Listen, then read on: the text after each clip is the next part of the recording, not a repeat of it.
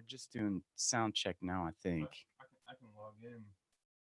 Um, what's the stream? I think I sent you the link.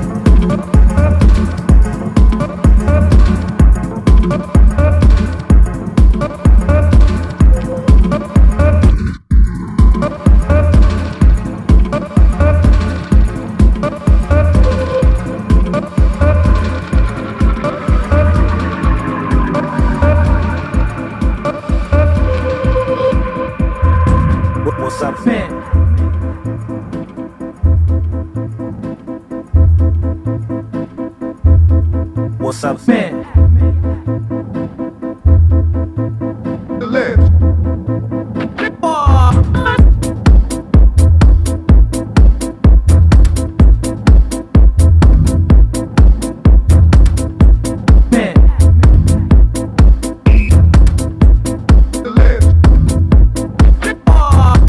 What's up, man?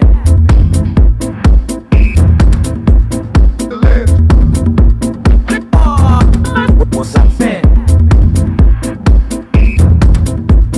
What's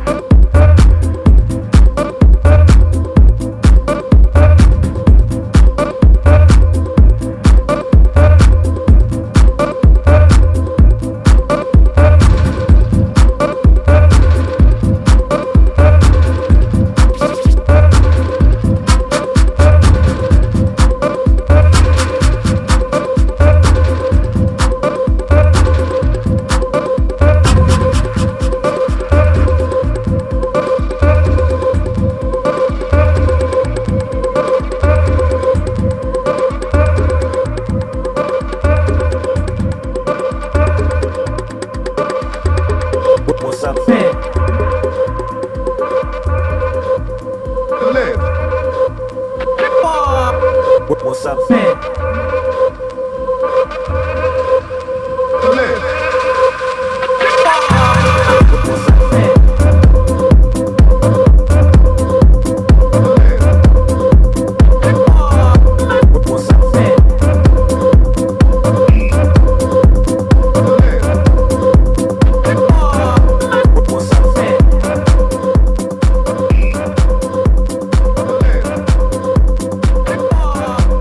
What's up, man?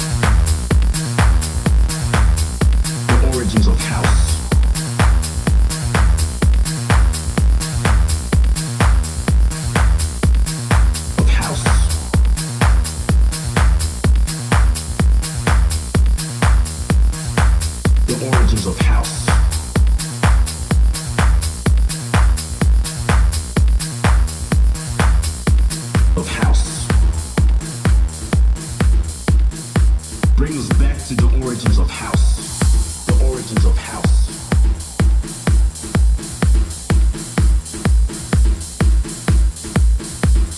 Of house.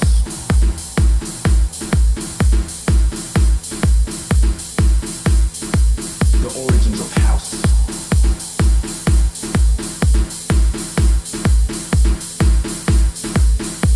Of house. Bring us back to the origins of house.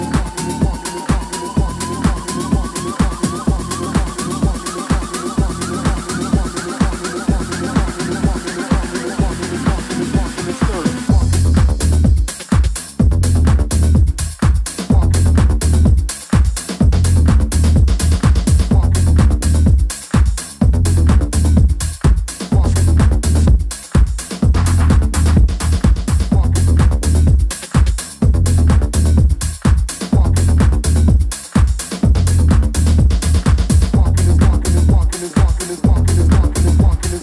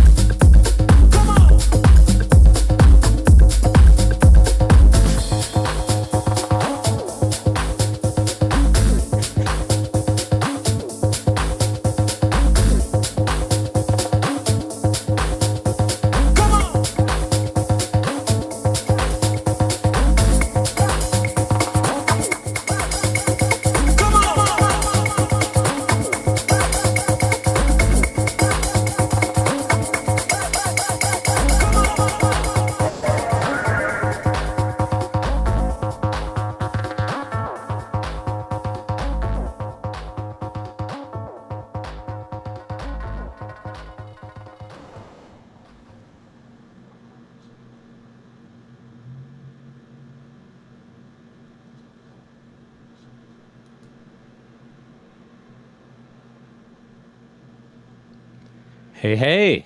Awesome set right there.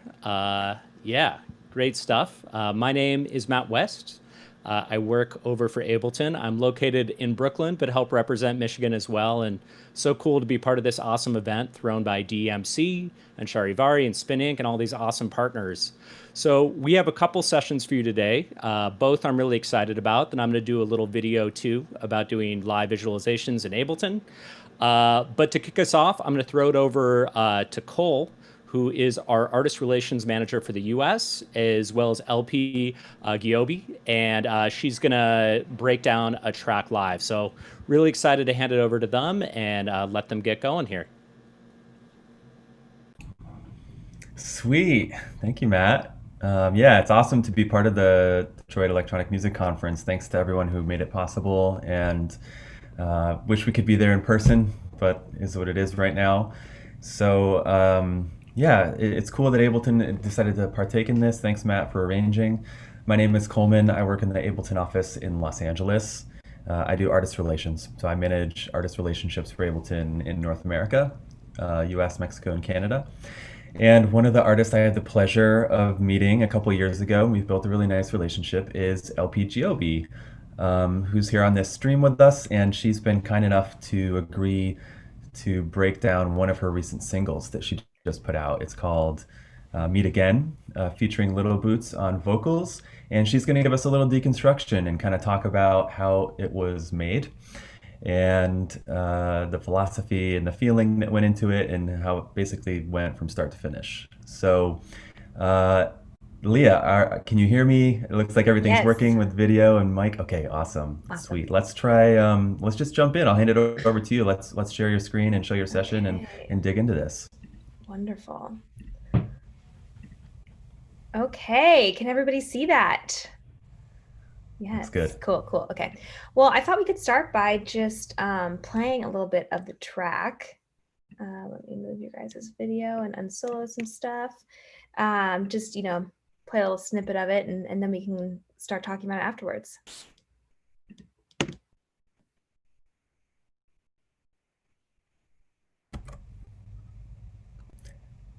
Leah, I'm you not hear getting it? audio. I don't know. Matt, can you okay. confirm? Maybe we just no need to audio. share with the. Let's try this. Did you click that Oh, checkbox in yeah. the shared screen? Every time, man. Hold on, let me do it one more time. Every time. Share screen, share computer sound. There we go. Okay, now let me change the preference again. Okay, sweet. Out of this.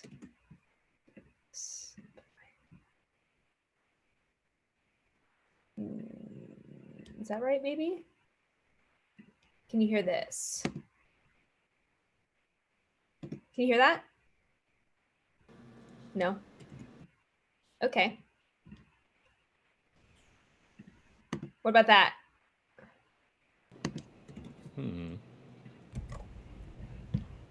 Nope. What about that? There it is. Yay! Okay, cool. Let me speed up a little bit. Can everyone in the chat confirm you guys hear it?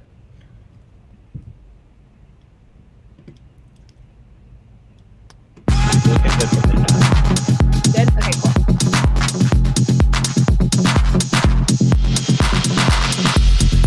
Say hello to all my friends. It won't be long until this ends. We'll go out like we used to do. We'll shine bright like the sun and moon. I know we'll meet again. I don't know where and I don't know when. I don't know where and I don't know when. I know we'll meet again. I don't know where and I don't know when, but I know we'll meet again.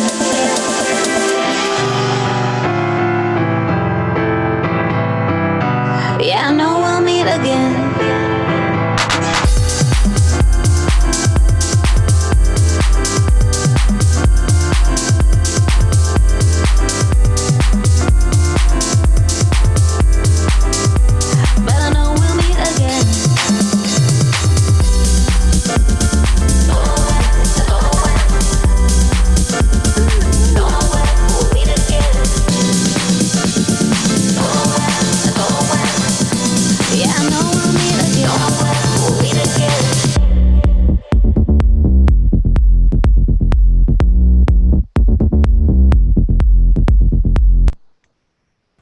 little snippet, if you will.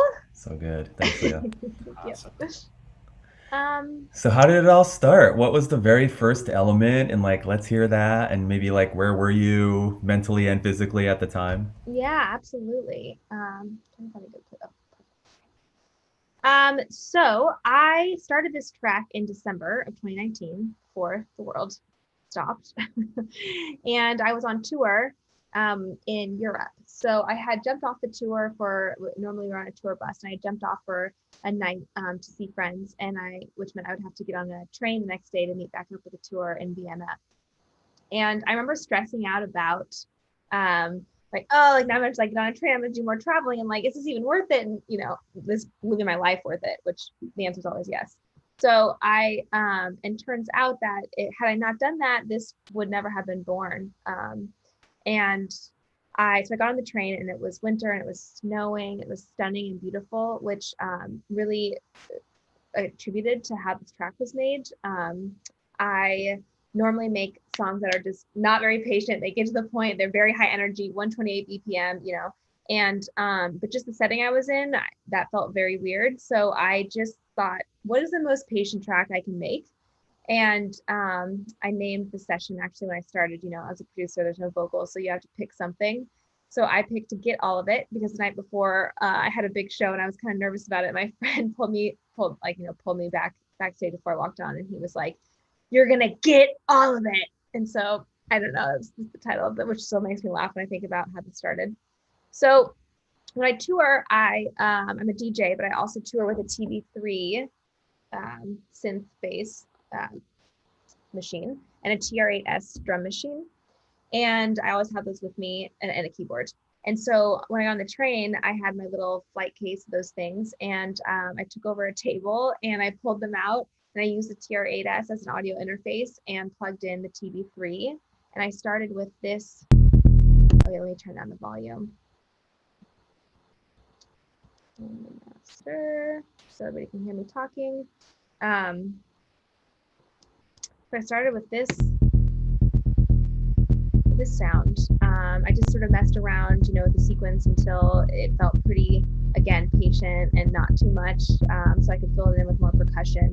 A lot of this track is really, I really wanted the percussion to feel good. So I had started, because this is the, to the left of my session is sort of where this track started. So then I started bringing in, I had that going just on a loop. And I started, I laid down my kick, sample that I had. I always think that's it. Here it is. And it was like a weird moon pluggy sound, also made an operator. I actually think this waltz would end up in the final. And so then I brought in a hat at like a lower frequency, and then a shaker with a higher frequency to sort of fill in the space. And as these tracks are laid out is sort of how I actually brought them in. Yet another hat pattern, and then another hat pattern.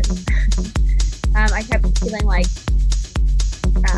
I wanted different frequencies in the hats. So that was mostly just in the sample, not the actual tuning. And then I brought in this tom. And I kind of used my eyes here, my ears and my eyes. Like when I just start placing things, I think for me, half of it is just playing, just trying things out and just like moving the audio around until it feels good. And so, here visually, I just like took out some spaces here, and so I could add something here. A note that I oftentimes get on my productions is there's too much stuff in it. Everything's cluttered. So I've been working really hard on trying to have a space for everything, especially the percussive elements. And then I actually didn't end up using this conga, but something fun that I do if you have the contact library is, a lot of these contact libraries, you can hold down one note and it makes a pattern. But then if you go into, here that's the instrument. If you go into the mixer, you can mute one of the elements, so it sort of changes the pattern right away, and it makes it a little bit more your own. But I ended up not using it in the end. But all the things you don't use in the end usually get you the thing that you do use in the end. So it's never a waste of time. Something I've had to tell myself and believe. So this clap this was fun because I usually do clap for units 2 and 4, traditional dance house music. And I just found 2 different samples and started playing with them until they felt a little bit groovier and a little less straightforward.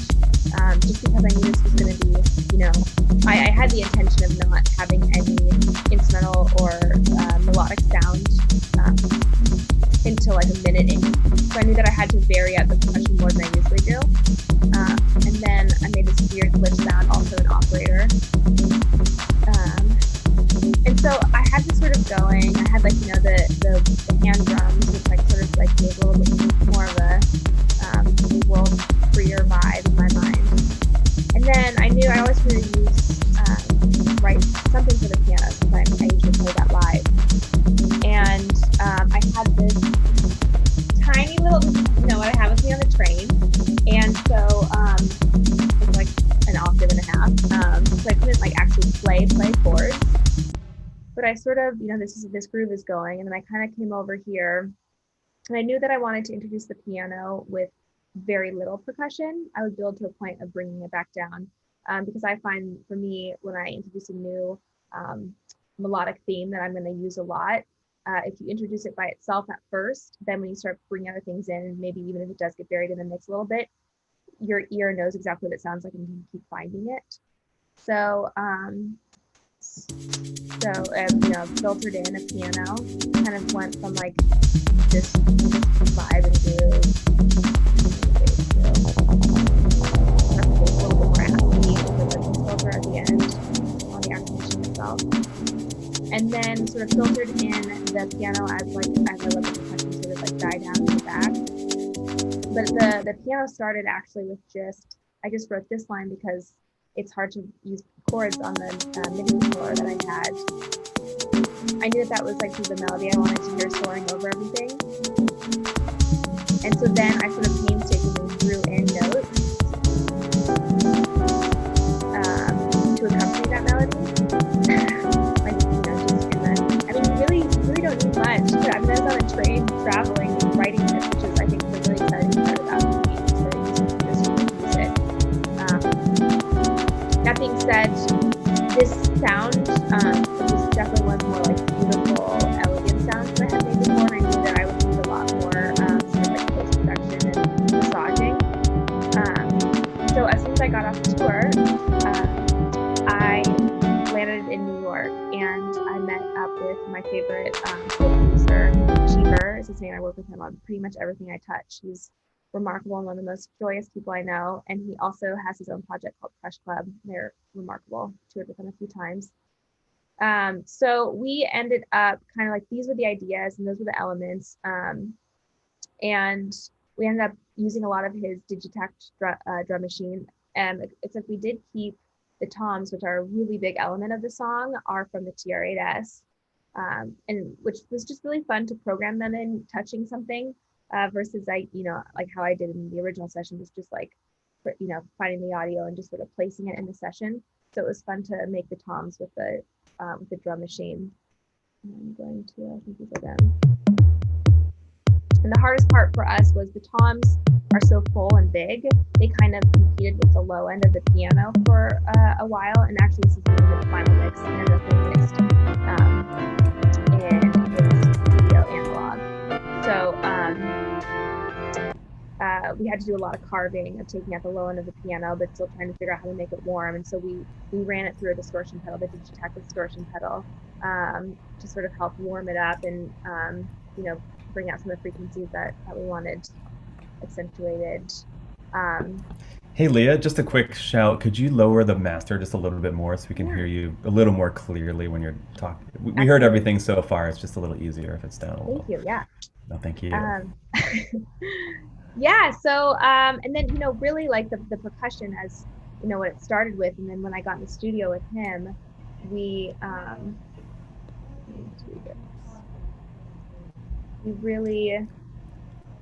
really went to town on the percussion. Yeah.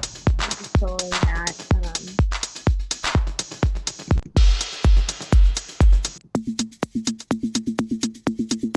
Really working to make sure each element had its own space, had its own place. If there weren't two things that were colliding, between the toms or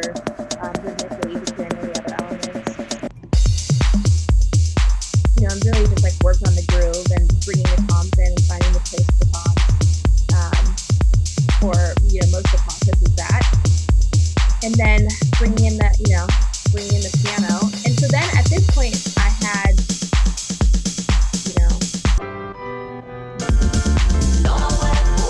everything but this, right?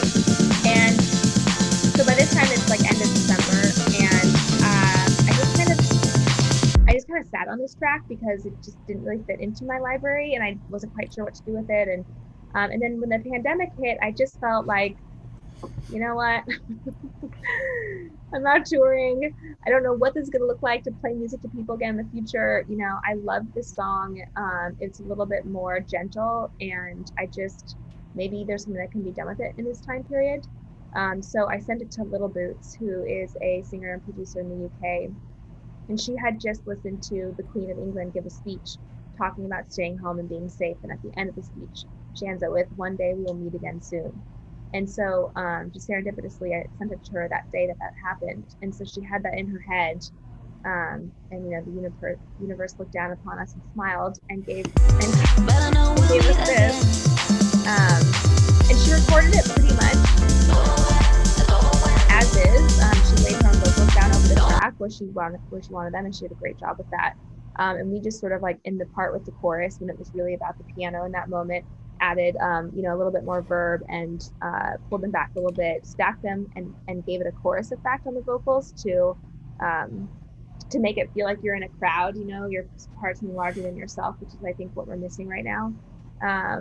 And so there was a lot of editing to be done for the radio Spotify version, but the extended version, as you can find on Beatport, it just came together as it is.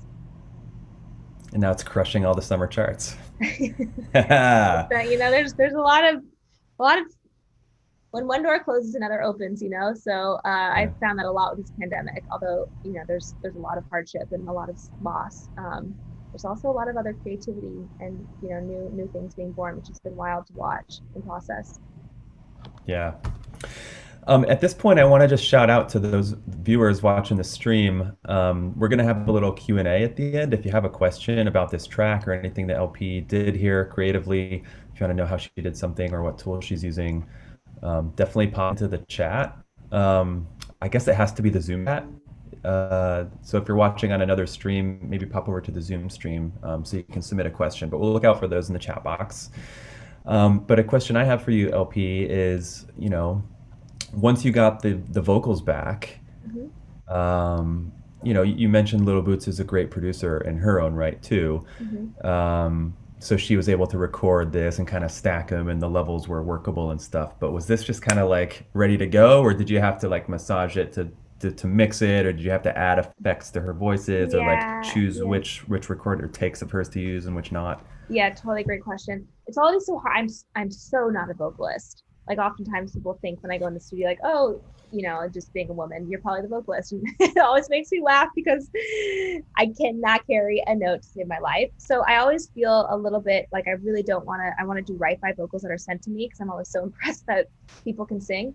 She sent me probably a stack of maybe 5 or 6 different takes of the same thing. And so, which is a lot, kind of just was like, here's where I'm imagining them, but, have at it. Again, I think this is a time, we made this in March when it was a very confusing time. So we were both pretty loose in the process and being open to whatever happened and not being tied to anything, which I think was a gift, something I'm trying to take with me moving post-pandemic. But yeah, so I ended up, let's just solo this, trying to go back in time and remember. I don't know where and I don't know when, but I know we'll meet again. There's a layer that has more echo and more delay, and then her top line is a little bit more clear. Definitely put some post-production on it, reverb, a little bit of tuning, stacking things and unstacking things at different parts. This has more layers. There's also a bottom layer that we pitch down to make it sound more full.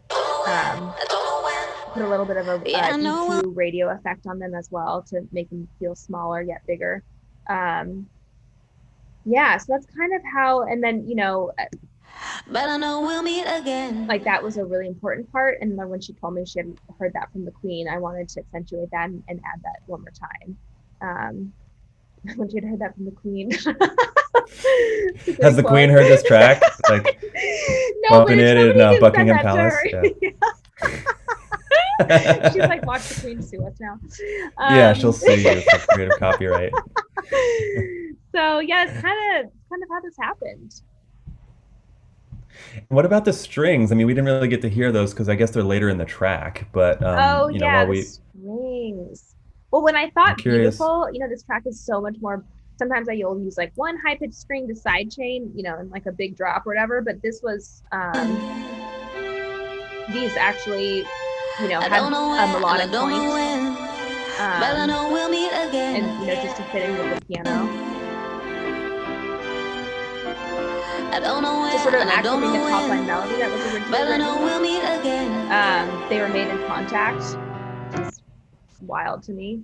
So is that an example of something you add after you get the vocals back? Like, we want this section. Actually, you to... know what? Well, no, actually, I had those in there before. I actually didn't add anything melodically, or even I didn't. Yeah, no tracks were added post vocals. Some things were actually taken out to give more space. Like there were some percussive elements that I believe were taken out, just because that really needed to shine. And then mostly it was like EQ changing. To give more space for her vocals, EQ carving and for another instrument, mainly the piano. But something fun that we did after we knew the placement of everything is really like this kind of stuff, printing them. The piano was still in MIDI form, and resampling it and putting it into audio, and reversing it, adding a bunch of reverb on it, and getting that swell. Just like introduce the element that's going to happen later. Using the same sound. Yeah. So that's that kind of stuff we did in post after the vocals. Yeah. And I guess, once you're getting everything to sit in a mix, especially once vocals come into play, and you don't want frequencies competing with each other.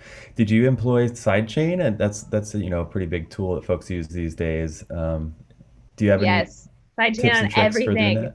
I remember the first time I heard Cage Nada, and I didn't know what sidechaining was at the time, and that just blew my door right open. It's one of the reasons I was like, I need to learn how to do this. I guess I should get Ableton. A sidechain pretty much on everything. A little bit, just like sometimes I have a tendency to overdo it, as I do in everything I do. There is sidechain on this. There's sidechain on the strings. There's sidechain on the toms. It sounded like the piano was ducking underneath the toms. Like the toms are like right out in front because they're kind of melodic, like really percussive toms. Yeah, we actually didn't. Thank you. I'm glad that did work out because I didn't actually sidechain the toms or the piano to the toms. I think we just used the Wave, sidechain tool. It just pumps it at different. Turn up the knob to pump it harder, and so they actually weren't sidechained to each other. But I think that it still gave it that same effect and kind of worked out. We actually ended up in the final mix, turning the toms down. I released on Sophie Tucker's label Animal Talk, and that was like a big no from them. And at first I was really mourning the toms, but I think that in the end, you can still hear them, and the piano is way more full and way more brilliant because the toms were taken down a little bit. And so I think it ended up being a good thing. Well, this was so cool to get a little glimpse inside of your track. Thanks so much for sharing. I guess before we hand it back over to Matt to move this thing along, I just wanted to give one last chance here for you to plug anything that you're working on right now, like outside of being an amazing DJ and producer. Are you working on anything else? And anything you're excited about coming up? I'm spending a lot of my time right now working on FemHouse, which is the nonprofit I started about a year ago. We do free workshops, monthly workshops in LA, in person when we can. But we've just launched online courses, full, more intensive online courses that anybody from all over the world can sign up for. So we're really focusing on that. And we're doing a FemHouse takeover on Desert Heart stream on August 8th. So we have 12 hours of awesome programming for a bunch of female, non-binary, BIPOC artists. we're really excited about that. So Great. yeah, those are the focuses. Thanks so much for having me. I think what you guys are doing is very cool. Thank you. I'm honored. And what's the website, LP, for FemHouse? Oh, thank you. It is thisisfemhouse.com. Cool. FEMME house. .com. Well, great work with that org. And yeah, awesome work with this track. It's awesome to see you get some success with it. So Thank you. I congrats appreciate and that. enjoy. Thank you. And Matt, we'll hand it back over to you, man. Sweet. Oh man, that was so cool. Speaking of those toms, like I'm just like I want those toms. Where do I get those toms? So cool. Yeah, the TR8. I mean, old school TR drum machine. Easy, simple, crazy. People sleep on it, and Yeah. they shouldn't. Yeah, true. Maybe Roland will present on that later this week. Cool.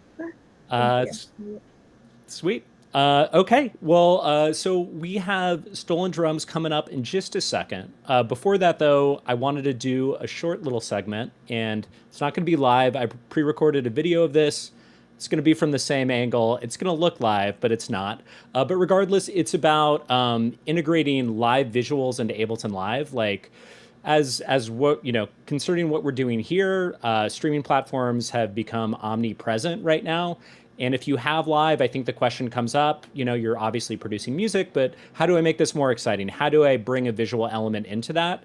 And I just want to briefly take you through that using Max for Live. It's going to be real quick. You could follow along, but you also don't have to. But really, I just want to kind of introduce you to how quickly you can get something to integrate visuals into your Twitch stream, into your Mixcloud stream, on Zoom. The possibilities are really endless. So I think the Spinning Crew is going to play that now. Today we're talking about reactive visuals in Ableton Live. This is going to be quick and to the point. We have about 10 minutes, but I know a lot of you are probably streaming today. I know I've been streaming as well. And as traditional audio people, when you listen to Spotify, when you go to iTunes or pick up a piece of vinyl, it's an auditory medium. But because streaming now brings a visual element to it, I think it makes sense to bring that to your music, however you're presenting it on those platforms. So let's go ahead and dive in. So today we're going to use Live 10 Suite, and we're going to use that alongside with Max for Live, which is included with that, and we're going to build one of these audio reactive devices. So I'm going to switch cameras, and just real quick, this is pre-recorded, but everything I'm doing with a program called OBS. It's called Open Broadcasting Software, and it's essentially the #1 software for streaming. So anything I'm doing right now, although pre-recorded, I can absolutely do live. All right, let's switch to our camera and look at Ableton. Cool. Okay. So right here we have a fresh Live 10 set open with a couple audio clips in there. But what I want to do is I want to go to Max for Live, and I want to bring in a Max for Live device. We have 3 categories by default: Max Audio Effects, Max Instruments, and Max MIDI Effects. These mirror what we have in Live, right? Instruments, MIDI effects, and audio effects. But what I'm going to do is I'm going to drag an audio effect onto a new track. Excuse me, let me just drag it down there. Perfect. So we can choose any one of these 3 to make videos, because videos are actually doing something else. We got to ignore most of the content in this device. I like to choose an audio effect, however, because I can put an audio effect like I can in Ableton on a MIDI track, on an instrument track, or an audio track. So I have free reign when using that. So right here, we have this edit button. So I'm going to press this, and right away that opens up Max for Live. So now we're in a whole different piece of software. It does take a while to learn if you really want to dive in, but very quickly you can start to get the handle on some very powerful techniques. And when it comes to things like visuals or even new effects, straight away you can start to make stuff sound really exciting with Ableton Live, even with just a little bit of knowledge of Max. And that's what we'll show you right now. So I'm going to delete all this material right here. What I'm going to do is I'm going to go down to Visi. Visi is a series of Max devices basically designed to optimize video and to give you the ability to combine video and video synthesis without having to know code or anything like that. So like with audio, we have our input. And so I'm just going to go to this input category, and I'm going to grab this one called Grabber. And this is going to take webcam input. And I'm going to go right back to Busy, and we'll bring in another piece of input as well. This one is called Player, and this will allow me to add in any pre-recorded video, whether that's something on your computer or something you grab from the internet. So I want to affect some of these parameters. I want to select my correct webcam, for example, but right now, all I can do is drag these objects around. I could combine them together using what are called patch cords, which goes back to this idea of inputs and outputs. That's how all these devices are connected. But if I want to select my webcam, I actually need to go into a different mode. And that mode is called locking. So I'm just going to go ahead and lock this. And now I can select these different options. So I know my webcam is the C930C. And there I am. Hello, everybody. There's a couple of me. There'll be more of me before this video is over. And what I want to do is I want to drop a movie here, as it states so politely. So I'm going to unlock my patcher. We're going to go to video, and Max offers us a number of different videos to pick from. Let's choose this one. So I'm just going to drop this movie right here, and very cool. It's already looping, so we're already ready to go with that. So now that I have these two elements, these two inputs, I need to mix them together. And much like mixing audio or mixing some paint together, I can easily do that with video as well. So I'm going to go back to Busy. And in this case, I'm going to go to my output device, or rather this mix device, or rather this mix category. And I'm going to pull in a new device called the Mix Fader. And this is going to allow me to combine two video inputs together.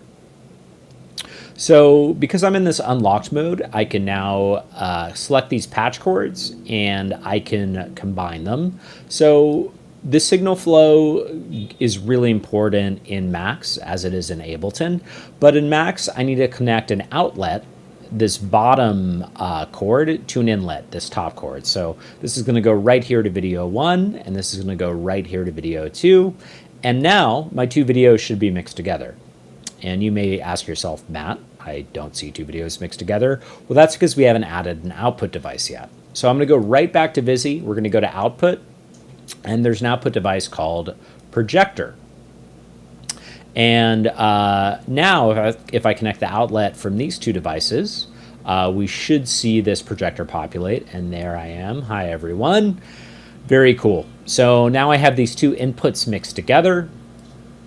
I'm amongst the pigeons and the nice blue sky now, but I want to do a little something extra. So I'm going to go right back to Busy, and I'm going to go to Effects, because now I want to manipulate how these two videos look as they're mixed together. So I'm going to select this one called Delayer, which is going to give me kind of a whooshing matrix-like effect. If I want to quickly add this object to the patch cable, if I hold Shift, it's going to put it right in there for me, so I don't have to unplug anything. And I'm just going to go ahead and add another device. Let's maybe go to the resampler. Now, much like audio, video is sampled at different sampling rates, and we can reduce that and increase that to give ourselves like a lo-fi quality or a really detailed quality. So I'm going to press Shift. I'm just going to apply this too.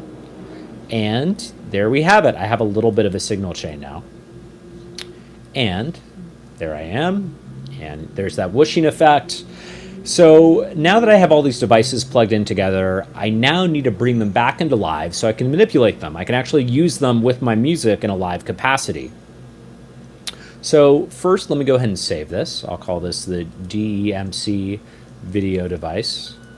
This isn't the first video I've done. When you're doing this live, you just got to reset if something goes wrong. But so let's go to the DMC video device 2, and we'll go ahead and save that up. Cool. So now we have another projector. That's no problem. We can just close that in a second. But if I close this device and go back to live, we can see there's no interface. All I have is this gray box. That's not going to be of much use if I want to manipulate this audio using my other tracks. So I'm going to press this edit button one more time. And I'm going to select all these objects, and I'm going to select presentation mode. So now in this presentation mode, you saw that they disappeared. This is basically me going from the engineer mindset to the designer mindset. In Max, this is called the patcher view and the presentation view. So now that we've gone to the presentation view, I see all my devices again. oops, sorry, let me go ahead and let me make sure I add them to presentation. I right click add to presentation. So now in my presentation view, we see my patch cables disappear, and now I can start to rearrange these. So I'm building this device in Max. I'm just going to follow the signal flow and set this up exactly as I arranged it. So all of these essentially in a straight line. And I can always zoom out so I have a little more screen real estate. So by default, Live opens in this patching view and not in this presentation view that we're seeing right now. So I'm going to press this inspector button right here, and I'm going to press this inspector, and if okay, I've got a device selected, so let me press inspector one more time. Great. So now I have an inspector for the entire patch, and there's an option that says open in presentation. Well, that is perfect. And it looks like we had a little crash there, so let's get this up and running one more time. We can ignore that. Luckily, we saved. Yeah, let's recover my work. And I think we should be good to go. So let me go ahead and save this. Perfect. So there I am. And there are all my devices in a line. I could put this on Twitch. I can add this to the stream. And now I could switch my webcam input. I can add different videos, as many videos as I want. I can do things like play my videos in reverse. We have a number of different options we can choose from. And as you saw, that floating display went in the back, so I can just press this button to get this nice floating window. And now that I have this floating window up, I actually want to be able to manipulate this with audio, right? We don't just want this straight video playback. We want to make this reactive to what's in our live set. So here's a little secret. This is what I like to do. I like to grab an envelope follower, and I like to put it on a return track. Now, if we're familiar with sends and returns, and I'll just create a new return track D. If we're familiar with sends and returns, this allows me to send any signal to this track. And I'm just going to mute it because we don't need any of the audio. We're just using it as a control signal. So if we don't know about envelope followers, it's basically taking the shape of our signal, whether that's a drum beat, whether that's a piece of piano, and taking the volume of that and making it a control signal. Therefore, I can make another parameter in Live follow the beat of my drum. No pun intended. So what I can do is I can map this here, and let's go ahead and map this to the video device we built, and let's maybe add it to this crossfader. So I'll quickly crossfade between different sections. And I have 8 options I can choose from, so let's select a few more. We can select delay time, and let's see what else we can do. Maybe we will add it to the delay crossfader. Now, I've got a couple audio clips available to us, and let me go ahead and play these. And now I'm going to start adjusting those sends.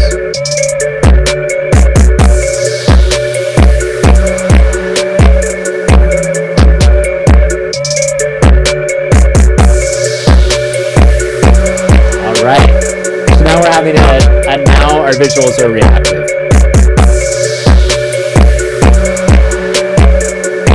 Cool. So now that there's many of me on screen, hopefully that was just a little insight into how you can quickly make a device using Max for Live and making your Ableton Live set into an audio-visual set. Again, thank you to DEMC, and I'm around for questions because I'm here in person too, digitally.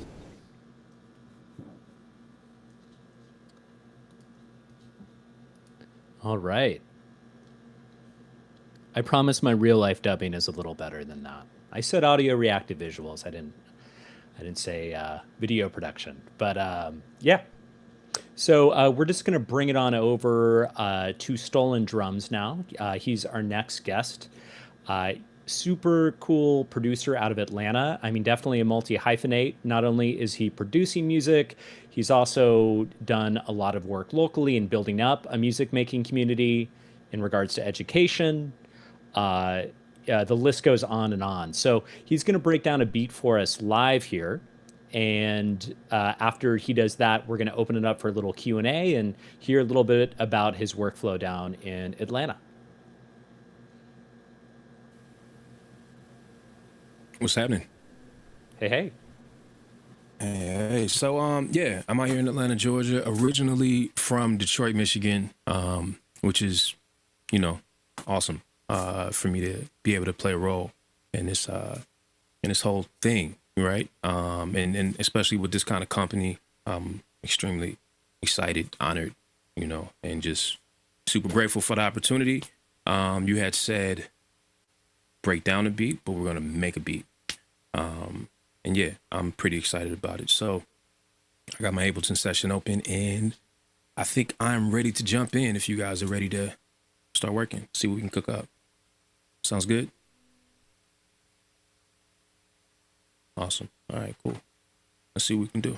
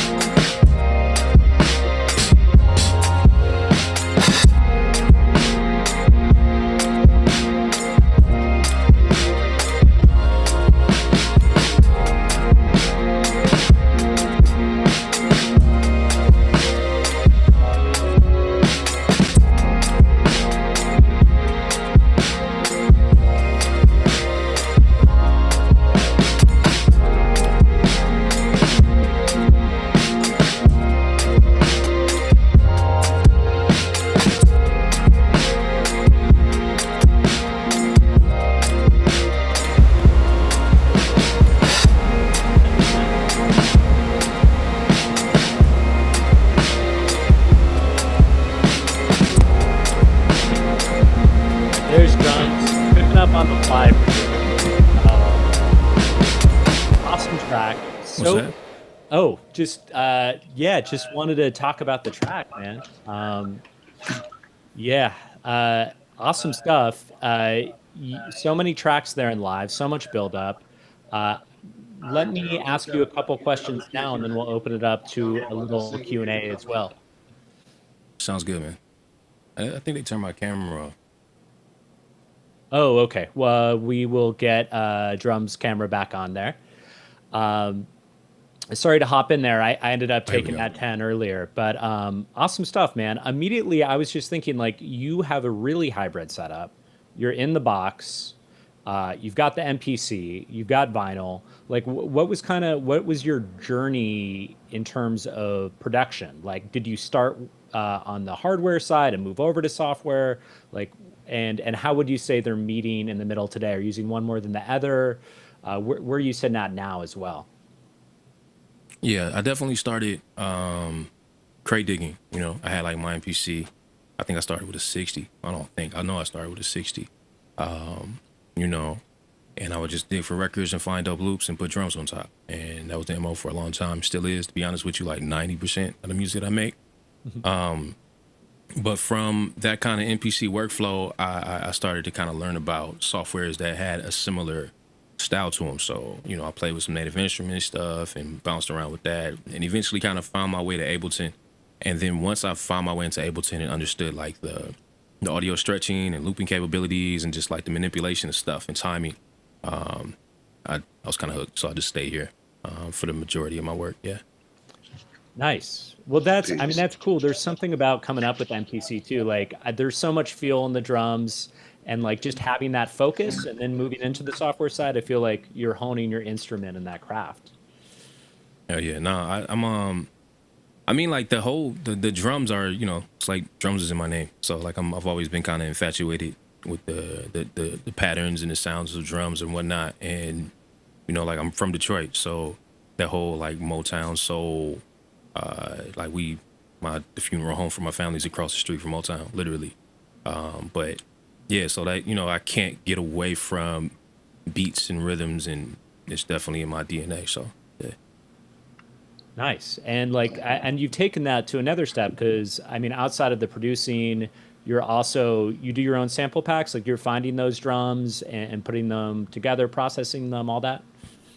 All of that, man. So between like, you know, found sounds and Foley stuff and you know, then finding like acoustic recordings of like certain drums and whatnot, and then taking that and giving it a certain aesthetic and feel, you know, for a purpose. In my case, it was like a lot of lo-fi stuff.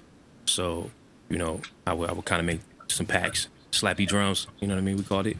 But yeah, just make packs of drums that would be tote for a specific type of beat, you know what I mean? And that's been a pretty big part of my business. Yeah, definitely a big fan of sound design. Nice. Yeah, it's like, you know, you're not just pulling in some samples, you're actually designing the samples for the track at hand. So that's awesome. Well, we want to open it up to Q&A as well, if anyone has any questions for drums too. But excuse me, Matt. Yeah. Peace. How are you? This is DJ Jungle 313. Hey, what's up, DJ Jungle? Everything's good. What's going on, brother from Detroit? Peace. How you?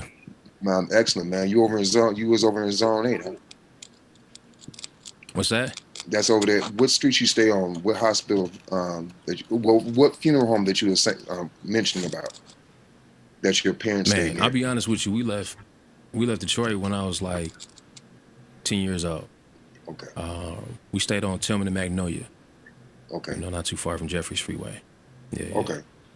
Okay. Yeah. But yeah, 'cause it's definitely the funeral home right across the street in the same, like keep the same parking lot. I think it's you can walk to, you know what I'm saying, just walk across the parking lot, you'll be at Motown. Okay. Yeah, because that's Grand Boulevard near the Linwood area where Motown is located, and I believe that funeral home is McFall Funeral Home. Matter of fact, that is called Zone 8, and I just did an interview with a brother named Yusuf Shakur in that neighborhood. He's an activist, a community activist. He also has a nonprofit. And in your background, I see you have a skateboard. You skateboard also? I used to skate, man. I try to pick it up to hang with my kids. I fall real good, but I push around a little bit, yeah. Well, I still push. I started pushing in 1976, and I'm 50 Okay. years old, and I still got a board. So, don't hurt yourself. Right. Yeah. Right. But I Definitely done appreciate that a this. few times. I appreciate you coming through. And after this, we're gonna have a further discussion. Matt, Cole, LP, I really appreciate you coming through for your Ableton portion, and I would like for you to stay because we have DJ Head, who was the DJ and a Grammy Award-winning producer who worked with Eminem, and he is one of our instructors, and he's going to do a lo-fi presentation. So if you have time, please stay for the next presentation, and we're going to load up DJ Head with the lo-fi with Ableton. Dope. Sweet.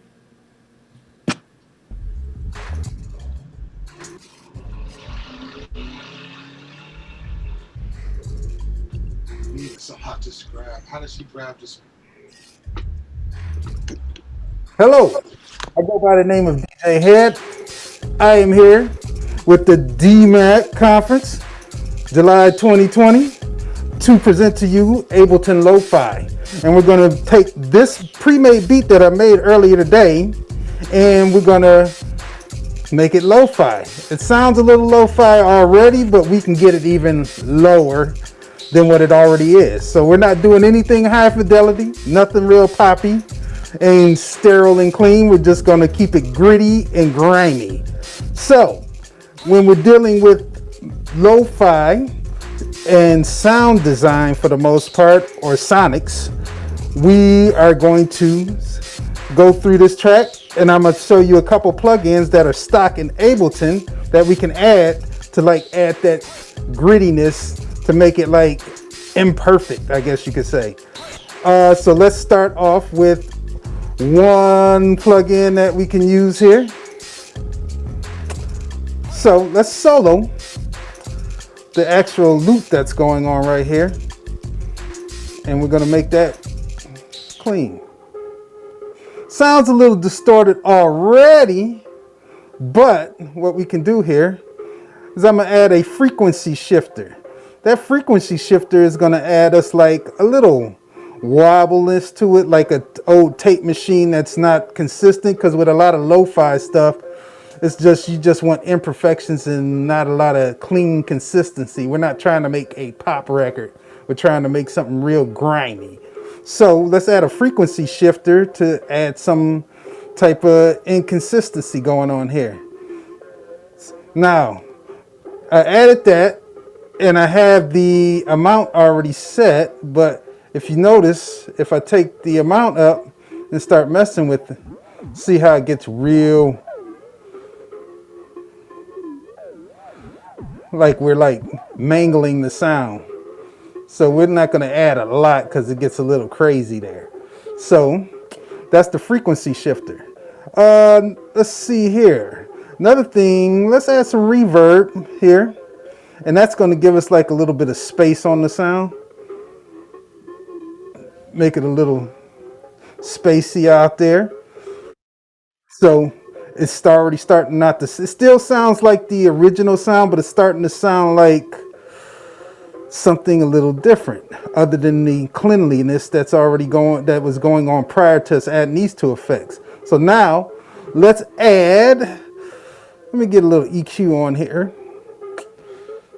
Let's see what's going on here. Get a little bit more grimier, some compression, it should work. Compression is going to, add a little bit more pumping and imperfection to the movement of the loop. What else can we add here? Let's add some erosion. The erosion here, which is another Ableton stock plugin, that will add some more, I guess, granular artifacts, you could say, to the sound. See how gritty it gets? So it's really imperfect. So if we moving this around, you can hear how it's like mangling the sound some more and adding that dirt to it. Then you want to, with all these plugins, you want to kind of add to your taste or what you feel that's within you that's going to sound right and you're comfortable with presenting to the public. So I like kind of like that a little bit. Let's add some more saturation to like degrade the sound some more. That just adds a little bit more drive and distortion and grit to it. We can put some vinyl distortion on there. And that vinyl distortion gives us like the throwback, like when you're using vinyl and stuff like that. You know, you hear that when you play records. I don't know if many of you know what records are, but there's plenty of them behind me, which is like a good source of low fidelity. Because not like if you keep playing records and stuff like that, what you end up getting is you get this crackling sound in the background the more you play the vinyl, which is probably a lot of these records back here have been played to death, so they got a lot of crackle in it, which makes it low fidelity. It's not like crystal clear. Let's add some bit reduction to this thing, and that's going to downgrade the sound some more. Add some more gritness to it, and the auto filter, we can like make it like kind of like lo-fi right there. That's like a low pass filter, and what that low pass filter, it kind of gives you like that throwback what you call it, golden era hip hop, like your Black Moons, Tribe Called Quest, where they used to do a lot of filtered bass lines. This loop in particular doesn't have a lot of bass in it, but you can hear the filtered muffled sound. So if you listen to like Black Moon, Enter the Stage album, you'll hear that a lot with the filtered bass line underneath and stuff like that. But that also adds to that lo-fi gritness. So now we've got the sound pretty mangled down to what I like. And I mean, like I said before, you can adjust these parameters to your taste. I mean, this is just my taste for this moment in time. So as you start making more beats, maybe you don't want to put vinyl distortion on a particular track. Maybe you don't want to do bit reduction on certain tracks. Maybe all you want is to put a bunch of erosion and saturation. That's fine, because this is, you know, you making your sound with lo-fi. Now, another thing, let's move over from this because I'm happy with the way this sounds. And let's add some drums and stuff like that. Take that off solo. So let me go over to these drums, and what I'm gonna do, so I'm gonna try and grit these up some more. We got some saturation on there. Looks like I already had a bunch of the stuff on here. But if I take the stuff off, it's probably gonna sound a little cleaner.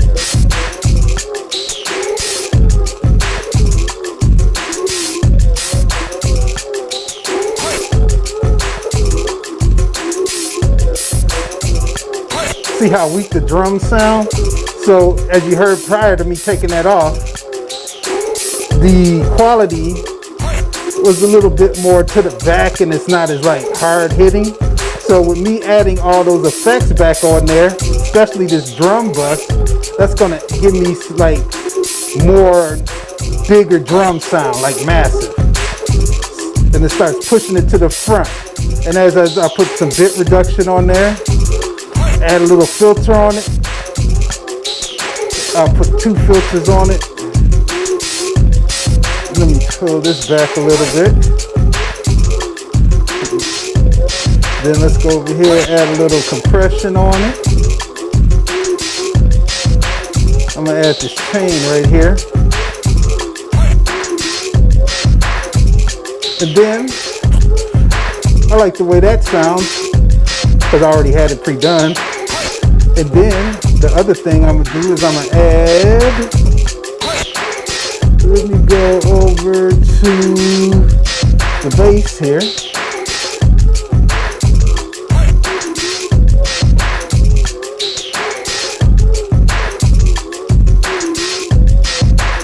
And we're gonna add this bass line I had programmed. And what I'm gonna do, I want to put some more grittiness on here. So I got a couple cabinet effects I put on here, like to make it even like grimier.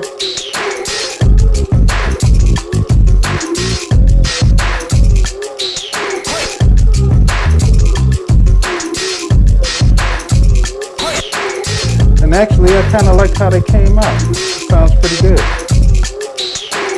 And that's pretty damn good. So, that's my lo-fi production. Use some of these techniques. A shout out to Splice, because the main sample that we use, which is the V-Ride synth loop that you see right up here in the song starter lane, that is from the Virtual Riot Heavy Bass Design from Splice. And also, these two elements right here, this one right here, and this one right here, hold on. That is from the Splice Rare Percussion Street Instruments Volume 1, which gives us a little bit more motion in our beat.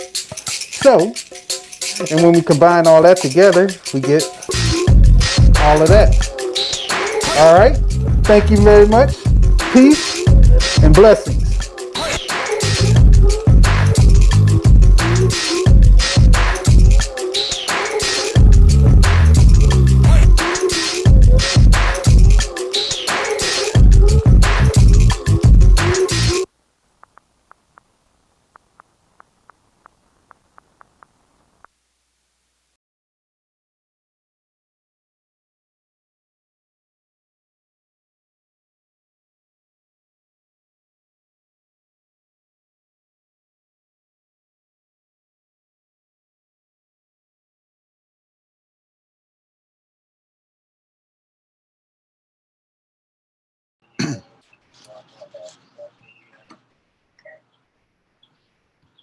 Good evening. Can you hear me?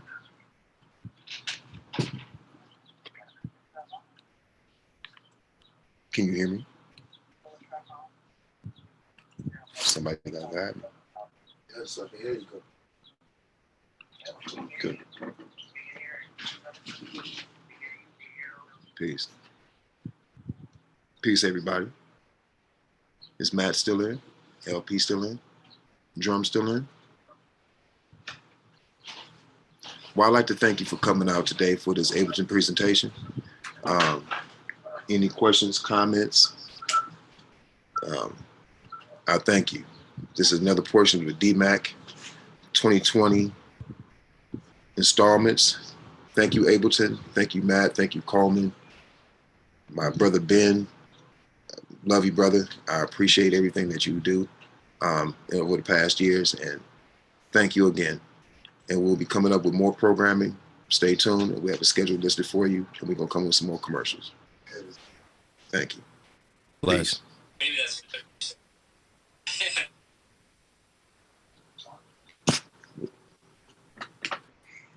Peace, peace, peace, peace. What?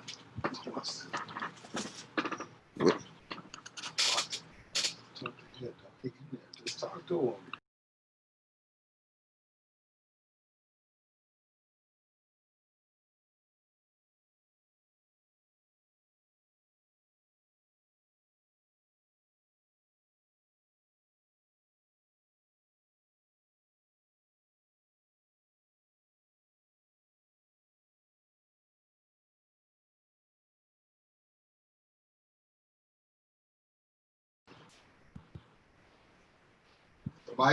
Peace, Ed. Your mic is on?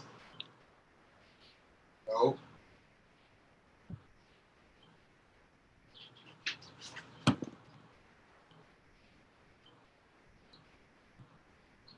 DJ Head, can you hear me?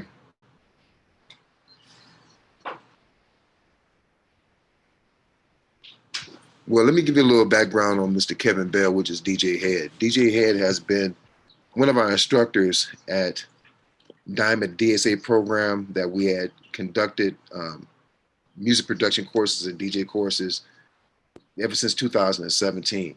He has also worked with us with the Jay Dilla events at the Charles Wright African American Museum here in Detroit. He has worked with Eminem. He is a Grammy Award winning DJ, producer, and it's been a pleasure working with him. And he also works, he's a crate digger. He works at a record store, I think it's Lost and Found Records over on Gratiot in Detroit, right around the corner from what is Eastern Market. And if a crate digger want to go there, that's the place to be. Thank you.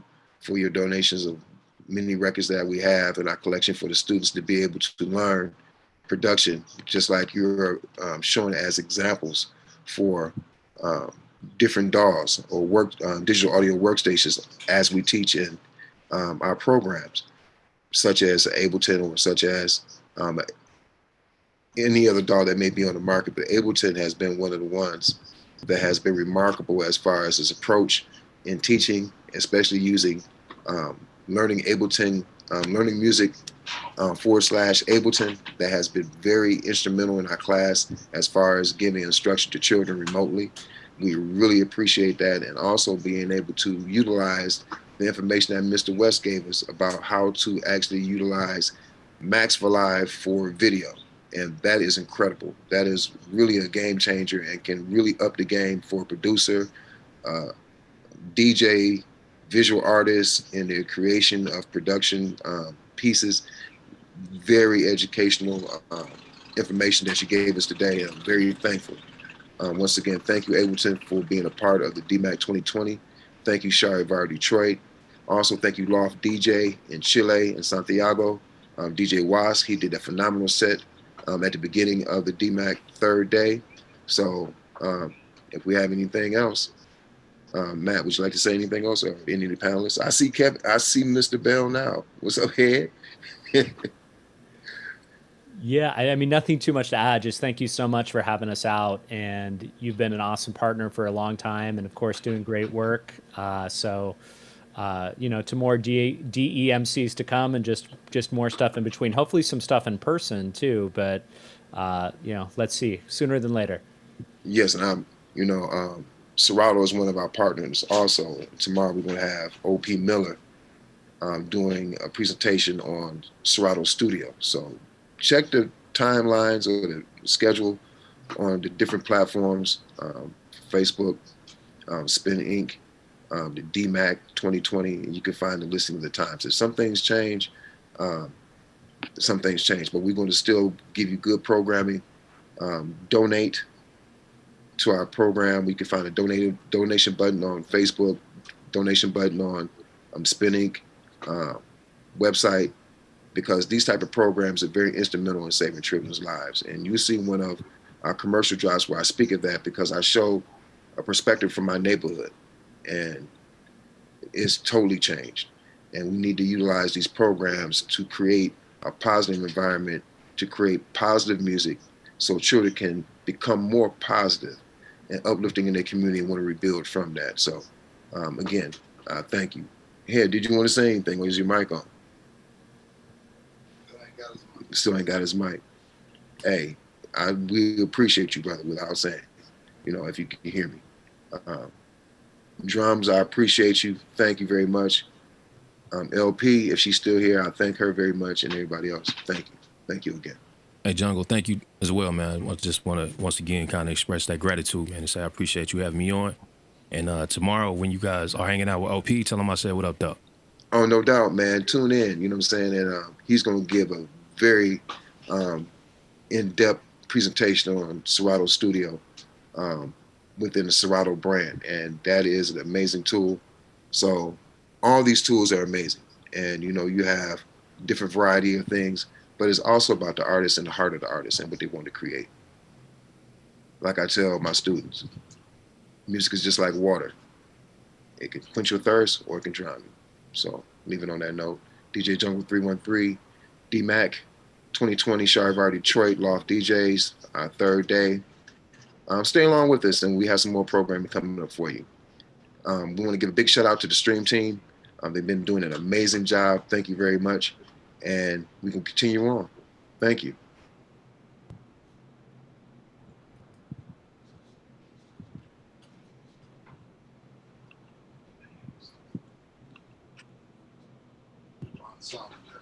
Hmm.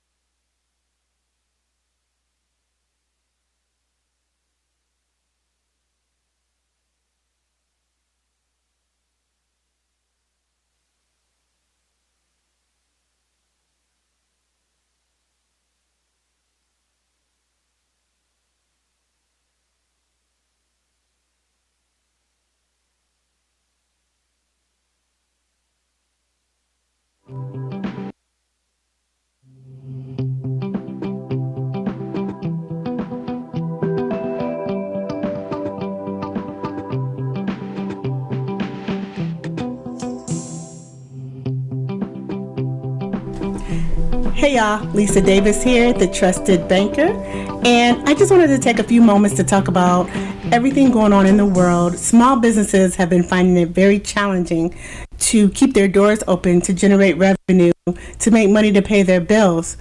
DJs, music producers, event planners are no different. Promoters, no different. In fact, they might be getting hit even harder. It's very challenging right now to play in concerts, to fill up the clubs with social distancing and all these different things going on right now. It's really hard for people in the entertainment industry to not only make money, but to see when they're ever going to be able to make money like they used to. So I wanted to just talk about 3 different tips that I know that I've been working with some of my clients as we go into this new normal. The whole world is different. Everybody's having to look at how to make money different, using their craft, using their talent, using their knowledge. These DJs, promoters, music, event planners, producers, they're no different. They are super, uber talented. I know you guys have been enjoying the music so far, right? It's been great. Look at Charivari, prime example. They took their entire music festival and put it online. These are the kind of ways that we've got to start thinking outside the box in order to not only stay in front of our audience and stay relevant and stay engaged, but to also generate revenue differently, right? It might not be with ticket sales. It might not be with packing a club. It might not be with liquor sales, but all of these DJs, music producers, promoters, they are all so talented. They've put decades into the business. They know a lot about the business that a lot of people don't. Their knowledge is money. And so you got to look at 3 different things. And so the first thing I want to talk about is social media. Social media is huge right now. Everybody is at home. Everybody is looking for more entertainment in different ways. The TV, there's no TV shows. There's no new things on TV, no new movies coming out because, again, with everything going on in the world and social distancing, they can't create that new content. But you can. Anybody that has a social media account or that has access to a phone or a computer, create a social media account and get your followers up. A lot of times you guys or anybody in the entertainment industry, if you have been spending so much time traveling and going from gig to gig to gig and you're a solopreneur, like a lot of small businesses, a solopreneur means that you're pretty much the only person in your company or maybe you have 1 to 5 employees. If you are a small business like that, DJing, promoting, going to clubs, concerts, event planning, then you probably haven't taken the time to build up your social media following because you have a following in person. Well, guess what? Right now, all those people are at home and they're on social media and they're looking for something. Start engaging, start posting, post content every single day, build up those followers. You can generate a lot of money. As the followers grow, so can your opportunity to grow your money. The next thing I wanted to talk about, teaching lessons. A lot of people are now taking that knowledge in their head and monetizing it. Go on YouTube, teach some DIY classes, teach a series of classes, slowly build your audience up, take them through series of steps in order to teach them the skill that you have. You have decades of knowledge in your head. Let's monetize it. Zoom classes, YouTube classes, monetize them by putting them online, maybe charging sometimes, maybe sometimes not, but find a way to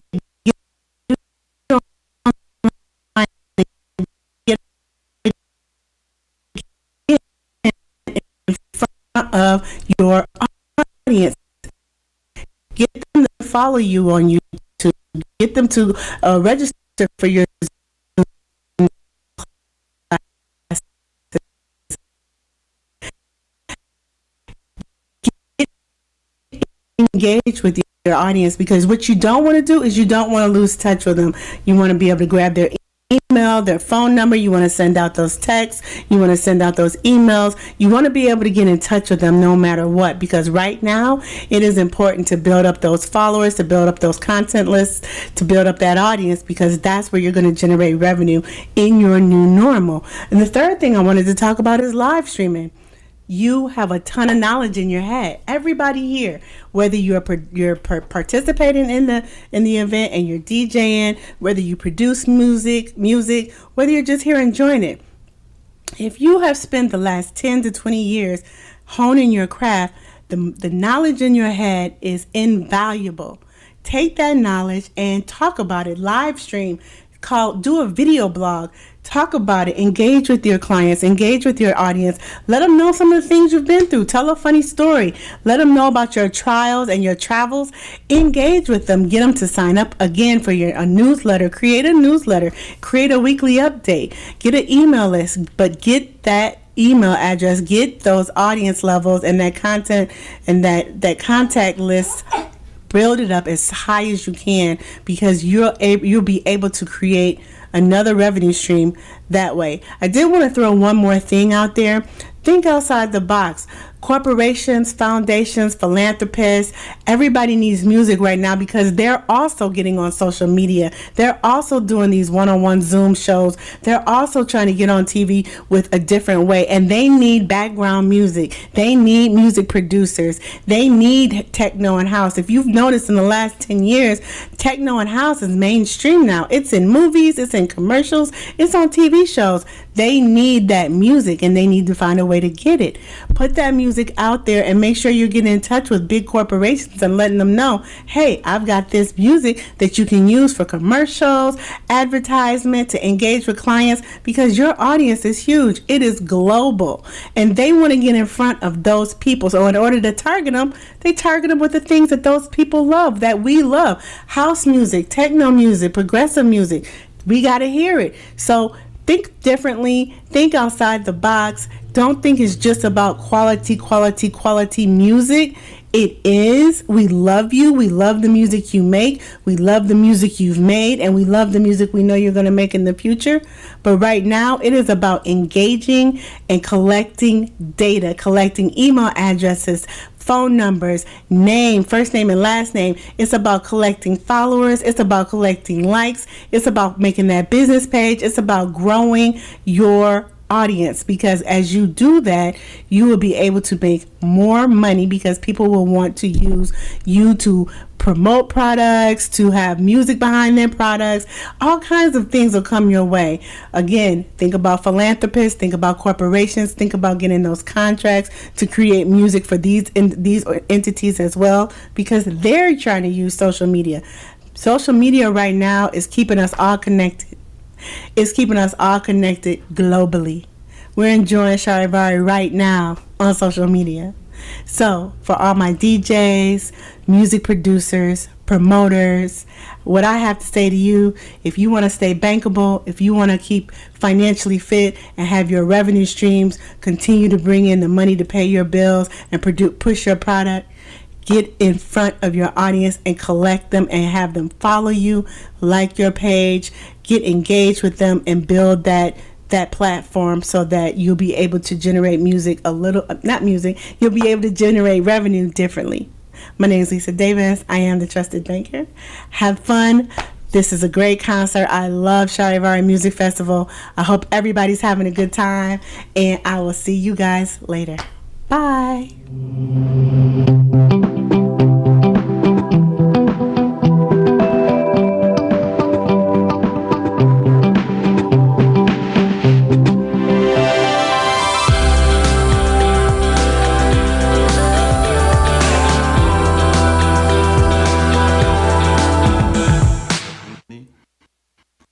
And I want to tell you my story and what I have to do with the city of Detroit. In 1988, I started a small record company, and I signed a group from Detroit by chance. And this project was called Final Cuts, and Jeff Mills, now a famous DJ, was a member of this project. So this was the first bridge to artists from Detroit. In 1989, like a year later, the wall was open, between East and West Berlin, and it was an incredible euphoria in the city. People and families got together again, The administration of the West Berlin government lost control somehow. This was a historic moment, This euphoria, incredible, And then these new tunes from Detroit came over, techno. It was really fresh in those days.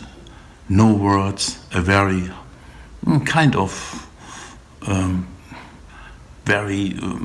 It was not such a happy music, you know, but it did fit, and the kids from East Berlin and from West Berlin did like it, you know. It was a common subject. It was kind of a challenge. And the lucky situation was that the city, the east part of Berlin, was full of empty spaces. Can you imagine? A lot of empty spaces, a lot of euphoria, no police, no curfew. That was anyway a law in Germany. Since 70 years, we have no curfew in Berlin, thanks to the Americans. They arranged it. So the conditions were really good to start something. And we found also an old vault in the center of Berlin, between the two infamous walls. It was an old Jewish bank house, and in the basement we found this incredible space. And when I entered this space for the first time, I said, this is like opening a pyramid, you know. This was a very, very special moment. And I was convinced from the first moment something special will happen here. And what happened was that the sound of Detroit came over, spoke to Mike Banks, and I said, you know, kids from the East need your sound, you know. And this sound came over and became the sound of the reunification, you know. This reunification took place on the dance floor finally. Really, the kids from East and from the West Berlin, everybody liked this music and start dancing in the dark. This was so intense, and it did last for 4 or 5 years. The brand Tresor became a symbol, you know, for getting together, you know, for looking into the future, you know, for first nights, you know, dancing through the night, you know. That was Tresor. It became, over the years, a philosophy. We signed many acts from Detroit, we flew them in, and I remember very early days when Joy de Santiago, she arranged all the flights there. And the Detroit artists came over very, very late, like 9 p.m., so we could arrange a dinner, and then we went to the club to party till 6, 8 in the morning, and then they had to take the first flight back to Detroit. There was, what a shame, I thought.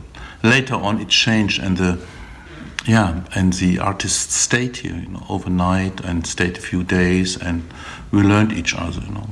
So the Tresor became also the spot where East and West got together in a very friendly community, and we thought about new ideas, you know. The club stimulate and encourage young people to join us in a way like that they also started an own business, you know, do something. You know. It was an incredible movement because there was so much empty space, and the government said, okay, we can't give it to you, but you can use it maybe for 3 months or 6 months or 1 year. It was a law of temporary use for space for the artist. And I can tell you, thousands tried to do a small startup, you know, and they did. And in addition of all this small startup, a huge economic force, you know, a nighttime economy began its run, and it became very popular. Today, in 2020, we are the capital of electronic music, and we must say thank you to Detroit. You gave us the first tunes, and we still love it. The Tresor really became this brand where everything started, and we're still there. This is unusual for a club staying over 30 years, you know. So the people who are working for us, the employees, and you know, they love to work for Tresor because it gives them an orientation. We are a symbol for an alternative company, you know, for something different, you know. We didn't sign any contracts, you know. We always did depend on the safety, if we can keep the space or not, you know. And in 2004, 2005, we had to give up our first space, but I was still I said, that's it, it was 14 years. And I said, that's it. It was like the same period like Motown in Detroit. And I said, okay, because my employers convinced me and said, Dimitri, you're a space researcher, explorer, you find something. And I found an old power plant. You can see it under an old Kraftwerk, You can see it watch it under Kraftwerk, Berlin.de. And wow, I was so impressed, but the work was so, so intense. It did cost so much money because times have changed. When everything started in 1991, it was easier, It was really, you found a spot, you cared for a fire escape, stairs or for an emergency exit, and you got a kicking sound system, one red lamp, that was enough, People wanted just to enter a parallel world. They were looking for this door to go into this other world, because they were tired and they were looking for a space where they could really among their people, and these places like Tresor have and still protect, our customers, our people against, strange mainstream activities, and we try also to keep these difficult people out of our world. Anyway, Tresor has influenced so many other people to start something finally, and it helped a lot that Berlin is now the capital of electronic music in the world, because beside the clubs, and we have about 150 venues and electronic music bars, we have also the industry here who writes software programs like Ableton, Native Instruments. But everybody knows Tresor was the beginning, was the, how you say it, the source, and the cradle, I don't know the word, the Krippe. I must say, the good thing is that these brands did stay with me and with you guys, with the friends from Underground Resistance, with all these people like Blake, and Eddie and Juan. So we try to keep together, At the moment, it's difficult because Corona stopped us, starting parties, opening the doors, and we don't know what will happen. But on the other side, I think we will go new directions. There will be a new Tresor, and people asking me, the people who are now between 20 till 28, these young kids, asking me what's going on. These kids have not been born when we started like 30 years ago. And next year, actually, we want to do a big jubilee. It's 30 years Tresor. And I can tell you, if you have ever a chance, to start your own thing, stay with your ideas, believe in yourself, go for it and stay with it, because all you do and put into your brand is important also for you and for other people, The investment and the care to curate your brand, your idea, makes sense. People today, or employees, they said they want to work for a good brand, even if they don't pay less than another company. Because the philosophy, and the values of our company, the human values, the respect, against others, and to keep together, to be fair among each other, It's not a lot, but it works. I say thank you, Detroit, for your help, and have a really good Charivari event this year. And as soon as it is possible, come to Berlin, visit us, and we will visit you. And I'm so happy that we have reached so much Tresor is now respected also from the administration people, you know, the government people. And we are a brand, you know. Thank you. Bye-bye.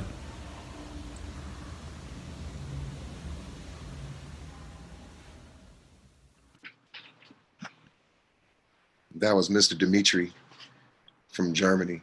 And I appreciate those words of encouragement, especially the great contribution Detroit have lent to Germany. I stayed in Germany from 1989 to 1991, and it was a beautiful experience. And the next presentation that we're about to lead into is with a brother I met at, I believe it was at the Loop Conference or NAMM. Yeah, it was at But NAMM. it was NAMM. And we're here with brother Ostentatious Moss from one of our partners, Sweetwater. I'd like to give a big thank you to Chris, Bryant, and yourself, Austin, for being a part of the DMAC this year. We're really excited, and we're really excited to hear what you have to present, because a lot of the founders of this music use some of the things that you are going to demonstrate today, such as drum machines and also synths. So without further ado, we're brother Austin Moss, Mr. Ostentatious from Sweetwater. Hey, Thank you. Thank you very much. Thank you. I'm really excited to be part of this. You know, I'm just really blessed to be in a position that I get to do for work what I would be doing in my free time. You know, if I was an accountant or if I was selling medical supplies or whatever, I would still be digging into drum machines and that kind of thing. So I'm really excited to share with you guys a few things. Just first, a little bit about who I am, a background on me.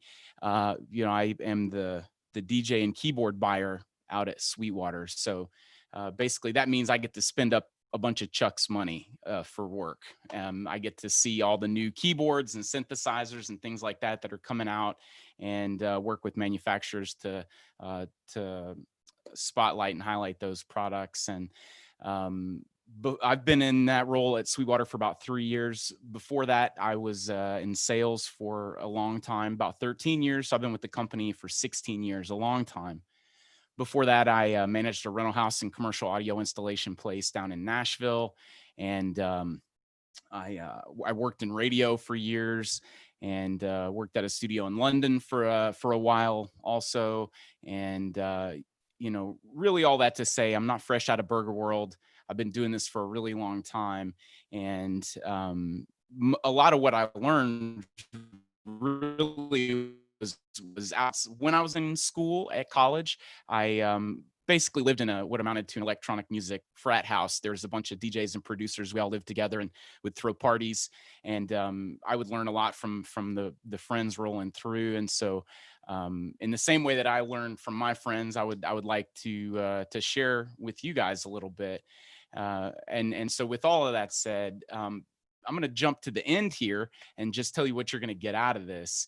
At the end of it, my goal is that you have learned how to roll your own kick drum, snare drum, and hat sounds specifically with any kind of synthesizer. It doesn't matter if you're using Ableton. It doesn't matter if you're using FL Studio or if you're using an MPC, which is what we're going to be mostly working with here today. We're going to really be using the MPC Live 2 specifically, which is brand new from Akai Professional. But even if you're using modular or whatever, it doesn't matter. You'll be able to take a synthesizer and get your own drum sounds.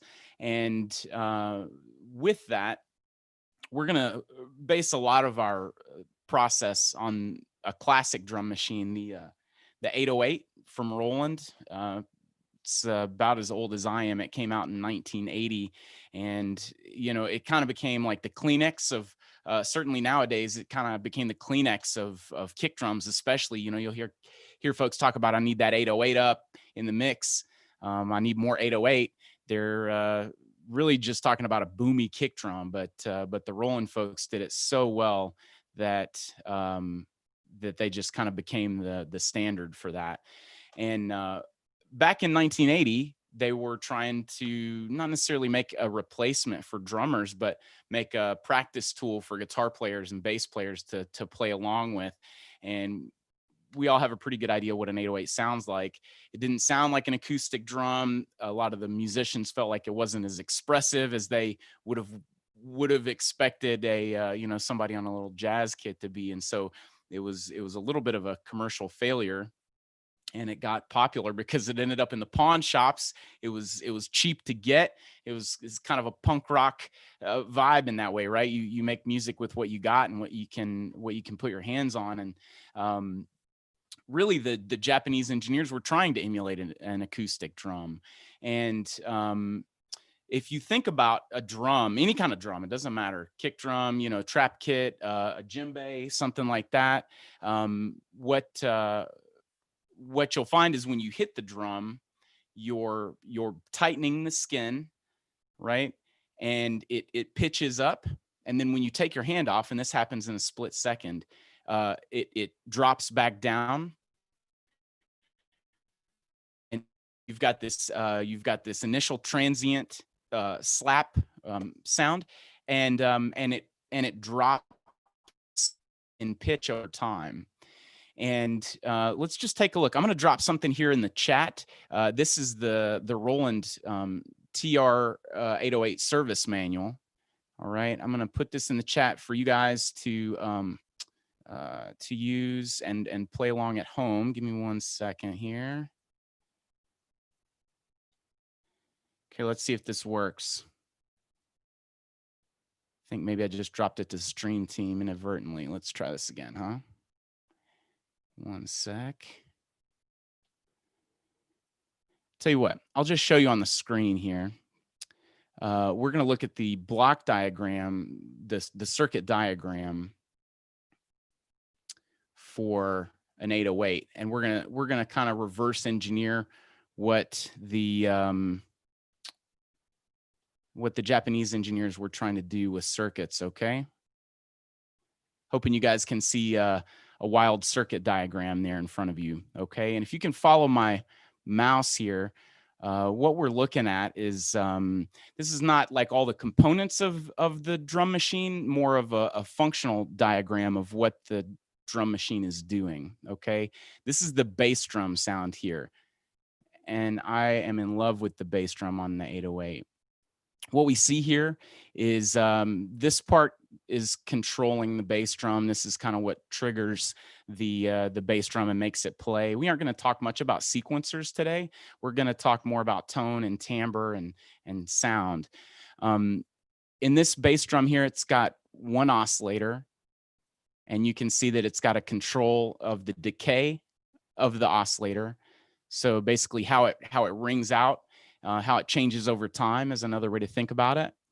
And on the output of the oscillator, we've got a tone control, so you can make it brighter or darker, kind of like snappier with more attack, or darker and just boomy, right? And then on the output here, we've got a level control, which is just volume. So we've got the sound itself, we've got a way to change the timbre, and we've got a way to change the volume. Makes sense? Let's take a look at the snare drum real quick too. It's a little bit different. With the snare drum, I'm gonna just look at the chat real quick. Somebody tell me that you're seeing my 808 screen in the chat, huh? Y'all seeing that? Now you're probably seeing me or something crazy. All right, I'm going back to the 808 circuit. So with the snare drum, we've got another oscillator. We've actually got two oscillators. One of them is just noise. Just like a white noise, and the other one is a pitched sound, which is kind of where you get the ping of the sound. Yeah, great. I appreciate you, Jungle. Thank you. So you've got the snare drum here with the white noise and another oscillator. So it's giving us the ping of it, and the white noise is sort of emulating the snares on the bottom of a drum. You can see those here. And then we've got another tone control to sort of shape the timbre. And we've also got this snappy control, which really in practice we can see is changing the envelope control here. And then we've got another, this is a voltage controlled amplifier. So again, we're controlling the volume. And we've got a little high pass filter here that we don't have any control over. And then it goes to the output. All right. Some of those circuits we don't have a lot of control over. It's there more for the repair tech's benefit, right? And then also in here somewhere, we've got a hi-hat, we've got a closed hat and an open hat. And here, I'm not going to break this whole block diagram down, but you'll take my word for it. There's a shared white noise. In fact, it's basically like one oscillator, and they're sharing all of that white noise. And so what we have is just an envelope for our amplifier, and then a high pass filter to get rid of the mud in the low end.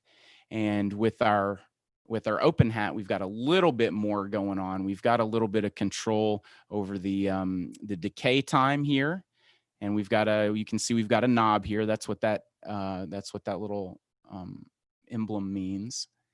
And then also what's happening is you can see we've got a shut off. You can see it right here, where when the closed hat hits on the drum machine, it actually kills the open hat, right? And there's ways to do that in the MPC as well.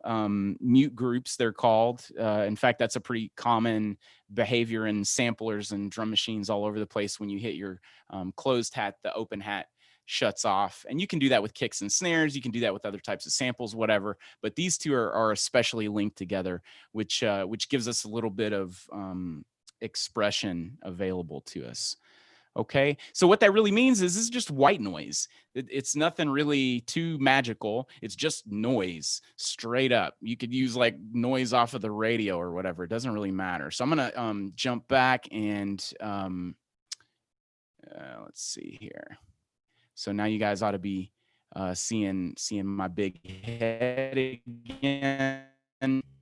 Let's take some of this stuff apart. Now that we've looked at what an MPC is doing, what an 808 is doing, let's look at how we can do some of that in an MPC or whatever you're using. In fact, while I'm getting my little act together here to show you guys what I'm doing, if y'all are playing along at home, if you're in front of your studio, it'd be a really good time to fire up your favorite synthesizer, whatever that is.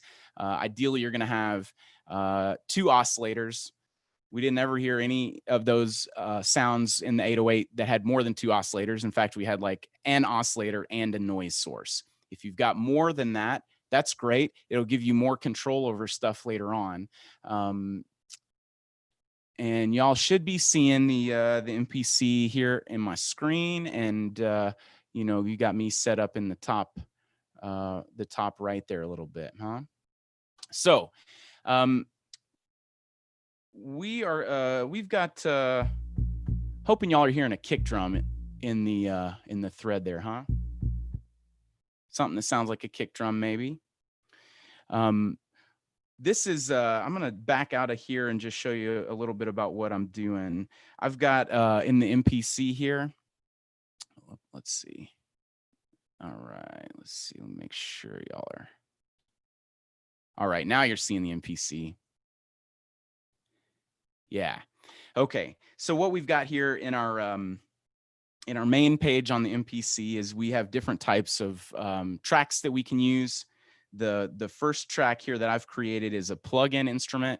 There's a couple in the MPC. There's just a regular synthesizer that we're going to be using for this exercise. There's kind of a 303 emulation, and we got a couple of things like that here. So we're going to go into the menu, and we're going to go into Program Edit, and we're going to break this sound apart. Okay, really here we're at the tail end of the sound, and I'm going to jump all the way up to the front. And look at these oscillators. We've got 2 of them here. And right now we've got a triangle wave selected for our primary oscillator. And then I'm going to jump over to the mixer and just show you. Here's our mixer. We're really only hearing 1 oscillator. So this kick drum is really just 1 oscillator, just like the 808. Just one sound. Yep, I hear you. A little more gain out the MPC. Maybe even a little more out of the master. right. So we've got the kick drum sound here, and what's cool about doing this on a synthesizer is that we can pitch it. With the 808, there was no pitch control on it, so it was a fixed tone. Mine, in fact, is a B flat. So a lot of the music that I use with that thing, I'll have a B flat in there somewhere, right? Either like the fifth, or maybe that's the fundamental, but it's really important to build your music around your bass part, whether it's a sub bass or whether it's a kick drum. But we've got the oscillator making its sound. You can hear it pitching. I can go way up. We don't like that. That doesn't sound much like a kick drum. Let's get it back in the low end. So I'm gonna jump ahead and turn up the output on this kick drum some, because I just really want it to bang. That's distorting a little bit on the mixer. But that's kind of fun too. So anyway, we've got a couple of things that make up any sound, right? Whether it's a guitar sound or a drum sound, whether it's acoustic or electronic. You've got pitch, you've got tone or timbre, kind of the how we recognize the sound to be what it is, and then we've got volume, and that's it. It's those three things that make up any sound, and then how those three elements change over time. So we've established our pitch with this oscillator, this one oscillator, okay, and we've got a tone control over here under the filter section. We've got it turned way down because I don't really want all of the overtones. I'll show you what I mean. Let's see. It sounds a lot less like a kick drum, but we've got a different tone or timbre. So we've also got, while we're, this is set to a 4-pole cutoff, which is harmonically related to the actual note that we're playing. It's nice. We've got an emphasis, it's called on some synthesizers, but resonance. And I've got it turned way up. So when I turn this filter down, it really is emphasizing that low end even more. I'll show you what I mean. So I'm going to turn the resonance down and play with the filter, and you can hear sort of how it changes. And then if I turn the resonance up and do the same thing, it's real thumpy, right? So we're changing the tone over time. We've got an envelope right here, and we can say how much of the envelope is going to affect the filter. So the envelope basically tells us over time how much of this we hear change.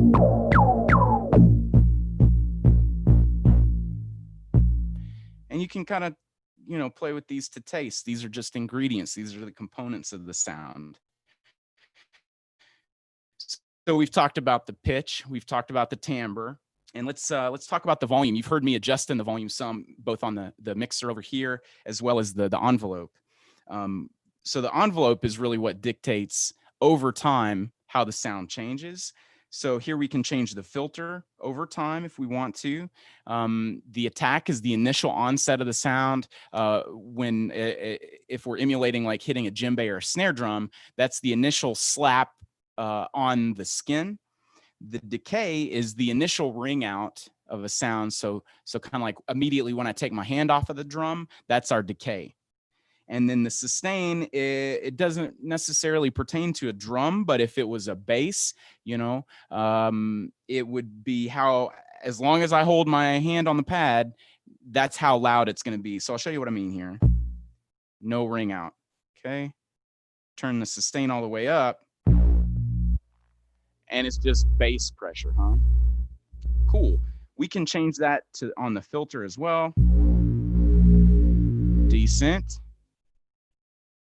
So we just play with these to taste. Sometimes we want a big boomy thing to fill up a bunch of space. Sometimes we want something that's like punchy and gets in and gets out. And so after the sustain, after we hear it, hold. After we take our finger off the pad, that's going to be how long the sound rings out on its own.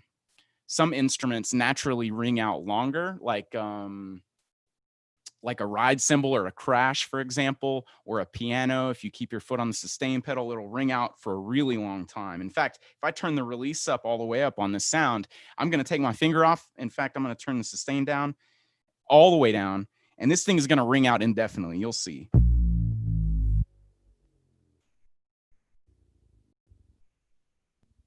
Yes. All right. You see what I mean? You can let that sucker go. But I don't really want that right now. I want it to be a little more manageable and reasonable. So we can also just turn that release right down, and I'm playing with the amplifier for the most part here. We can make it real punchy. I'm distorting my mixer input a little bit. Okay, so that's getting in and getting out. We can play with these sounds a little bit. I'm not going to do all of that. I'm more just giving you guys a tour of the way that we roll these sounds up. One other thing that we might want to do with our kick drum, and this is subjective, but the 808 for sure does this, is you can have a pitch drop, and you heard the pitch change over time. So we talked about when we hit the drum, it starts out really high and then kind of rolls off or pitches down. So we've got an envelope here in the MPC dedicated just to pitch, and you can tell it how high it's pitched up when it starts dropping and how long it takes to release. Let me see if I can give you some examples. I'm going to turn the filter up just a little bit so you can. It's a little easier to hear some of the pitch stuff if if it's up a little bit higher. Okay, so anyway, back to what we were doing. We're going to change the pitch.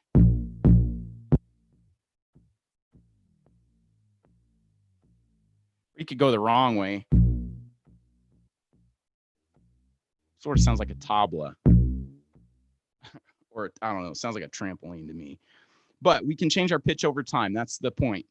So while you're making your sound, think about how long that drop is.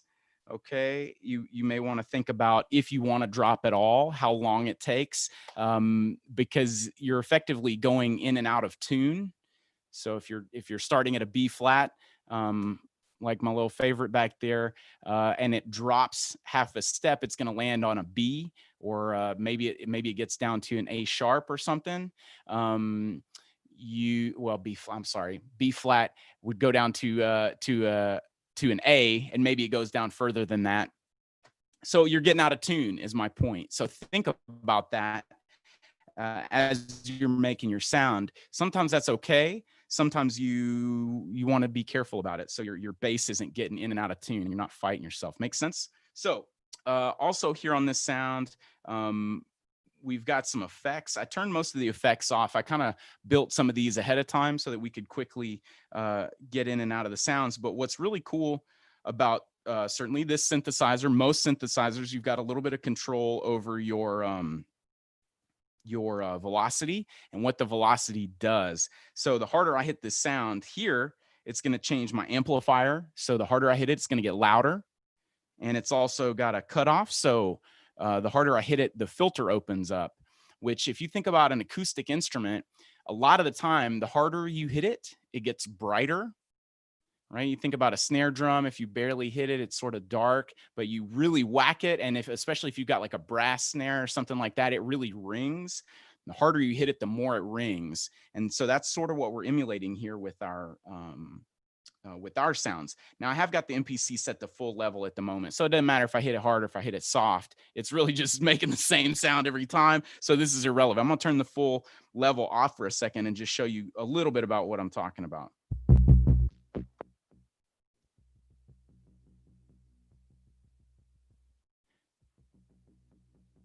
All right, so that's cool. If you're into finger drumming, you can really make an expressive sound out of a synthesizer, and we'll do a little bit more of that stuff with the hi-hat here in a second.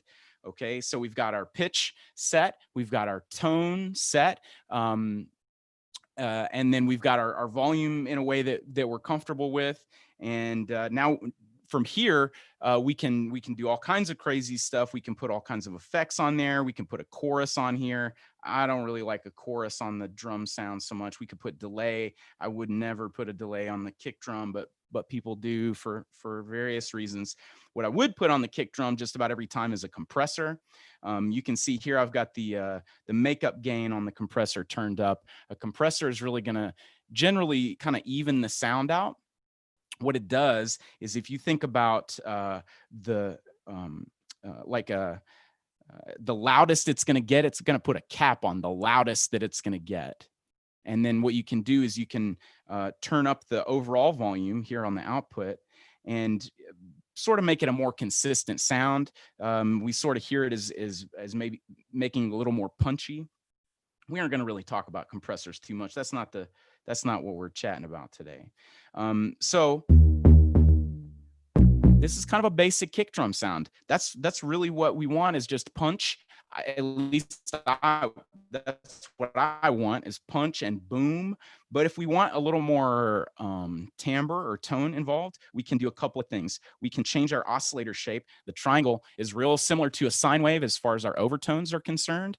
And there's not a lot of overtones really. But we can change it more to a saw wave or a square wave or pulse wave. We can actually set up in our modulation matrix ways to change that timbre over time as well. So we can use those envelopes to change this specific sound component. Something else we can do is we can actually use our second oscillator. Man, we are just barely using this synthesizer at the moment. So if I want more sound or more timbre, I can use this oscillator over here and still keep this sound as the bass. And then I can, what I like to do is for my overtone stuff, pitch it up.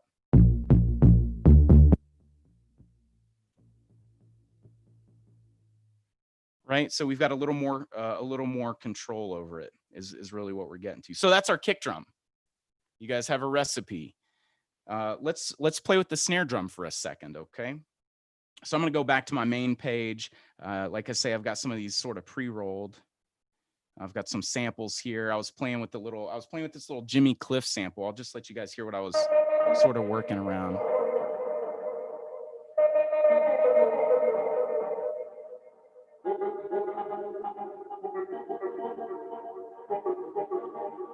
All right, so of course I twisted it up, put some dub on it as Jimmy Cliff in it. So we're gonna go back to our program edit mode. And this is a snare sound that we've gotten started here. You can hear there's a lot of reverb in there. You can hear it washing. It sounds like a big industrial warehouse or something, I think. Take off that reverb. In fact, it's a stadium setting. If we take that off, we've got a little more manageable, and that's really what we're gonna play with. So let's just take a look at what our sound sources are at the moment. What we're hearing is we've got a little bit of the first oscillator, which I'm just going to tell you is a pitch. Our second oscillator, you'll see in a second, is the noise. You'll remember the snare drum had two oscillators. There's a noise emulating the snare sound, and then there's the ping of the shell, kind of the pitched component. Now here I've also got a ring mod on there, which is a little bit of an effect. For me, it sort of fills out a snare sound. It's commonly used for snare and metallic sounds, kind of inharmonic. So I'm going to turn it off, and you'll hear what the difference is. Okay. Now I'm going to play with my filter a little bit. I'm going to open it up so you guys can hear everything that's going on. I'm also gonna, right now it's a real shallow slope on the filter. I'm gonna just turn it right up back to my 4-pole. The 4-pole low pass filter is a pretty common filter.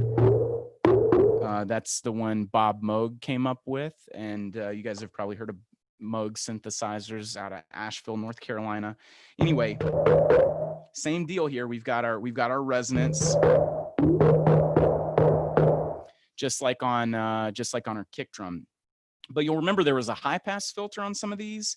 This synthesizer doesn't have a high pass filter, which is sort of a bummer, you know, but I'm not mad at Akai. It's cool that they put synthesizers in here. And in the old MPCs, they didn't have anything like this. And so you really had to get way more creative to make your own sounds. But what I did do, I'm going back to the main page, and I'm going to just show the rest of this track. I have got some inserts on here somewhere. Actually, it's on the hi-hat, but you can put your own effects on here. So right now I've just got a compressor on this snare because I wanted more compression. On the hi-hat, I've got a hi-hat, a high-pass filter. I'll just show you. I'm going to jump around a little bit, and we'll add one later on. So anyway, back to our snare sound. Yeah. Back to our snare sound. We're going to go back to our menu and program edit. Let's take this thing apart. So we've got, like we talked about, we've got our pitched oscillator. And we've got our noise, you can see there. I've also got, I had some detuning stuff happening there. So it sort of fattens out the oscillator, makes it a little thicker. And you can turn that on. You can kind of hear that going on in there, right? So I'm gonna play with these a little bit, and we'll see what we like. I want to change the envelope some. Let's play with the filter settings. Envelopes.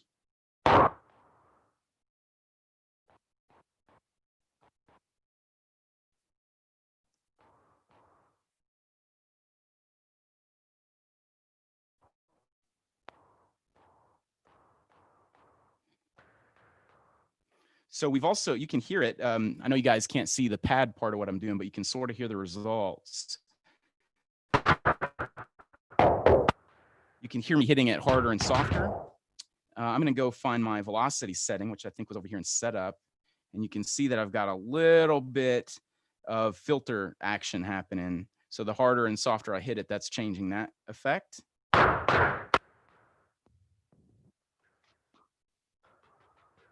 Turned it all the way off, and it doesn't matter how hard I hit it. If I turn the amplitude velocity up, you hear it get louder and softer.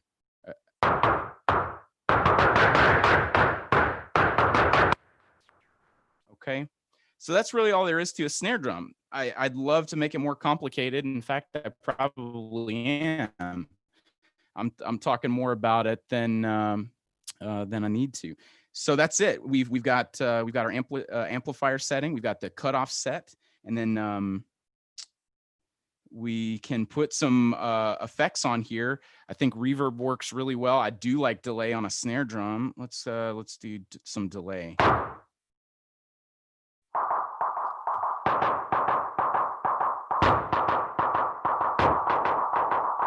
Yes. Nothing like a little dub in my book, okay? We aren't gonna do that right now. We're just playing. We're just seeing how it sounds. We're experimenting, trying to give you some recipes to roll your own snare sounds. Because a lot of this is to taste. It depends if you're working against a sample, or if you've got another synth sound doing like an acid line, or you've got something else playing a B line or whatever, some pads. It's nice to have a lot more control with the synthesizer than you would with like a sample, because with the sample you're sort of confined with the original source material. Here we're making our own source material. All right. So we've got a snare sound in the warehouse. Let's go take a look at a hi-hat real quick, huh?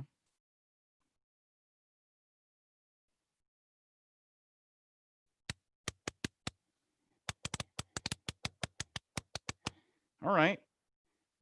So again, we're kind of starting from the beginning. We don't have any effects on the hi-hat.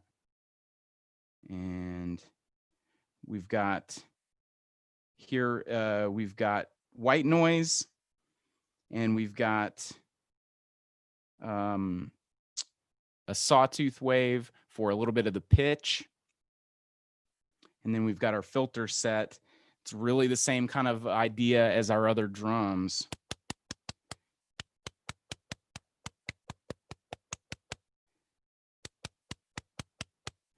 We're changing the filter a little bit. And what's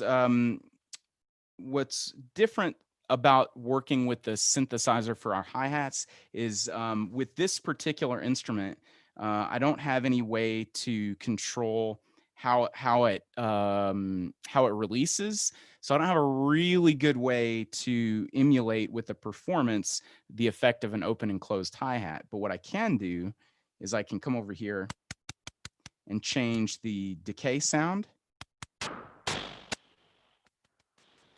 I'm gonna see if I can grab it with the.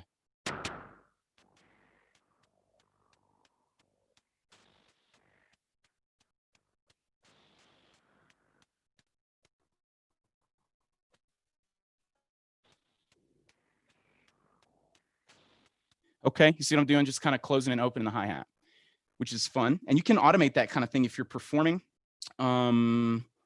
You know, you can hear me sort of loosey-goosey with my tempo, and I'll apologize for that. But what you can do is you can do a no repeat, and then you can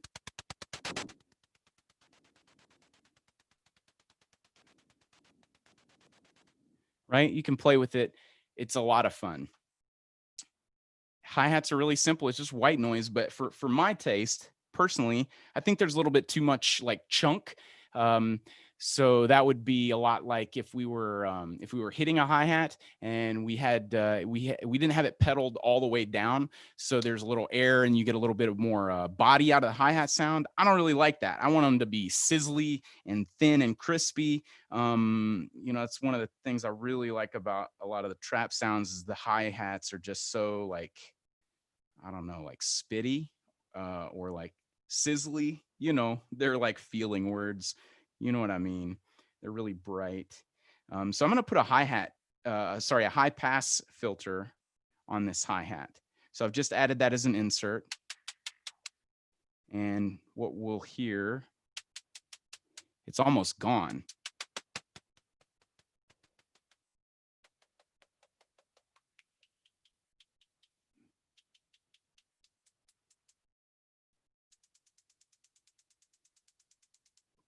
Not bad. Now, what we'll have to do with the MPC, because these are all separate tracks, I can't really effectively play a whole kick drum, snare sound, and hi-hat sound all together. So I got to sequence them all one at a time, which is fine. But like I said, we aren't really going to be talking too much about sequencing because that's going to be up to you. Whatever you're using, if you're in an MPC, chances are you know how to sequence there. If you're using FL Studio, cool, use that sequencer. There's all kinds of things that that are unique to the different sequencers. I'm more trying to give you some recipes for how to make your own drum sounds and do some sound design. We didn't talk about toms, but toms are really similar to kick drums. In fact, you could probably hear some of that in the when I was bouncing around on the pitch for the kick drum. One fundamental difference with a tom sound and a kick drum sound is there's tending to be more pitch change, so more of that pitch drop than you might have in the kick drum.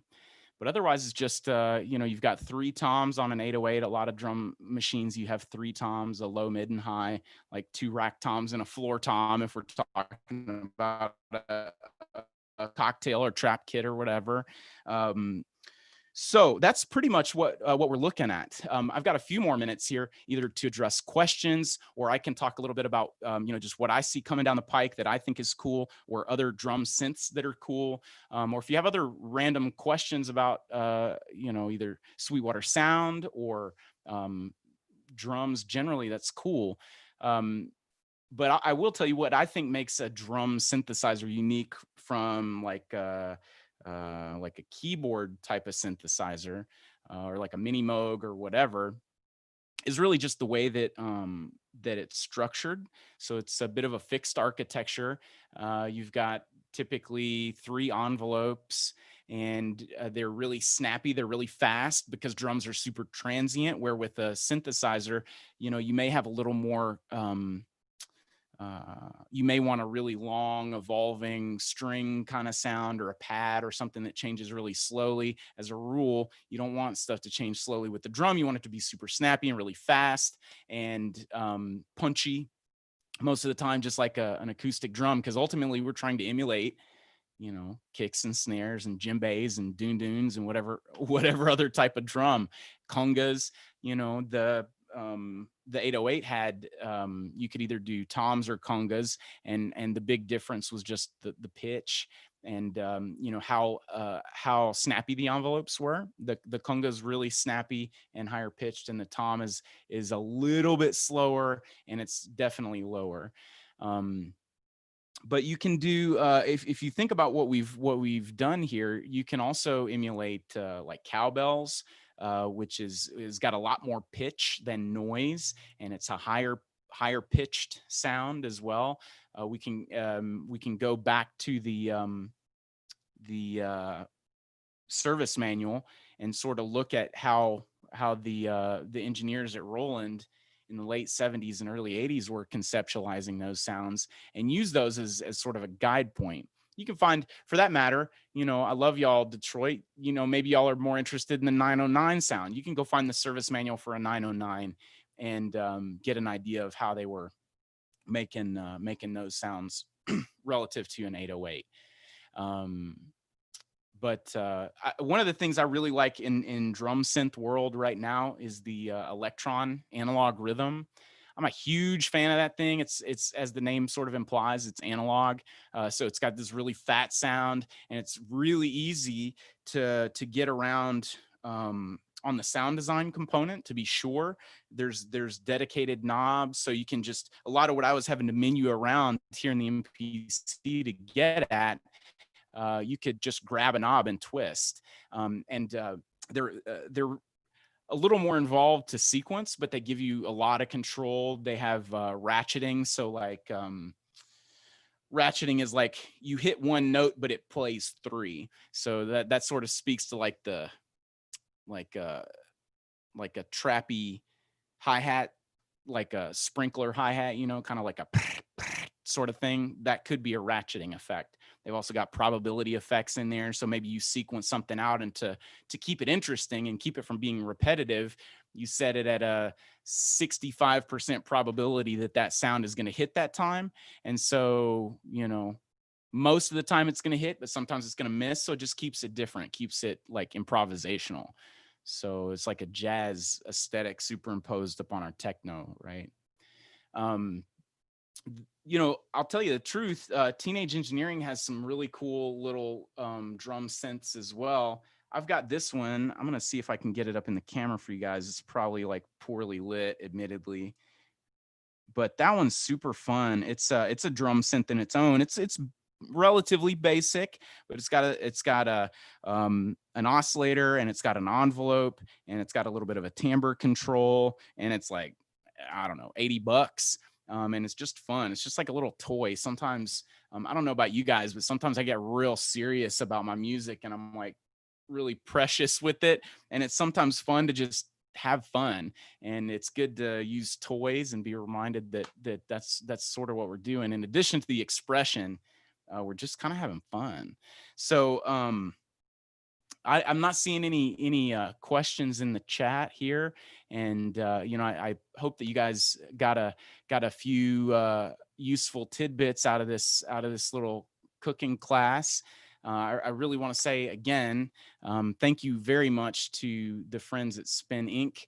for inviting me, and I really appreciate that. I appreciate Charivari for letting me tag along, and I really appreciate DMAC for letting me participate. This is really a lot of fun, and I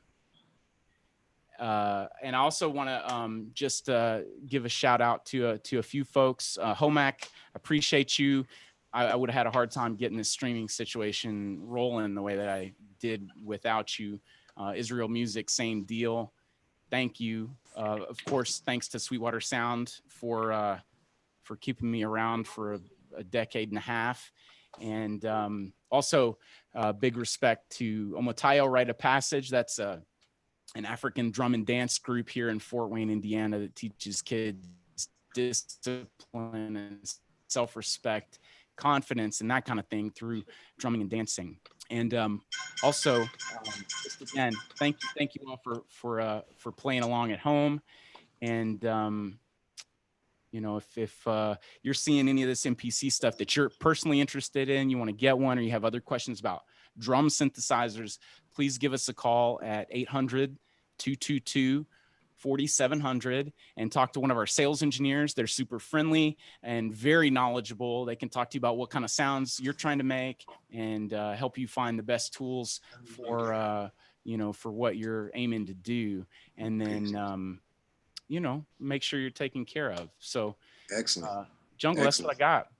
Hey, brother, that was an excellent presentation. I'd like to thank Sweetwater and your whole team for making this happen for us. It's a good addition to our segments, very in depth. I've learned a lot. And matter of fact, I'd like to possibly have you come back and do a presentation on the Akai Force. There's some people here in Detroit that has put that force into their repertoire. So we'd like to get some tutorials and master classes on that, because that, in conjunction with other tools that are out there, it takes your DJ and music production experience to another level. And a lot of things that you were showing in your demonstration, a lot of things are in that screen on the Force that are reminiscent to what I'm seeing on the MPC. And Akai has been a staple here in Detroit from the MPC. Roland has been influential, especially with hip hop, with the 808, making the sound totally different. So we're appreciative for these type of technologies and having our children have access to it and knowledge about it. And so we would like to thank Sweetwater for this presentation, and possibly we'll have some more master classes in the coming future. So I'd like to thank you, Austin. I love it. You know, and you're absolutely right. This screen is real similar to the Force. They actually use the same underlying engine, and the instruments that I was using, the tube synth is also in the Force, and so all of that sound design stuff that they were doing should translate perfectly. Of course, the sequencing is different. You know, that's more of a clip-based tool, where this is more of a pad-based tool, but they're really similar, man. And in fact, I could, you know, this little Jimmy Cliff tune that I'm working on here, you know, I could email you the file, and even though I did it on the MPC, you could open it up on the Force and y'all could play around with it in the same. So it's cool that they're interchangeable. There is a lot of commonality in those instruments for sure. I saw the hype synth in there also. In the Force? The hype synth is in the Force, I believe. Yeah, you're right, and I don't know about that one because I don't have a Force, but I've got a buddy that has a Force, and he was telling me it's in there. And you know, so a little bit of like, you know, peek behind the curtain. In Music is sort of the umbrella company for Akai, Rain DJ, Denon DJ,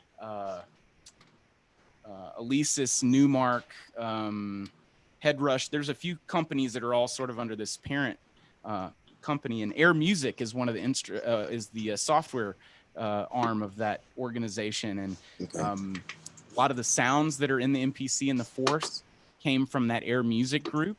They have a software synthesizer, a drum synth. It's a dedicated drum synth, and you know, I do get to bend the Akai friend's ear from time to time. I'm begging them to put a drum synthesizer, like a dedicated thing, in the MPC. But yeah, man, they kind of take little bits of technology from here and there and repurpose it and share it among those organizations. And so yeah, man, I'm hoping I get a hype synth in my MPC here soon. Yeah. Well, I'm still studying the Akai Force. It's a very powerful tool, and I've noticed that it had something that was reminiscent of, I think it's APC 40, where they actually had a crossfader. Mm-hmm. And the Force has a crossfader, and that intrigued me because I'm a DJ. I'm like, crossfader? Okay. Now I'm starting to understanding how to use it in the DJ setting, and also learning how to produce as I'm DJing, because that's the next level. You can play other people's music, and you know, as we have seen through the streaming, If you play other people's music, you got copyright issues and the streaming will cut you off. So when you start producing your own music, you offset that. Then you can actually monetize it and, create another income stream for yourself. So income streams from streaming. I like that. Yes. I like that. That's since COVID, we are usually in a terrestrial space where we actually in a school setting.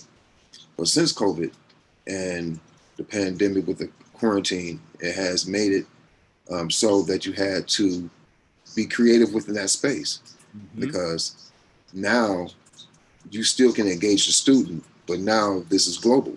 You can engage more students. It has no borders. And that is one thing that we like about this platform, because Detroit has a lot to share globally. We have given a lot, and we have a lot more to give. And that's why our children have to see things like this to be able to have that inspiration, say, you know what, I can do this because I got the access.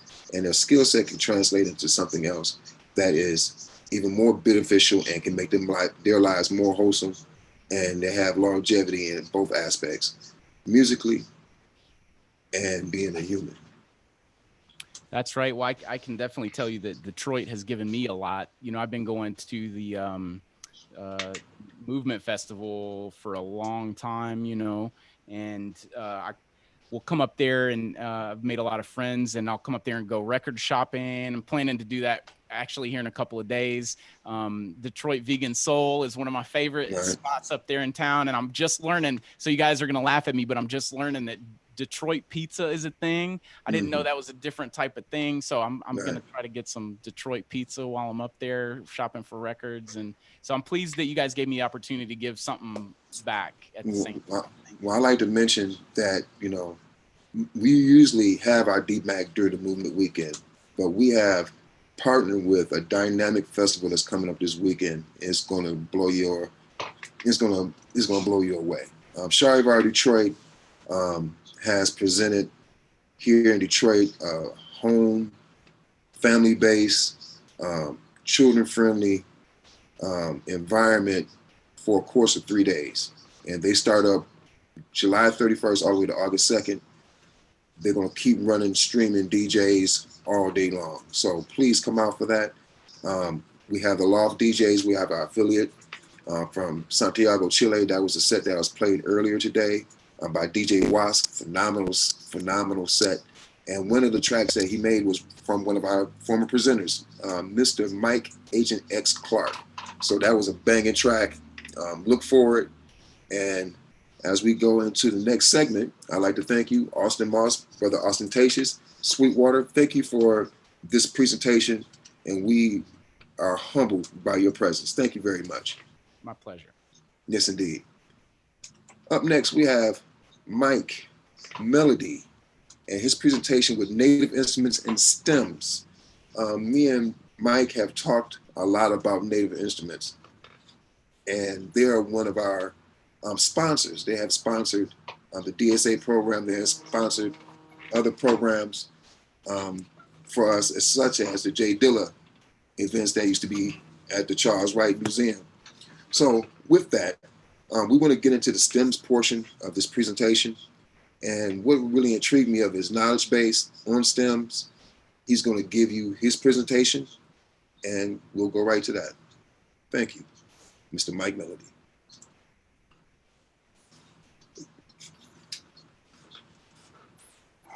Come on, sounds.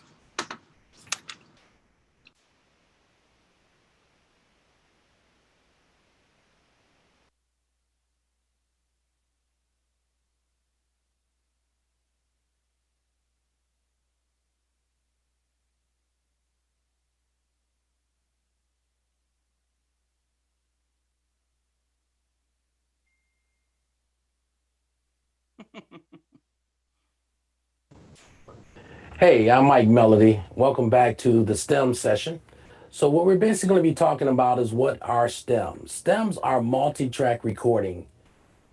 With that being said, no other company is doing it except for Traktor. So when I say multi-track, you're going to get a track that has bass, it's going to have a melody, it's going to have vocals, and then it's also going to have drums. Now, with that being said, most of the music that you receive right now is stereo. So you can only manipulate it so far. But when you go into multi-track, you can actually manipulate everything. I'm going to be dealing with today the Z2, the F1, and the X1. All these things, if you put them all together, you have an S8. Now, S8 has everything built into it. It's the ultimate unit, but a lot of people don't have it. So I'm going to talk about what most people have is the Z2 and adding on separate units. So with that being said, let's get started. As we go into the diagram, you see I have this heart of mine is up in my left deck. That has 4 separate different controls. I have drums, I have bass, I have synths, and I have voice. With those things, when they run, if I run them all together, they're going to run as one song. But now what I can do, I can break down each individual tracks. So I'm going to run one and I'll let you know how it works. Let's go. I'm going to bring up the bass. If you look at your top screen, you can see where the volume control itself is turning. So I'm going to bring it back down, bring it back up. See what says drums? Okay. So what's going to happen now? We're going to sit here and listen to that bass. Now, what I'm going to bring up now, I'm going to bring the bass in. As you can see, on bass, where I'm turning, there's no sound. So we'll wait for the bass. There are synths that are running right now, so I'm going to bring the synths up.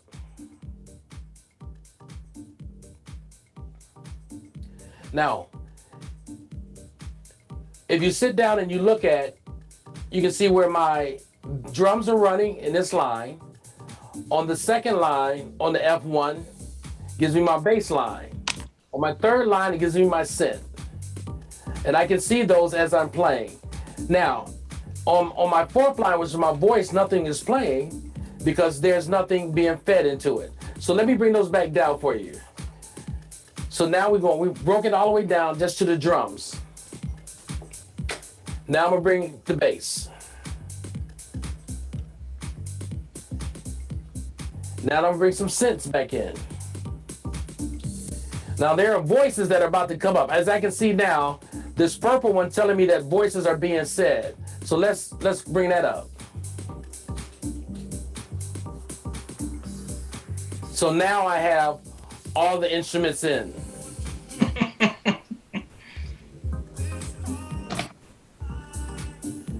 Now, what I'm gonna do, I'm gonna break this all the way down to the drums and the voice. That's just the drums and the voice. You can still see, I can still see that they're going, but I have the volume up. Let's bring the bass back in.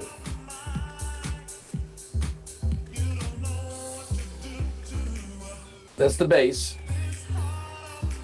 Let's bring the synths back in.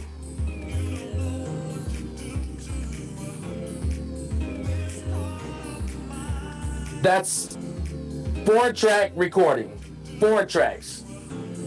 So let's break it down and go the other way. Voices. Drums. Bass.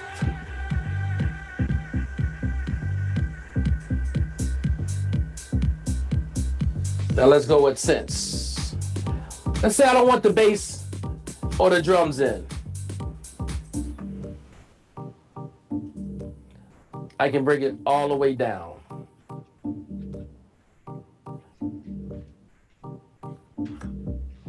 And bring each individual instrument in as I want when I want to play.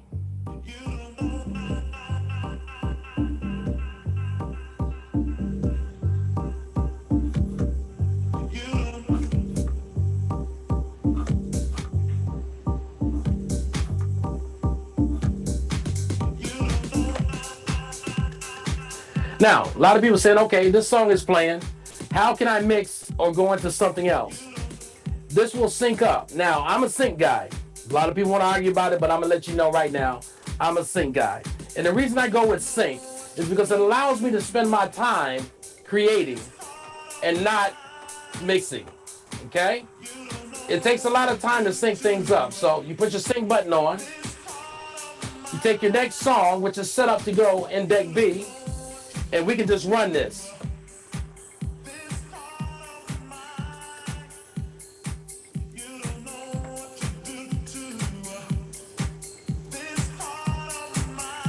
Now what I'm doing, I'm running 2 decks here.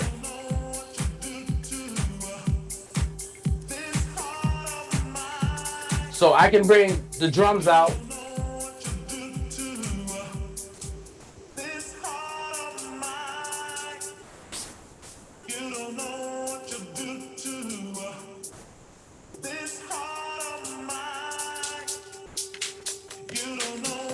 I'm bringing in the second deck now. So now I got both decks running.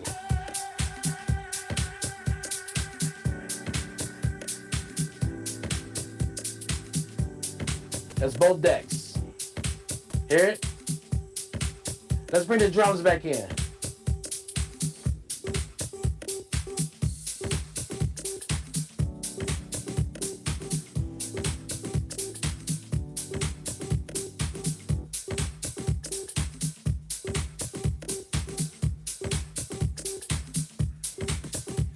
So right now I'm just kind of playing.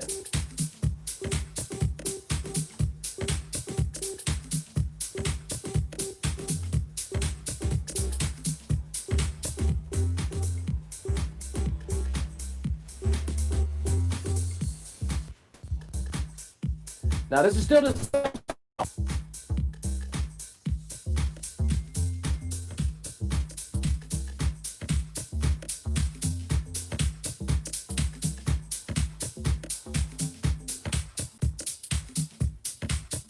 So I broke everything out. That's multi-track recording. It allows you to totally manipulate the channel. Now each individual track, you can always add bass, treble, or effects on any track that you want. I'm not gonna go real deep into the stems because I really wanna have a sit-down session with everyone. So if you have any questions, you can always reach me at Spin Incorporated or Mike Melody on Facebook. Check it out, y'all.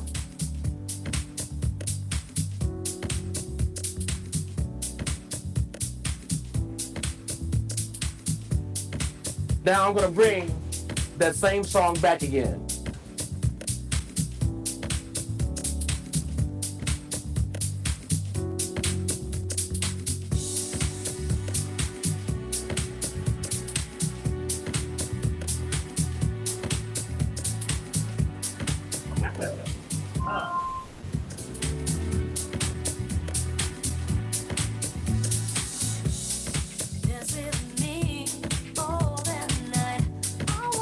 I'm playing 2 songs now, keep in mind.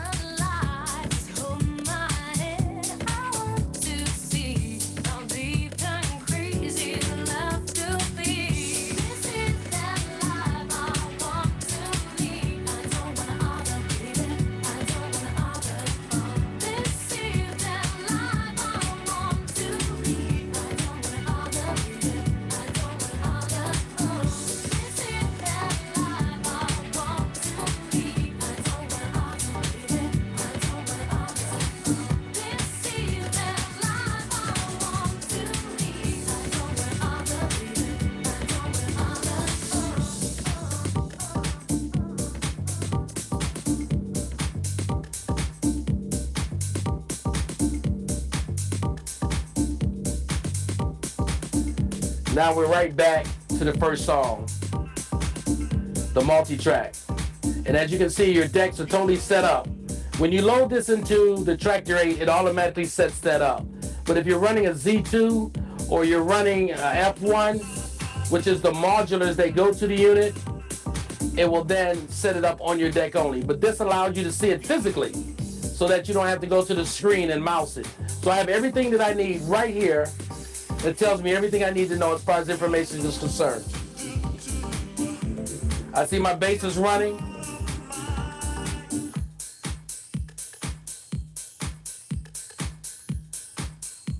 bass.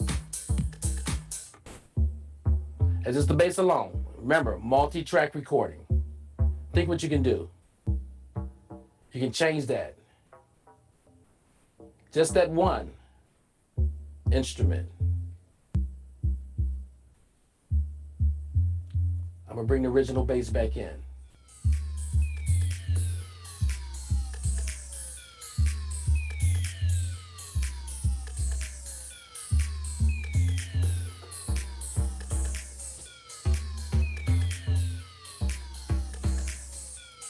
Let's bring some vocals.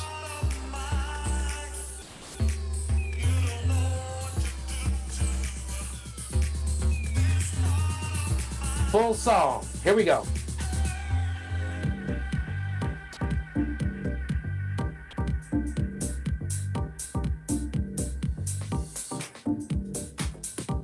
So you can manipulate each and every track and do whatever you like.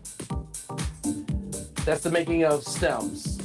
You can locate your stems on TrackSource, or you can also go to Tractor.com, and they have a whole stem package absolutely free that you can download and you can play with it, figure it out. Like I said, if you have any questions, make sure you get with me through Spin Inc. Thanks a lot. See you next time.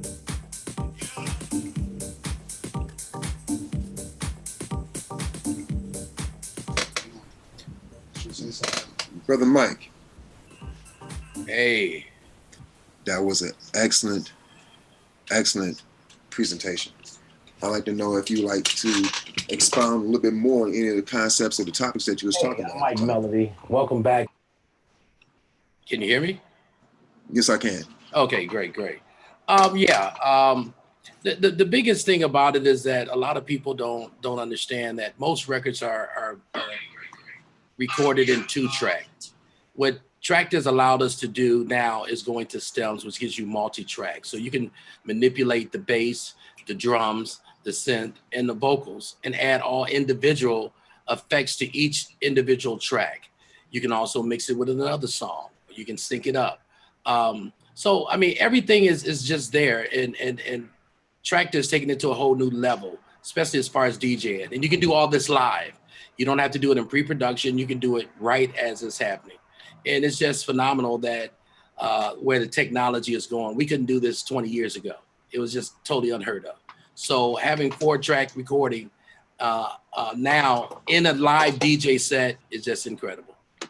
Now, give me the examples of what you was talking about as far as the two components that you put together in comparison with the S8.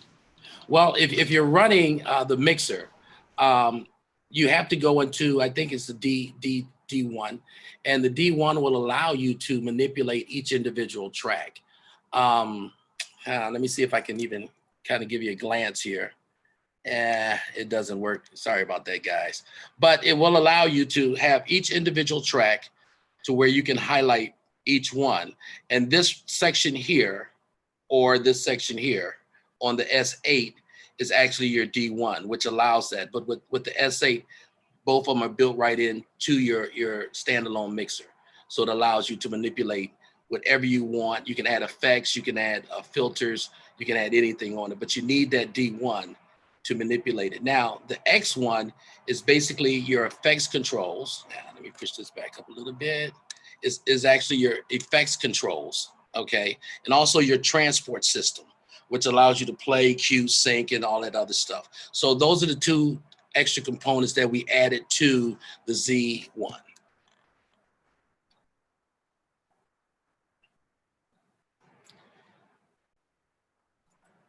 I can't seem to hear you.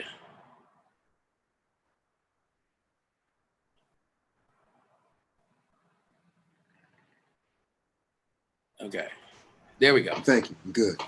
Now, you were saying that in our conversations about these typical native instrument setups, it's not just for DJing, it's actually a production studio. That's correct. Mostly your Serato is a good format to play music if you're a DJ. If you're doing a lot of the scratching and the mixing and the twisting, that's fantastic. But when you talk about going into Tractor's more live production. So it allows you to be able to do everything you need to do live. And that's excellent, you know, because one thing about a DJ, as I was saying to some other presenters, we play a lot of other people's music. Right. And that doesn't really set you apart as a DJ. When you start playing your own music and breaking your own music, that's where you actually get the benefit of two hats. Yeah. I made my music, and I could play my music. Right. And the third hat, I get paid for my music. Exactly. Because I'm playing it and I can make myself more known than just playing somebody else's music and they're getting all the credits and the accolades, but yet and still, it's taking that DJ experience to a totally different level. Yeah, exactly. While you're performing, you get a lot of ideas. You want to be creative. And now with Traktor products, you can do that. You can be creative instantly on the spot. You don't have to go back to the studio and pre-produce, rearrange. You can do it live. And that's the one thing I like about Traktor. And so with that being said, going into Traktor products, you do have a learning curve. There's a lot of different things that are happening. And so Traktor is not a unit that you can just pop down and plug and play and go for it. You just don't. So that's the thing about Traktor. Traktor takes a lot of time to learn. A lot of people are kind of scared of that, learning a whole new technology or learning different ways of manipulating and afraid to do it live. I mean, if you do it live, you mess up, you correct it, you keep moving. But the more you play with it, the more you mess up, the better you get. And so next thing, this becomes secondhand. It becomes natural to you to be able to change filters and manipulate different avenues and go in with 3 records or 4 records. You know, with the Traktor, you can do 4 at a time and you can sync them all up together. The S8 was designed, if you notice, it has no jog wheels at all. And the reason that was because this particular unit was designed for syncing. So when you start having turntables and you add CDJs, you now have to spend, some time to actually sync the records up and make them to be able to have a great conducive sound without having, how they say, the horses, all in the neighborhood. But with the sync button, it allows you to sync everything right up from the first beat. You can either jump track or you can beat sync, tempo sync or beat sync with the S8. And it's strictly, you can still add on turntables, you can still add on the S8, but I like to do the files. So I like to play around with the files and have them there. I go straight from my computer and go right into the unit. The thing that's good about the unit, I can actually close my computer. One of the things that I was talking about before, when you have the S8 is a complete unit within itself. One thing I don't like about it is the fact that you can't plug thumb drives directly into it. So you need to go off your hard drive, off of your computer. But here's the deal. If let's say we're out in the middle of a gig and all of a sudden my Traktor 8 just breaks down, boom, it's done. I can just convert to my computer and continue to party and keep going.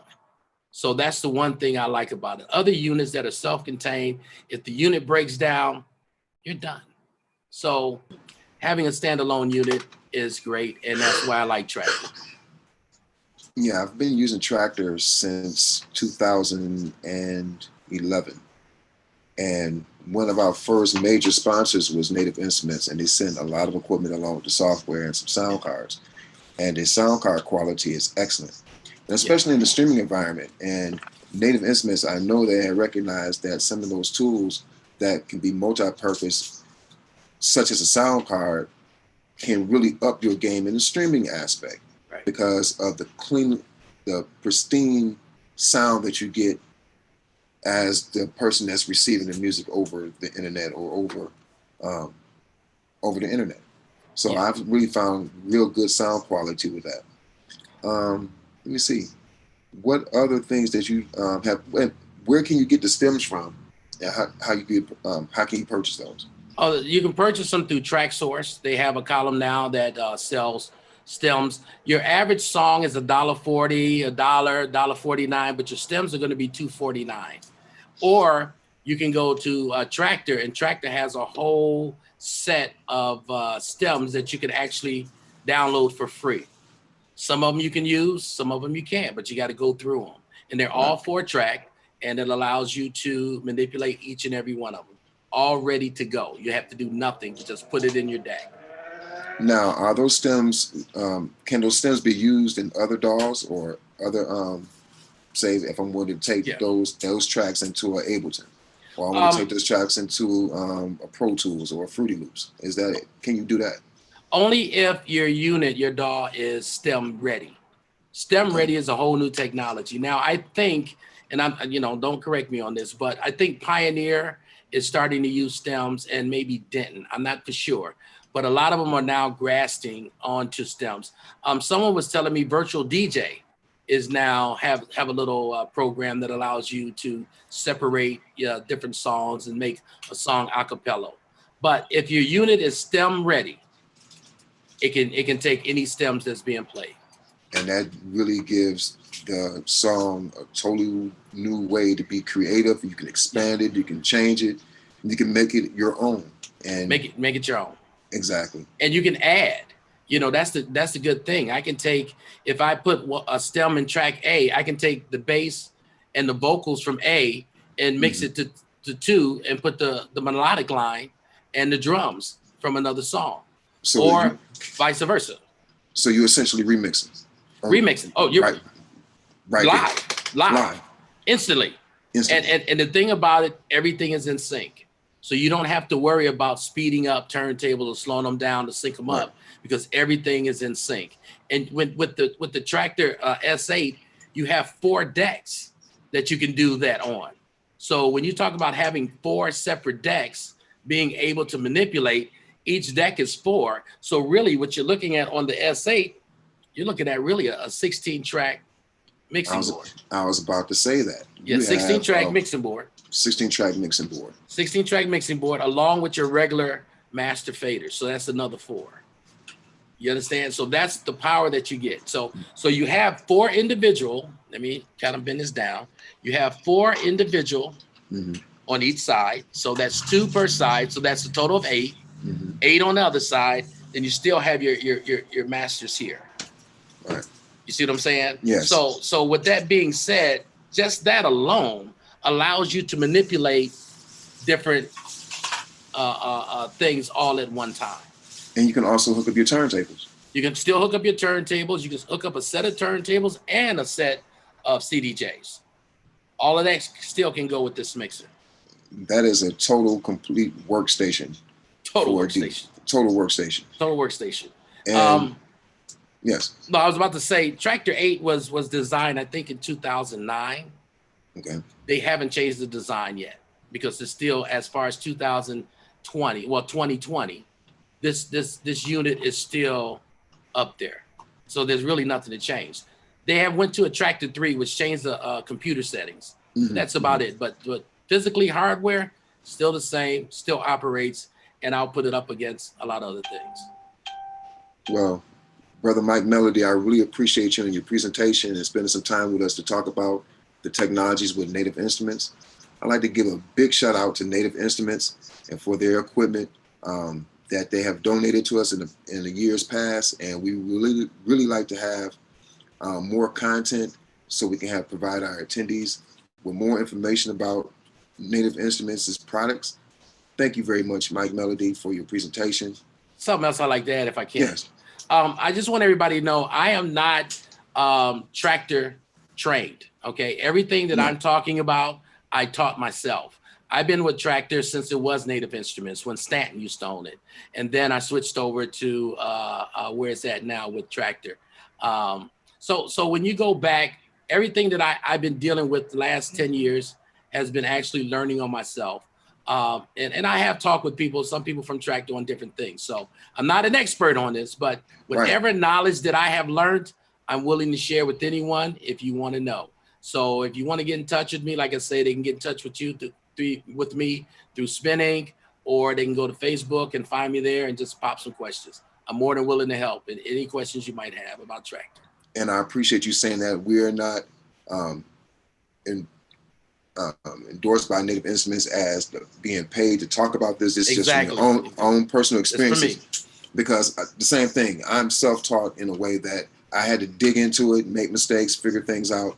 And that's why I wanted to create this platform so we don't have to be left in the dark. Right. You have a piece of equipment that you're only using 1/10 of it. Yeah. It doesn't make sense. Yeah. So that's why these type of programmings are important, to be able to expand the knowledge base, expand the learning base, share information, and grow. Knowledge is not knowledge unless you share it. Exactly. Same way I feel. Yes, indeed. Once again, I'd like to thank Native Instruments. I'd like to thank Charivari Detroit, Loft DJ School Chile, Spin Inc. And we're going to go into our next programming. Thank you very much, Mr. Mike Melody. Next up, we have merch music with the Black Love Deconstruct with Machina. We'll be right back. Thank you.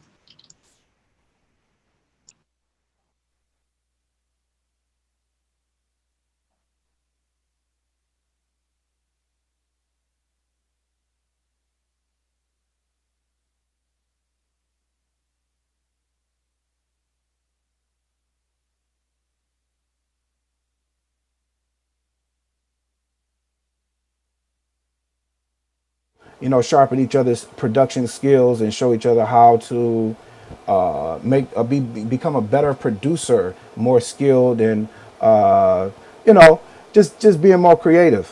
What I'm going to show you guys today is a track that I created on an album that I produced called Chop Suey with Chai's 3269, and the song is called Black Love.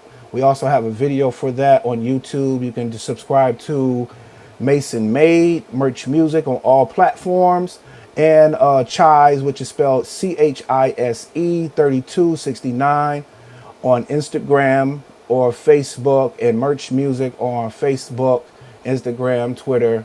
You can find us on Spotify and all streaming platforms for that album Chop Suey. What we're going to get into today is choosing the sample. The sample that I choose was the Curtis Mayfield We the People Who Are Darker Than Blue. I'm going to play the sample a little bit. Then I'm going to load it up in this grid and show you how I chopped it.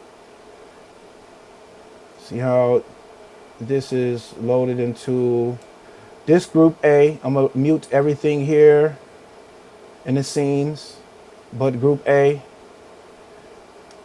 I'm going to move this closer so you can see the beginning of the sample by Curtis Mayfield, and here goes.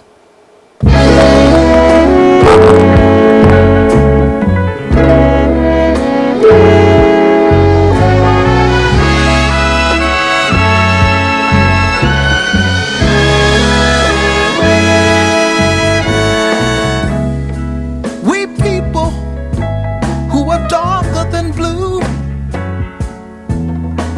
are we gonna stand around this town and let what others say come true? What he was saying was pretty deep. We're just good for nothing, they all figure. A boy's grown up shiftless jigger. All throughout the world. Now we can't hardly stand for that. Or is that really where it's at? We people who are darker than blue, this ain't no time for segregating. I'm talking about brown and yellow too. Hi, yellow girl, so you can get the gist of it.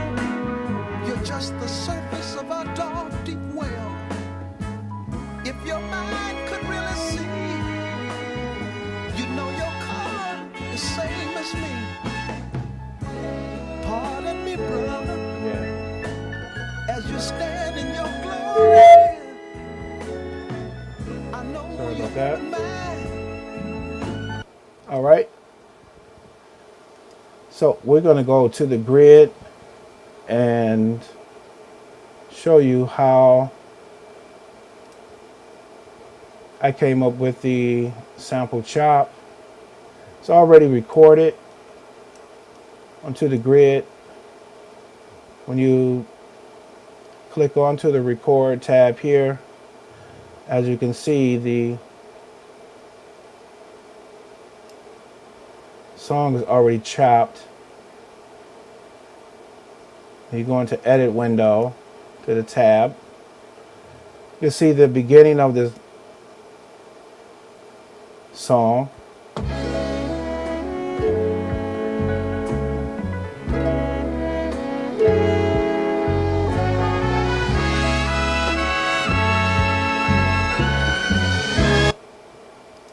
And now we go to the editing window where the slice here was added. So once I put it on the grid, I normally put it on grid. They do have a split here and a detect. Most of the times I use grid. And if I want to slice it in fourths, it will sound like this.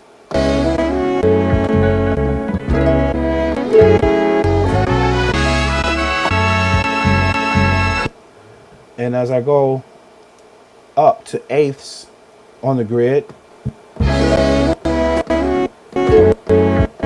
the length will shorten as you get to the highest length. And the highest length on this one is 62 pieces or slices in this slice window here. My software may be a little different from you guys. Since I've had Machine Micro when it first came out in 2011, I just never got away from the software, how it works, because the workflow is just a little different for me.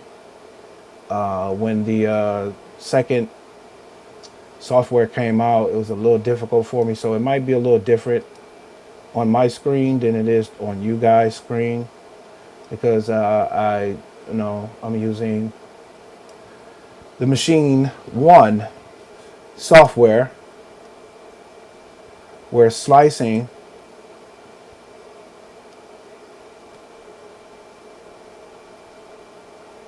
becomes a little simplified. The operating system in that software is just a little difficult for me as far as the workflow. Okay, so it is coming in automatically at 83.2 BPMs, as you can see in this window here. When I go to the highest length of slicing here, you see the window becomes even skinnier. So by the time you play the sample, you load it, the beginning of it, and it begins to be more at the top of the pads, or the start of the sample at the most high, almost the middle part or the end part of the pads, instead of the sample starting in the beginning of this first pad. It'll start from here.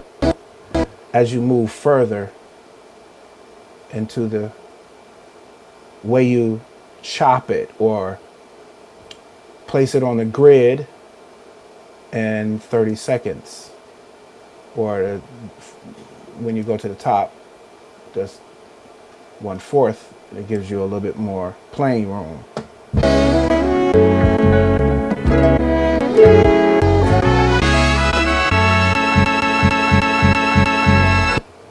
Okay, so there is an 8-bar loop that I chopped up, and I just made it as a bass line. Oh no, well not bass line, I'm sorry. It was the part of the hook or the chorus. We'll get to the bass line in a minute. But right here is how I applied it. I like the way the grid is, where the length is, and where it's coming in. Once I apply on the slice window here in fourths, I applied it, and once it's applied,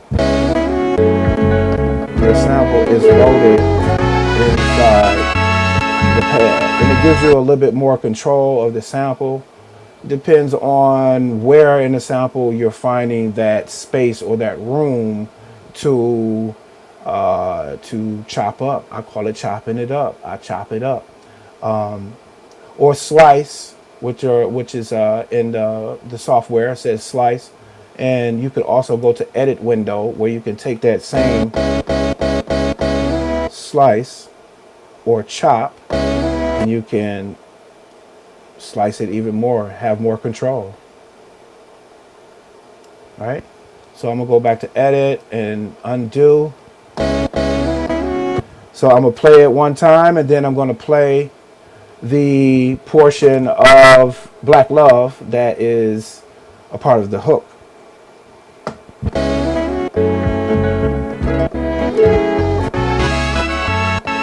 That's the length of the sample that is loaded into the 16 pads. So instead of going the whole length of the 16 pads, excuse me, I choose the bottom 3 and the top 3.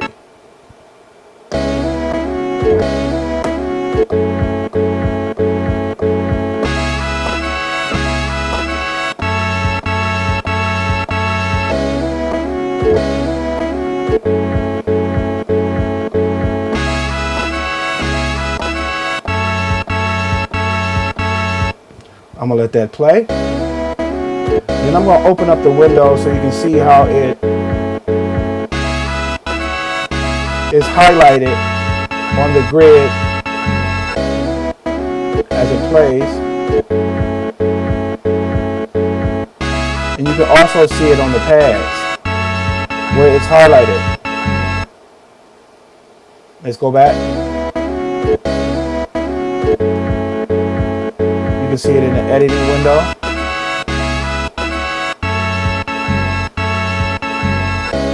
Slice window. Let's open it up.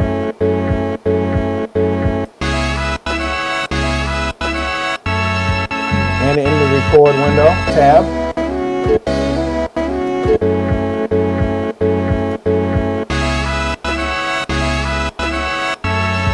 And on the grid,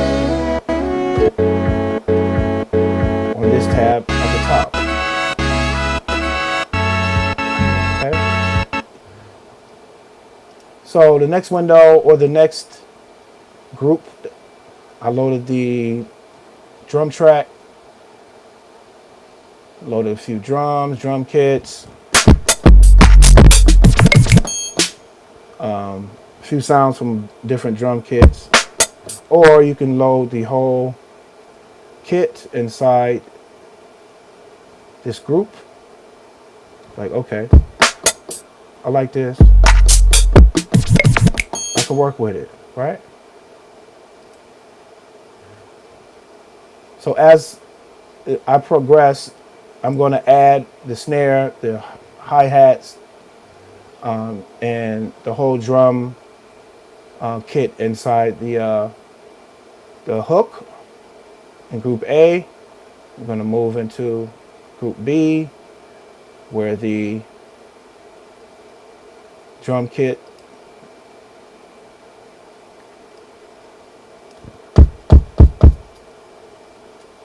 is loaded.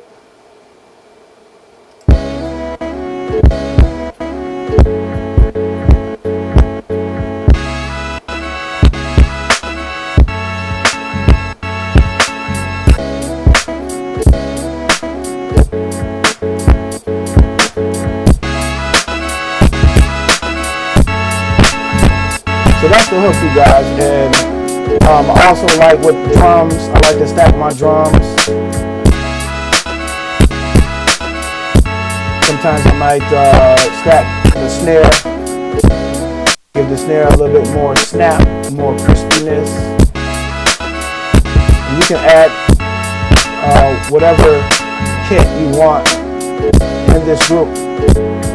I normally just add a drum kit, or I get some other waves, because and as you know, in Machine they only take waves inside the program. in the software. As far as I know, as far as I went, MP3s do not load up. The waves do. So if you got some drums, some drum kits from crazy places, wherever you got them from, because I know a few people that have some really dope drum kits. So that's the drums. I'm gonna give it out a little stop, and we're gonna go to the next phase of the sample. Well, also, if you wanted to add on your drums, if you have filled up the group with your drum kit and you don't have space, just go to another one. I went to E. D and C is not used, so we have those two muted, because as you can see across the scenes here, as I open up at the top, as you can see it's spreading. That's the scenes. That's how I create songs where the length of the drum track or the master track is at 8 bars per loop. So that gives me 8 bars for a hook or a chorus, and then 16 bars for the verse. So I can make a distinction between the changes of the song where you know distinctively that that is the hook, and then it has like a what you will call a drop into what will give them the music, the produced song, some breathing room, so that you can hear the artists perform their songs. Some tracks are not done like that. You know, some tracks are just, you know, go, go, go, go, and you don't hear any changes in it.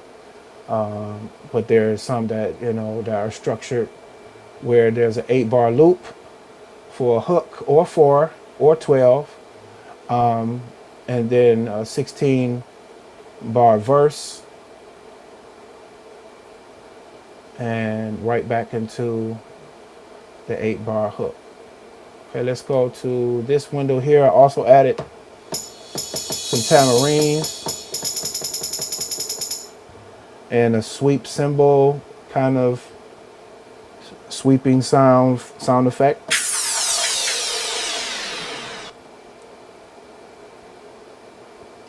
And since F is not used, we're gonna, well, F is used, so we go to F. Let's see what's going on with F.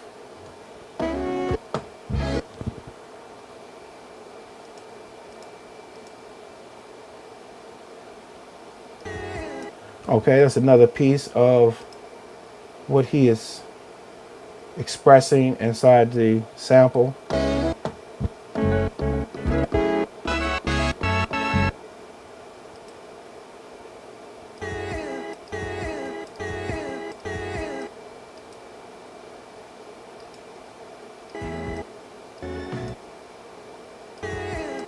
It's just one piece where it's already on the grid and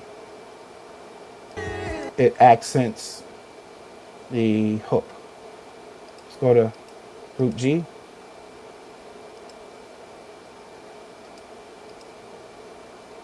Let's see what we did here.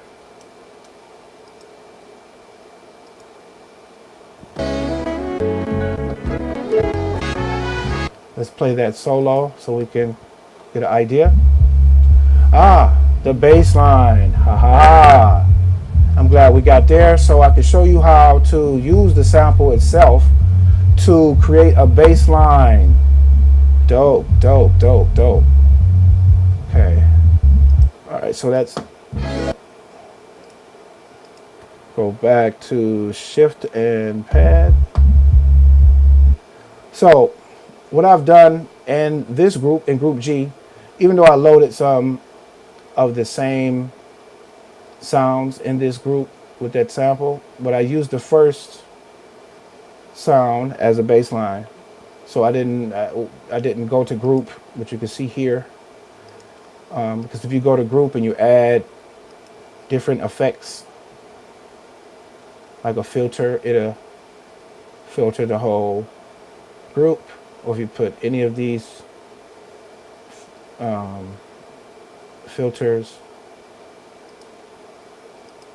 or effects in this group, the whole group will sound like that. So I just went to the sound.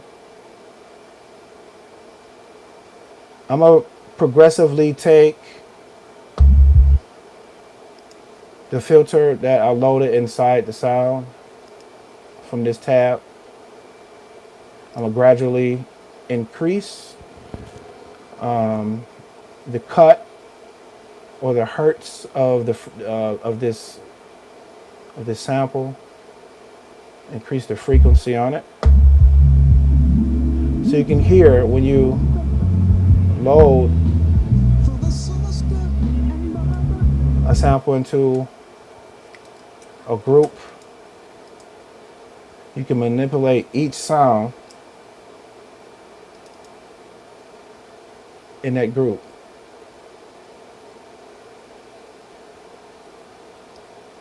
Let's increase the cut.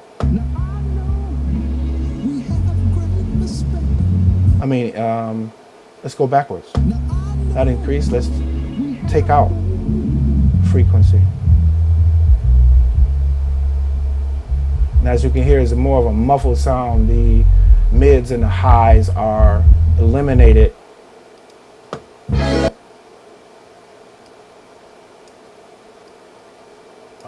From the sound.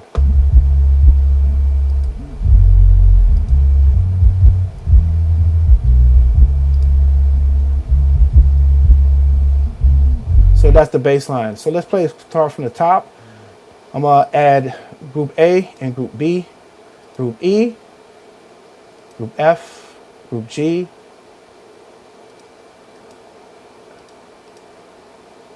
and we're gonna play a little bit.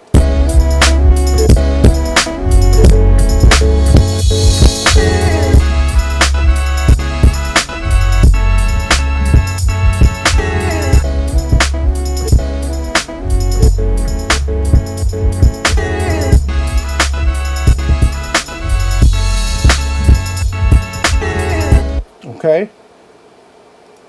This last grid here, this last group, group H, I'm gonna add some more stuff.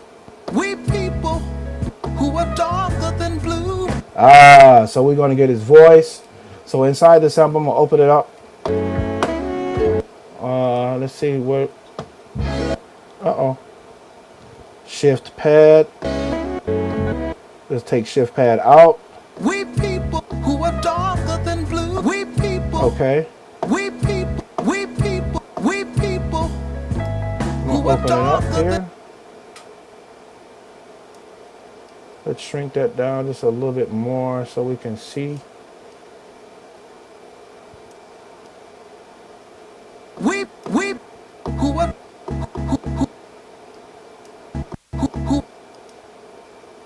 we people who are darker than blue. So we can see where it's Who are darker than chopped blue. at. Who are darker than blue. We people who are darker. We people who are darker than blue. We people who are darker than blue. All right, so let's play it again. We people This is the hook. who are darker than blue. We people who are darker than And to give you an idea of what I'm saying about changing between the song, I'm gonna let the song play a little bit so you can get a understanding.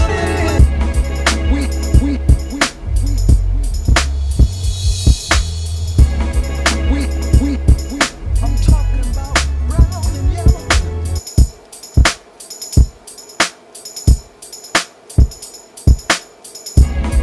We have great respect. We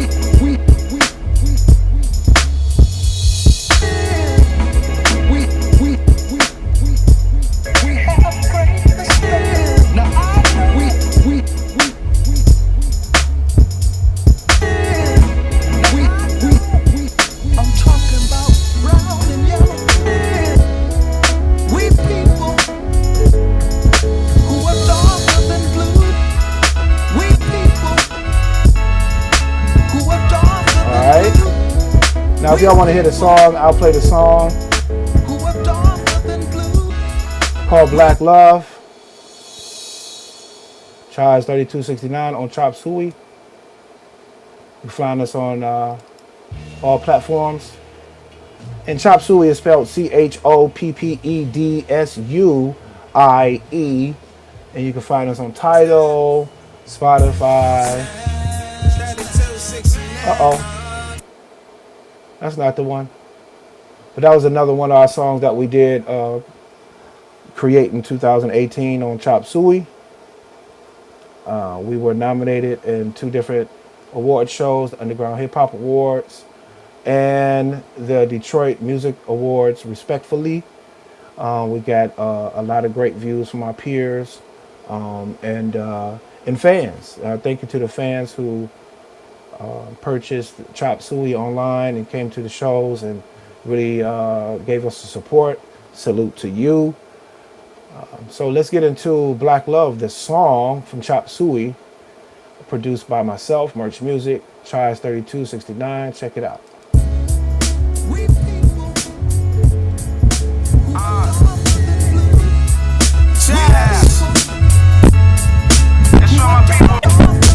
System and all the stereotypes. Let's bring it back.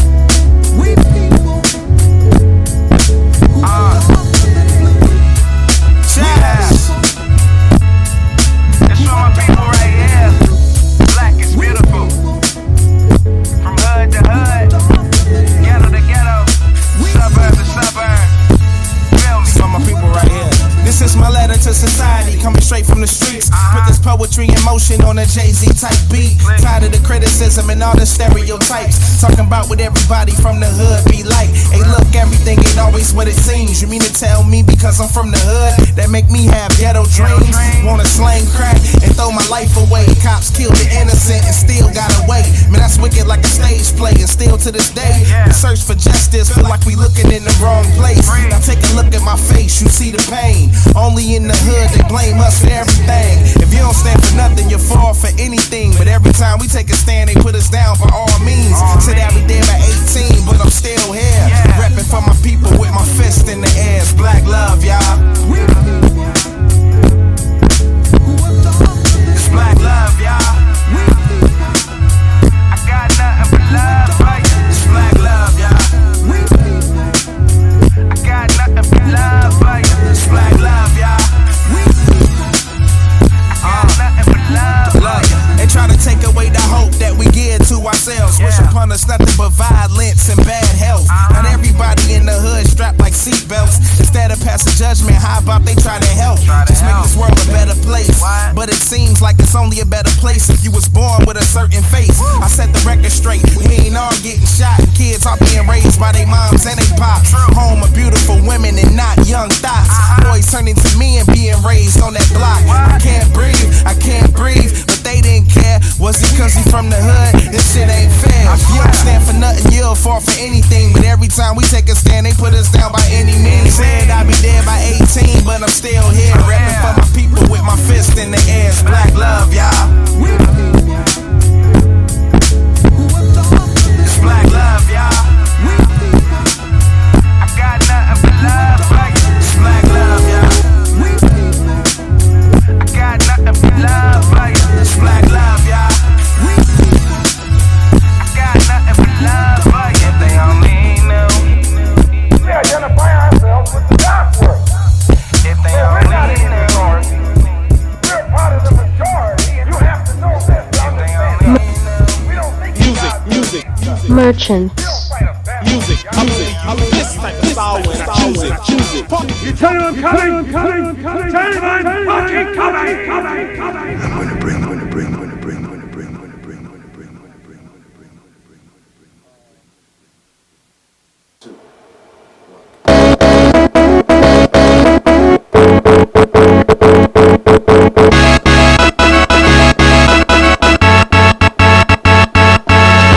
Yo, welcome back. This is Merch Music. That's the art of sampling right there. This is what I'm going to be teaching you today or showing you today because we can all teach each other. I've learned from a lot of producers that I hang out with and I've been knowing for quite some time. where we kind of, sharpen each other's. Black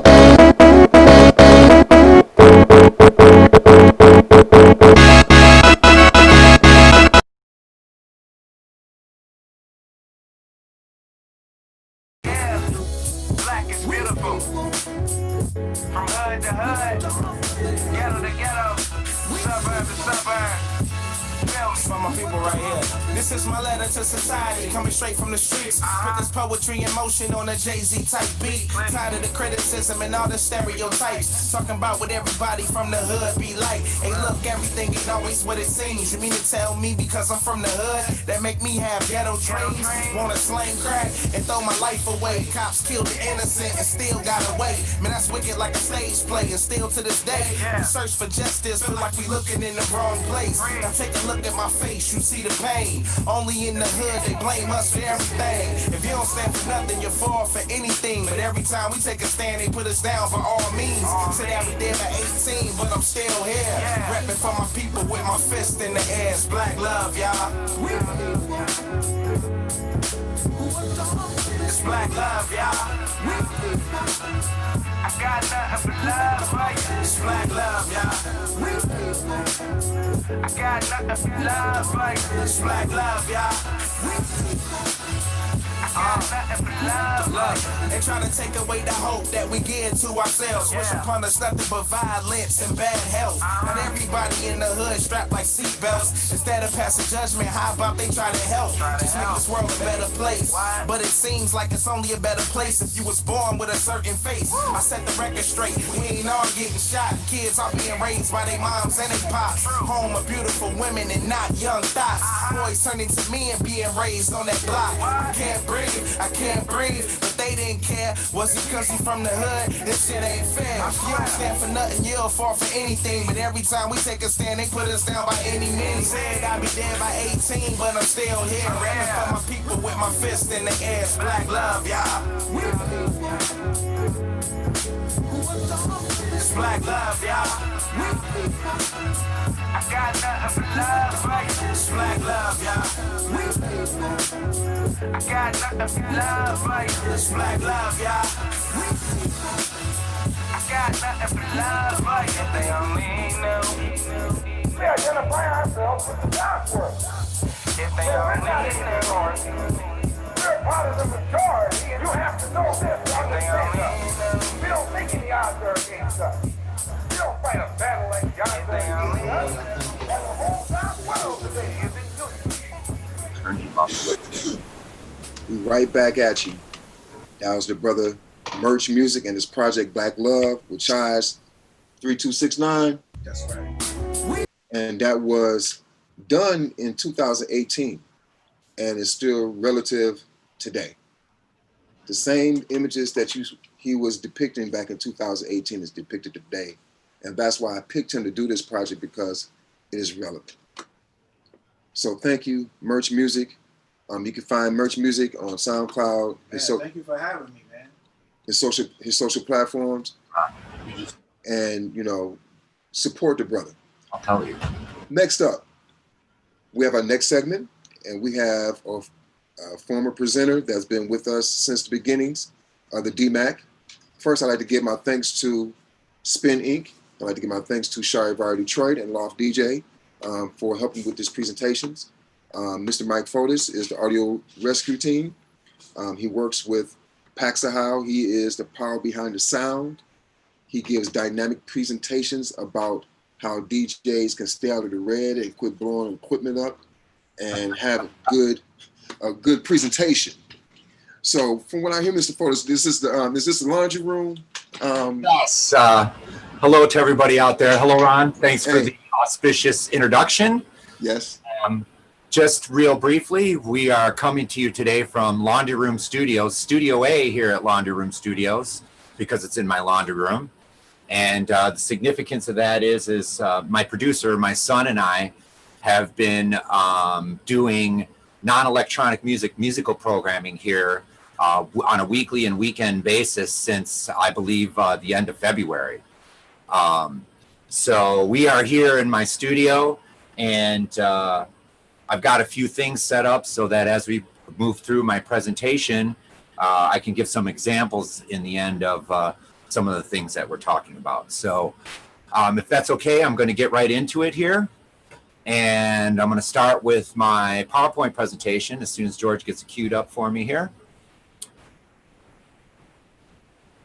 And this is a presentation, just a short presentation that I prepared in 2019 that I did live at Submerge for the Detroit Electronic Music Conference in conjunction with Spin Inc. And once again, I just want to thank both organizations for inviting me to do this again. You know, just briefly, all of the knowledge that I have garnered over the years through electronic music in the city of Detroit, giving me my career, it brings me great joy to have the honor to present this knowledge to you in a fashion that can help anybody that plays pre-recorded music or plays their beats that they made themselves, or even live musicians can take this information, and use it, whether it be during current times during a webcast or you're playing out live, and whether it's on a small sound system, speakers on sticks, or all the way up to a large format arrayed system. I'm going to give you some tools to use that you can pull out that are very useful no matter what you're doing. So let's get right into it. To sound basics and how to get the best out of any system, I'm going to start with just a really brief history of where my experience and knowledge comes from for those of you who do not know me. I have 33 years experience now in all aspects of production. I started out in 1982 with my mobile DJ company, Elite Sound Mobile DJs.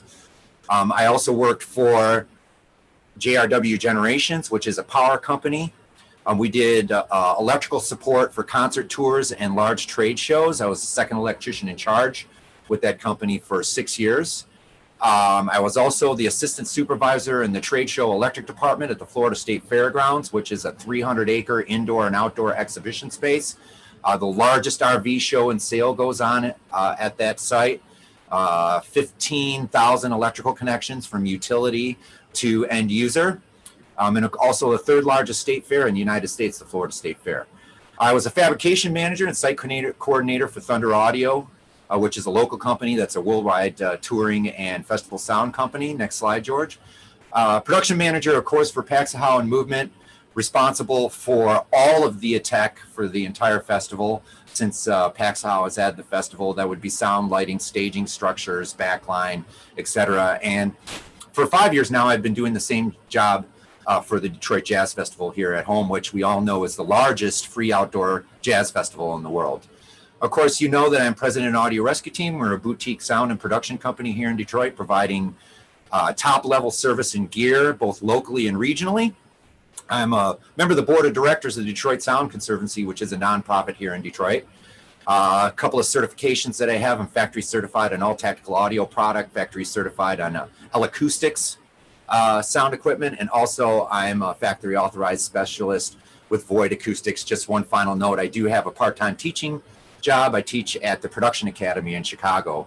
A lot of the subjects that we're going to talk about right now, I teach those. So moving forward, what we're going to talk about mainly here is getting into some fairly technical things, and I'm going to try to explain them in layman's terms, but most importantly, give you the tools out of those explanations that you can use in the real world out there when you're either producing music or performing music, whether it be for a webcast or a live stream. We're going to talk about the difference between AC and DC in relation to distortion when we're talking about the electrical signal. That would be in relation to how the signal flows from component to component, and how we look at the differences between what a clipped signal is, which is DC or a distorted signal, and what an AC signal is, which would be a clean signal. We're going to talk about the difference between volume and gain structure. And then we're also going to be talking about headroom in relation to the noise floor, equalization, and just briefly, since there are a ton of us out there still using turntables with actual records and not coated vinyl, the consequences and how to deal with acoustic feedback with those devices. Here's a really cool chart that makes it very simple to see visually in a simple fashion what the difference is between the type of signals that we're dealing with and what we're talking about in AC versus DC. So alternating being a signal that alternates to its crest and to its peak between 0. I wish I could point at this now, but I can't, so you have to bear with me. That would be in the top left-hand corner of your screen there, where it shows the amplitude against the sine wave. That would be a pure sine wave. To the right of that is an example of what a complex wave is, which is a lot closer to what the signal is going to look like in real time. If you took one of your favorite tracks or a track that you produced and looked at it on an oscilloscope, that would be what it would look like. As we get closer to an actual clipped signal, we're looking at the chart on the bottom left-hand side of your screen, and that is a triangular wave, which is what the signal looks like when it's almost on its way to clip. And then when we get to the final chart on the bottom right-hand side of your screen, that is a really good example of what a clipped square wave look like. And basically, if you imagine the chart on the top left-hand side of your screen in this diagram, when you go past headroom, the available headroom, which is what we're going to look at right now, basically what happens is the sine wave gets chopped off on the top and the bottom, and that's what gives us a square wave, which is a clipped signal. Next slide, George, please. So here is an expanded version, a diagram that I drew out in PDF to make it look very simple. And again, all of this is in very simplistic terms to make it easier for you to understand. If we look at the top diagram in the chart, that is close to what a complex sine wave looks like when we're playing a track or a drum beat or what have you through into an oscilloscope. This is would be like a snapshot of what that would look like. And then again, the bottom part of the diagram is an example of what that same signal will look like in snapshot form when we exceed the headroom of the system that we're working with, and it chops off the bottom and the top of the signal and gives you that clipped signal. Go ahead, George. So on the way to explaining how to avoid this, we need to understand what the difference between volume and gain, or gain and level, which is the same as volume, what those things are. So an easy way to remember this is that gain and volume are very similar concepts, but the difference is very important to your mix. Volume is how loud the output of the channel or amplifier is. It controls the loudness, not the tone. Gain is how loud the input of the channel or amplifier is. There's a big difference there. And what I'm going to show you when we do our little lab explanation here, and when I get the whiteboard out in a minute to go over everything that's in this very short presentation, is the gain is going to have a lot more effect on everything in your mix in regards to it being balanced with all of the gains in your gain structure than the volume is. The volume is a representation of the cumulative effect of gain, EQ, which is also a gain stage, and any effects that you may have on top of that before it goes to summing, and whether that's in a multiple input console that you're using for recording and production, or a small 4, 6, or 8 DJ console that you're using to play pre-recorded music live. So we'll talk about that some more in a minute. Gain structure now is the concept that at each connection between components in the system, the signal level is as high as it can be to minimize the noise, but no higher than the maximum level that either component allows. So there is no distortion due to overload. And if you look at the chart here, it's basically a representation of electric gain in any circuit that you might be dealing with.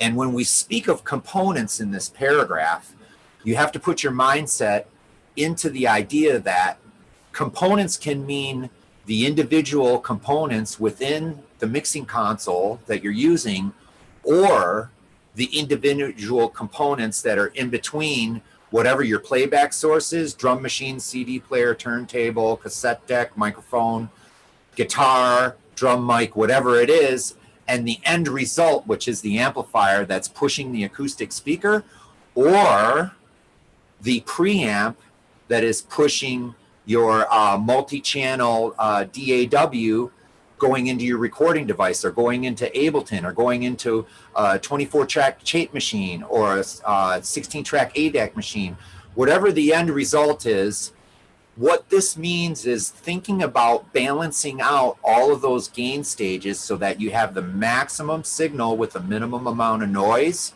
in each stage, rather than having one gauge stage up here, one down here, one down here, one down here, which can add noise and lower your signal to noise ratio and also change the actual character of your mix. So that's what this paragraph means. Next slide, George.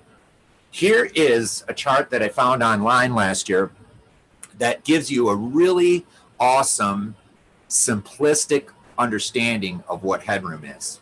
And I'm going to explain it to you right now in relation to this chart so that you get a really good grip on this, because managing the amount of headroom that you have with all of your gain stages is what is going to make you sound better than everybody else out there. Before you touch an EQ, before you touch an effect processor, before you touch any fancy toys, managing your gain structure so that you're managing your headroom correctly is always going to make you sound 10 times better than everybody else who's not doing this. So let's look at it this way. If this space in between my fingers right here is the maximum headroom between the noise floor and the maximum headroom that you have in the sound system, and we're going to speak of a sound system now rather than a recording device of some type. The first thing that we have to figure in is the noise floor. What the noise floor is the ambient noise in the room, or the ambient noise that is in the listening area. What this means is you're at a festival. There's a large sound system set up. Let's say it's a very large listening area that you're in. The noise of people talking, the noise of people shuffling around, the ambient noise of the food vendors and the other stages going on in the background. If you're indoors in a nightclub, the air conditioning unit running, the people milling around in the club, the noise of sales of whatever, booze, food, whatever it may be going on, all that adds up to a value. That has already eaten up whatever that value is in the amount of headroom in the sound system acoustically. So now you have between here and here, which would be the first black line above the gray, which is the noise floor, and unity gain, which is the normal amount of headroom or limit in that system. The distance in between those is your signal to noise ratio, okay? And what we're trying to do is balance all of our gain stages so that we're living somewhere at that mark between unity and maximum headroom. Here's an example that I'm sure that a lot of you are aware of. Let's say that there's a DJ on before you and you're waiting for your turn to go on. And said DJ has the DJ mixer rammed all the way up into whatever the maximum headroom is. Okay, there's no place for you to go at that point. When you get in this type of a situation, the best thing to do is to go into the DJ booth, turn the DJ monitor all the way down, and bring all of your gains back down below whatever unity gain is on the mixer, right? So that everybody's ears in the venue have a chance to breathe, and that you get back down to a zero reference so that when you start your set, you're starting in a unity gain scenario, which is the second black mark on this chart just below the headroom mark, and gives you that space to work with as you move through into your set, moving forward with that. You will find that just taking the volume down and balancing everything out, that being the EQs, the gain on each channel, any master EQ that's been engaged at that point, and taking the first couple of tracks to settle into that point will do wonders for your set. Just as a side note, understanding that, especially in a nightclub environment when you're indoors, there's a scenario that goes on with our human hearing system as a system, which it is an electrical mechanical system. We have our eardrums that move and create an electrical signal that triggers certain responses in our brain. That electrical mechanical system can only handle so much pressure over a certain period of time. And there's a little muscle inside there that once that's been exceeded over a certain period of time, it'll clamp down against the mechanical part of your hearing and cause something called ear fatigue, okay? And no matter any amount of physical acoustical headroom, once everybody in the dance space has reached that point of ear fatigue, once that point is reached, the only thing that can alleviate that is to get out of that threshold for a little while to get everybody's ears to relax a little bit. And that is also what this practice will do. You know, anytime I work with young people that are coming up and starting to play out live in clubs or going on and doing webcast or whatever it is that they have, even in a webcast scenario, when you're dealing with DJ monitors and the person before you being a bit irresponsible and having it sort of cranked all the way up, if you will, the best practice is always going to be to turn it down. And I've said it every year that I make a presentation. You know, walk into a situation like that, the first thing that's going to happen is you're going to immediately have the respect of the technical staff. Like, I can't stress that enough. In my entire 38-year career doing sound, when I have somebody that walks into the DJ booth to this day and reaches for the gains and turns them all down 3 dB, I understand that that person understands exactly what's going on and what the real goal is, which is to give the patrons the best possible experience through the way that they're operating the mixer. So this chart, when you have some free time of your own, if you take this chart and you use Magic Google and Google the terms that are in this chart and how they relate to each other, I feel that this can be very valuable for you to use it to brush up on what I'm talking about, so that whether you're going into a situation where you have a limited amount of headroom going to a webcast, or you have a limited amount of headroom because of the way that you're recording things. Of course, when we're recording, we're always looking to manage headroom because it is a very finite amount. And in order for the mix to sound wide, open, and clean, we want to make sure that we're managing the headroom on each channel as well as the summed group of all of the channels going to the final mix. Here we go. So let's talk about equalizers and equalization. The most important thing to remember, whether you're using an equalizer as the main final EQ on a final mix, or you're using an equalizer on the channel of a mixing console for an individual input for a live mix or a recording that you're doing, or you're using the EQ the EQ knobs that are on the individual channels. It doesn't matter which mixer you're using, whether it's a Pioneer, Allen and Heath, whatever it may be. There's usually a 3 or 4 band EQ on each channel. This is just a picture of of a very famous EQ that you might run into. Next slide, George. Here's another one here. This is a rotary graphic that was made by White Systems in the 80s. That's still super popular with some sound installers out there. Carry on. This is probably what you're most familiar with right here. This is a overhead PDF shot of something that I think we're all familiar with. It's a Pioneer DJM 900.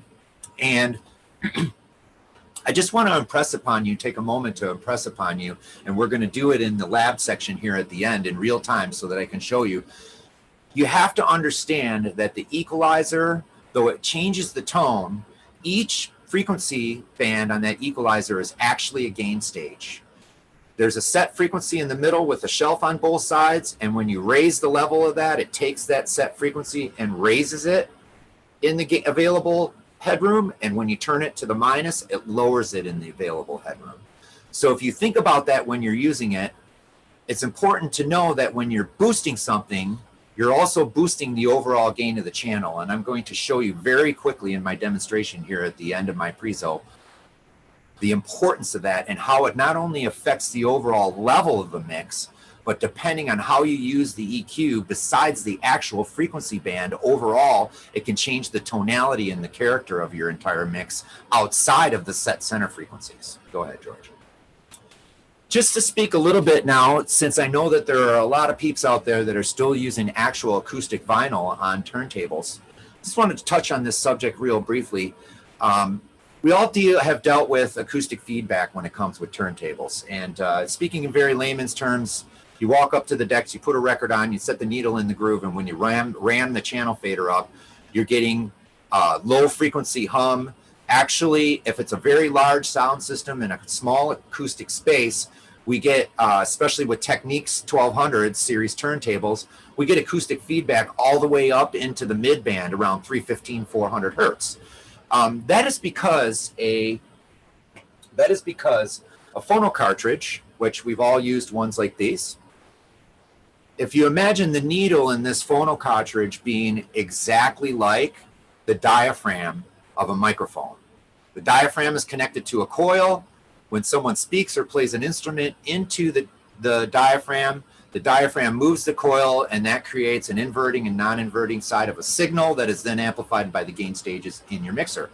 Phono cartridge is exactly the same. It's an acoustic device, so to speak. The needle has a section of wire that is attached to a coil, and when the needle vibrates to the left and to the right or up and down, it moves that coil inside a magnetic field, and that is what creates the inverting and non-inverting signal, the plus and minus, that is then fed into a phono preamp and then subsequently amplified depending on what the mixer and sound system situation is. If you remember this, what is we call the Larsen effect, feedback, it's a positive loop gain that occurs when the acoustic signal of the input is closely related to the output to the point and then amplified. So just like when you're standing in front of a microphone and the speakers are quote unquote gained up too loud, we get that humming or squealing effect.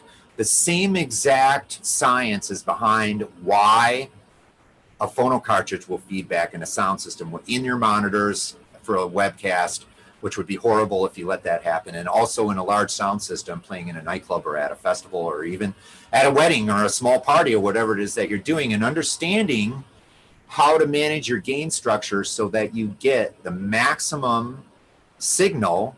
You're in that signal to noise ratio spot, the sweet spot that you need to be, without overdoing it and causing acoustic feedback.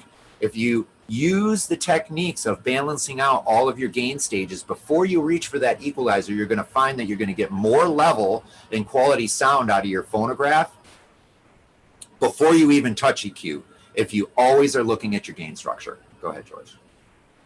Okay, before we get to my demonstration on this DJM 900 Nexus 2 that I have set up here, let's talk about different types of speaker systems that you might run into. There are basically two main types of actual speakers that are out there.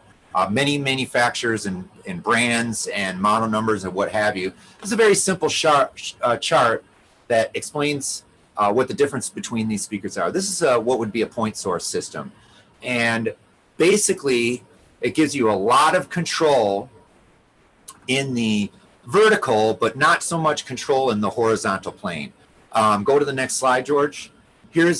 This is an example of a line array system where we have more control in both planes due to the way that it works. Don't change it yet, George. If you think of, can you go back one, please? If you think of a flashlight beam, okay, and the coverage pattern of a speaker being in the shape of a flashlight beam, a point source system has a certain amount of degrees in the horizontal plane that it projects in, and a very narrow amount of degrees that it points in the vertical plane. So when we want to get coverage from left to right, we add speakers in the horizontal plane, and when we want to get coverage in the vertical plane, we go up and down with stacks of either ground stack speakers or flown speakers. We'll get to the differences in the pluses and the minuses of both in a minute. Go ahead on to the next slide. This, which I'm sure that you've all seen, is a more modern representation of what we see out there in large format sound systems. This is what would be called a line array system. And as you see in the chart, what we're managing with a line array system a bit better than a point source rig is we can control the amount of energy more precisely that is going in the far field, the near field, and the midfield. That is why you have seen this deployed in so many venues since probably the early 90s when this technology first became prevalent. It was originally patented by engineers at L Acoustics in France. And basically, if you imagine that flashlight beam and you turn it sideways into this plane, now what we can do by varying the amount of degrees, whether we're compressed or non-compressed in the distance in between the boxes, as you can see from the side, it allows us to take that energy and focus more in the far field, a little bit less in the midfield, and much less in the near field, so that no matter whether you're walking front to back, left to right, we get the same amount of energy in the entire listening space. So that's the difference between those two. Here are some pictures that, go ahead, George, that show how the coupling works and the difference between point source versus line array. And as you can see with the line array, it's multi-point sound on one axis, where with a point source system, it's on two axes. So my recommendation to you is I just wanted to show you the differences between the two types of systems so that when you walk up on them at a gig, when you're playing on them, you understand what it is that you're working with. Also, when you're submitted, when you're submitted technical information about a rig that you're, technical information about a rig that you're working on, you know the difference between the systems. Answer it, talk to him. Moving forward on to the next slide. This is a representation of a ground stack point source rig. This is typically what you'll see in a point source system that's in a club. One of the nightclubs that has a system like this is the Majestic. Upstairs at the Magic Stick, they have a system that's not too much unlike this one. This is the EAW KF850 rig used around the world for many years. Moving on to the next. This is a flown point source system. Same type of system, but flown in a stadium array type application. We're going to move on to the next slide. This is a ground stacked version of what a line array system might look like, and many of you might have seen this out there in different events and at different gigs. Many manufacturers put this out. It can be deployed as a monitor system or deployed as a main system. Next slide. And this would be what a flown line array system looks like. Just an example of something that you might see out there. All right, next slide, George.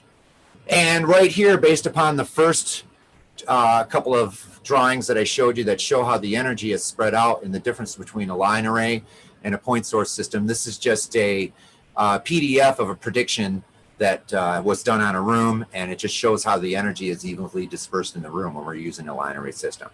So, moving forward, we're going to move over to camera 2 now and take a look at our little lab that we have set up here. And yeah, George has got it going on here. We're going to move. Here's our camera now. What I have here is a DJM 900 Nexus 2, which is the latest version of the DJM 900. And what I'm going to do basically is I'm going to play a known track that we all know into this mixer, and I'm going to show you how to balance your gain out the proper way. So we're going to roll the track here. Okay, so the first thing that I'm doing, and I don't have my headphones on, but normally what we would do, the first thing that we would do while the track that is playing is still playing before we get a mix, we would make sure that all of our EQs are flat to start out. And we would listen to this track in the headphones and bring our gain all the way up to unity, which on this particular mixer happens to be about the third yellow light right there. Now we're bouncing the third yellow light.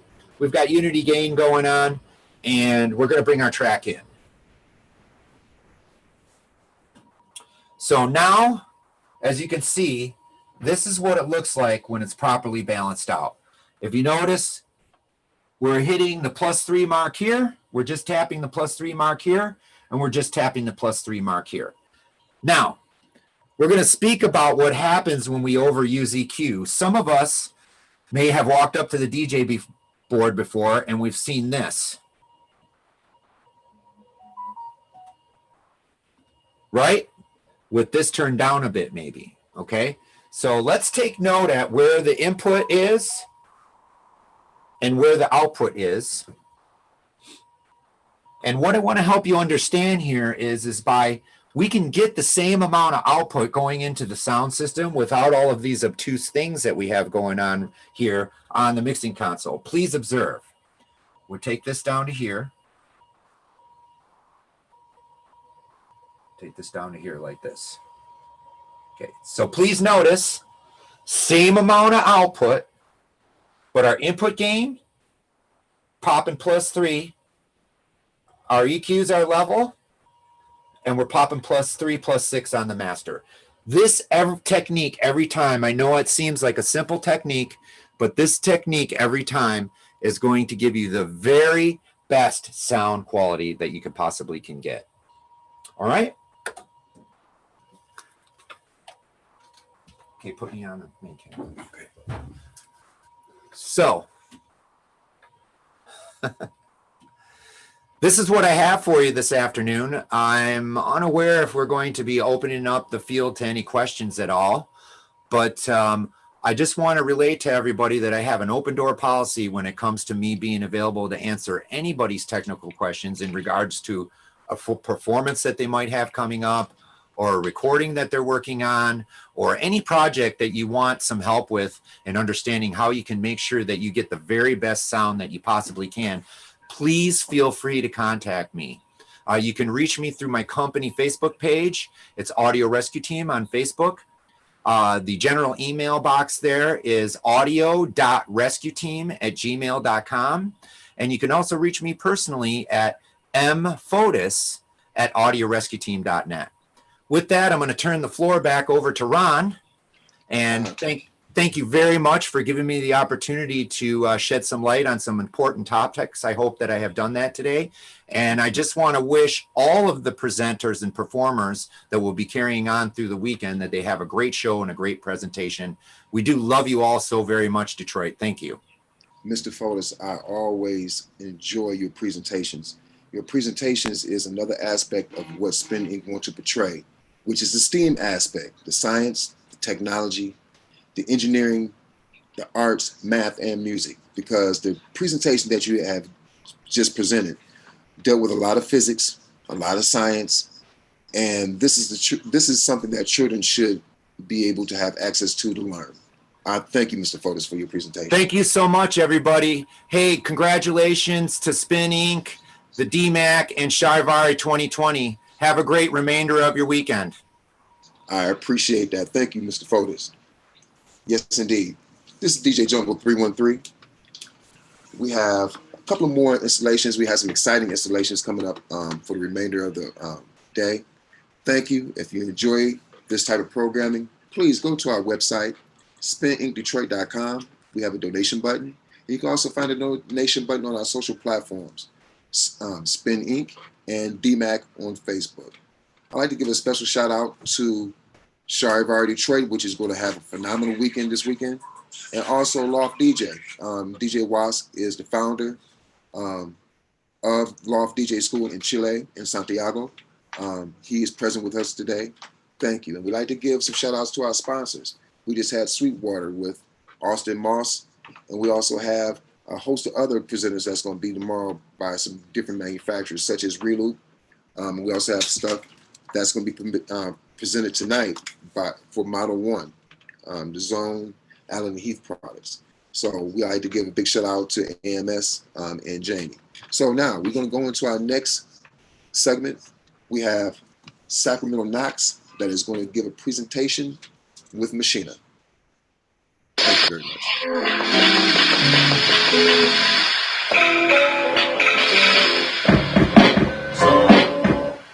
So this is the one I'm going to be using. That's the sample set I'm going to be using. Use this one, I'm going to turn it down, maybe pick it down an octave. When I take it down an octave, it gets a different tone. And then when I take it up an octave.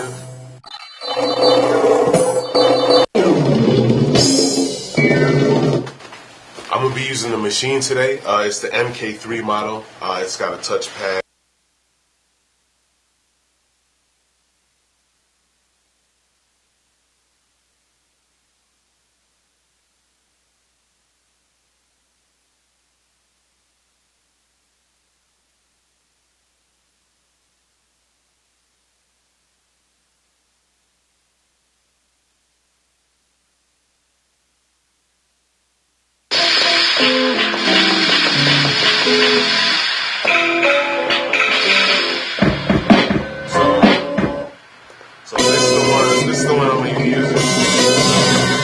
That's the sample set I'm going to be using. Use this one, I'm going to turn it down, maybe pick it down an octave. When I take it down an octave, it gets a different tone. And then when I take it up an octave.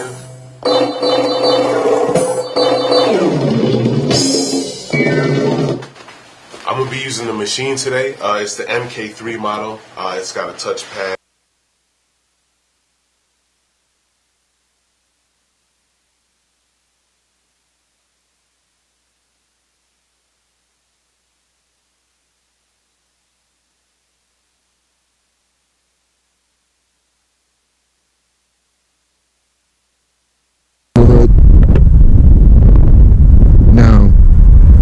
before crack hit this neighborhood, this was a beautiful neighborhood.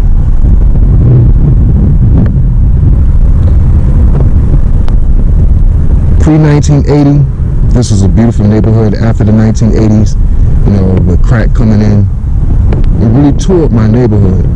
Now, where I'm standing is where my house used to be at. I was born and raised here in 1970, as I said. My grandparents raised me. I was raised by a single mother.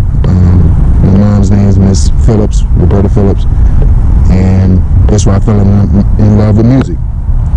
Now, there was a sister that stayed over here that played the piano, and this neighborhood was filled with beautiful music. Her name was Simone, and she used to play at about 1 o'clock every day, practicing. And this neighborhood, the vibe she set for this neighborhood was outstanding, and the way she played the piano was very beautiful. It's almost like a soundtrack to this neighborhood.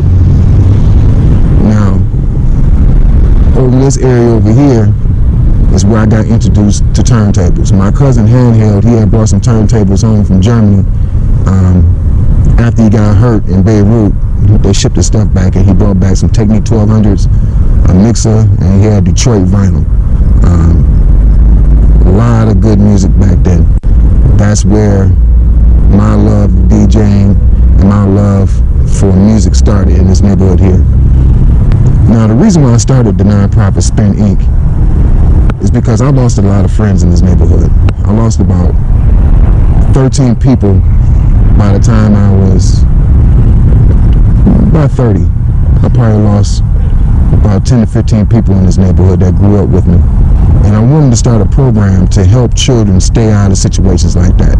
And then they could also learn the benefits of playing different types of music that is not negative to the community, because this is what happens to the community.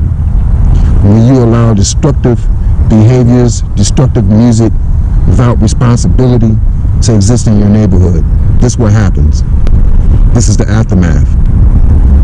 And the families and the children are casualties. Matter of fact, to tell you a story, Mark Murray, may he rest in heaven, may he rest in peace. 1985, you know, they found him in Pontiac murdered. Selling crack in Pontiac, and someone killed him and threw him in a garbage can. He was 15 years old. That was my first friend that ever got murdered that I knew related to drugs. So in that, as I was saying, Spin Inc. is born to help save children from those conclusions or end results of wanting to be in the streets or deal with street life. This is the result of street life. Now, to help a program like this, we would love for you to donate, to keep children safe, by giving them programming. If a child doesn't have a programming, he is left to his own whims, and they may get in trouble. So please, if you feel like donating, if you feel like this is a worthy project, please donate. So children that live in areas like this, in which I grew up in, but it was beautiful during the time that I grew up, but this is the end result, help us create different types of programs which can actually save our children. So it's important to give them access, to give them the software and the tools to be able to transform this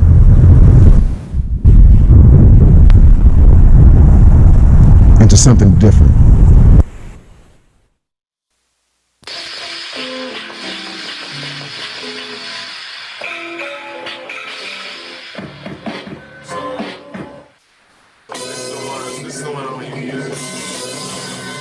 That's the sample set I'm gonna be use this one, I'm gonna turn it down, maybe pick it down an octave.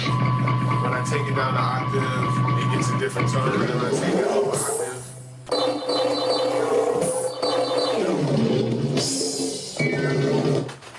I'm gonna be using the machine today. It's the MK3 model. It's got a touchpad, and it's the latest one from Machine Native Instruments. So I'm gonna use this one to cut and sequence and record a few things inside of it. So that's what I'm gonna do. All right, so like a lot of the processes,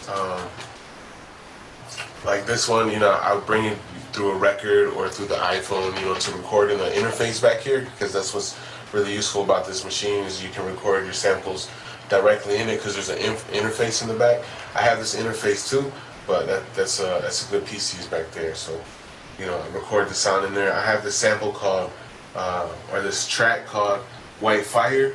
It's by Takuya Yamato, and it's just, it's like this Japanese funk stuff. So, but what I did was I already spent the time to go through it, so we're not gonna spend time to go through it. We're just gonna go through a piece I got in the back to chop. So this is the whole thing right here in the back.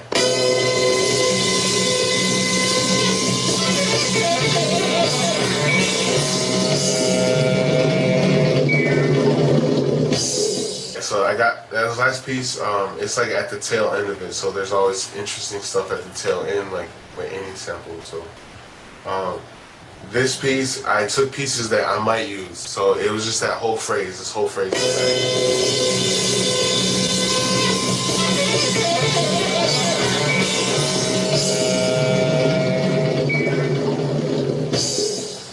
Yeah, so it's that whole phrase.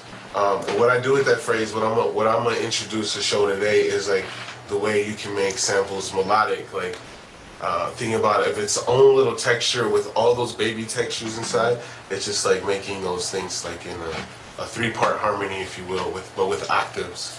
And to hear how those would change if you're using octave or a major fifth, or like those tones of a sample, because technically when you transpose the whole sample, it should fit in the same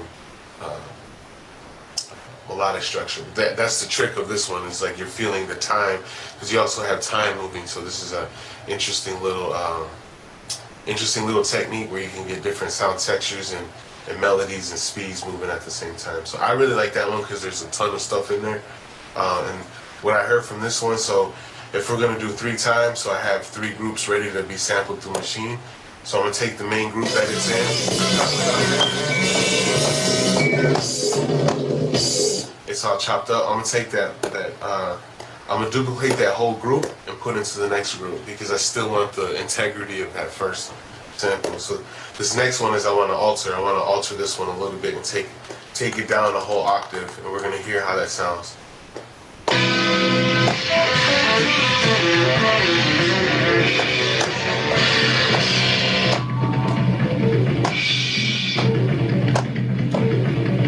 To me, it's real interesting down there, just because how the stuff shapes and sounds and molds and stuff, because it's going at a lower like sample rate. That's what's interesting with sampling, as opposed to MIDI sometimes.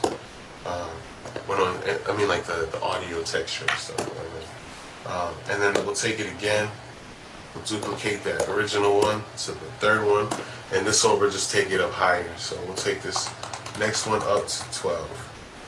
It's 12 semitones, which is the same steps in the keyboard, you know, like 1, 2, 3, 4, 5, 6, 7, 8, 9, 10, 11, 12.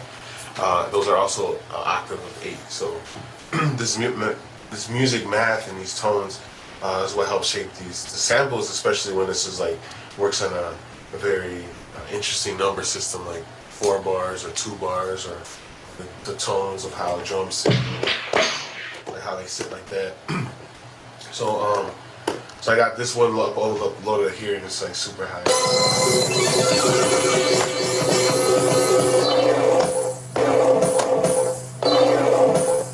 I'm able to do something, but those are the raw tones, right? So as a producer, like I get really familiar with what I'm using, so I know what's kind of the tools that's inside there. There's like common audio things like saturation or filters or things that help give the sound some texture and tone. To do that, right now I'm gonna wait for a second until I get kind of a thing going. And the first thing I heard was this lower one that sounds really good to start with, layering. Let's see what tempo that is.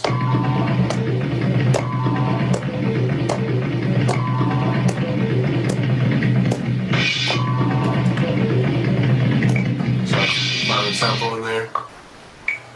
I tap the tempo in there. What I really like about Machine is like it just work right off all the things. All your tools are sitting here to get started and moving. And I don't have to do too much like menu browsing and screen diving. It's like I can hop right up in here.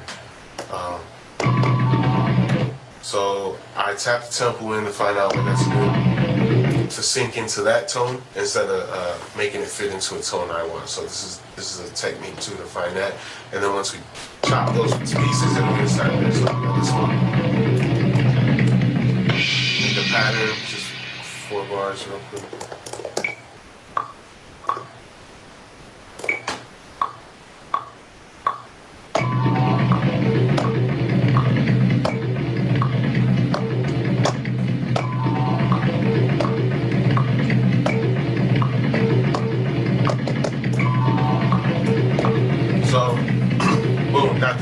Got that first layer, that thread in there. So I'm gonna go back and hear the other ones, how they sound. Yeah, that's good stuff for that. So this is the higher version of it. This is the octave up. So when we took at the main sample of this, we got an octave down, which is pitch shift 12 down to this one. And then we got the last one that's pitch shift high up.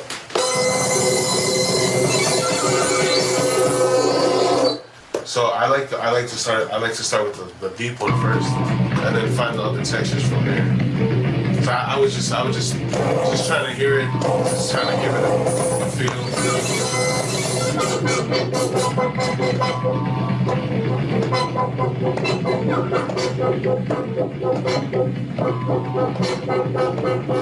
Like that's a little something that could go in there. I'm just playing with it to figure something out. So what's this one?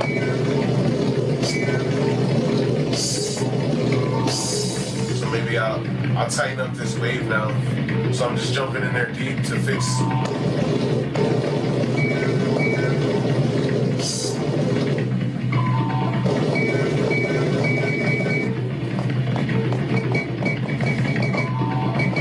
Maybe I use it as like a key. So then now it'll stay up there. So I can do stuff like this. Or do some no repeats.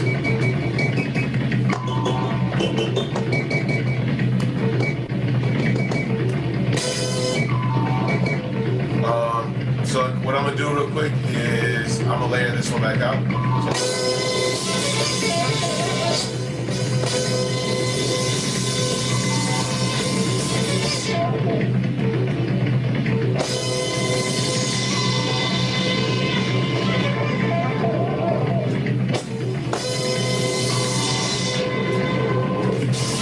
Alright, so I'm using a little bit of this touchpad, so that requires some automation. So there's an auto button you hit right here, shift auto, and we're gonna record that tone into there. I think there's 4 bars, and then we're gonna get this next tone up there.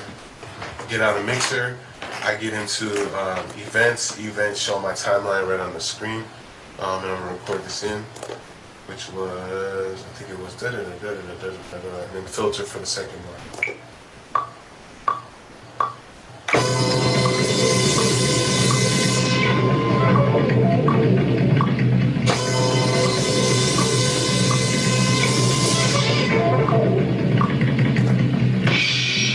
Alright, so we printed that in there. Let's see how it turned out. Cool, went in there. Recorded. So let's see how that's textured. So that's the one sample. And then we bring in the texture of the second one. So it fills out those lows, the mids, and the highs. This one, I'm trying to figure out what's to do with this one.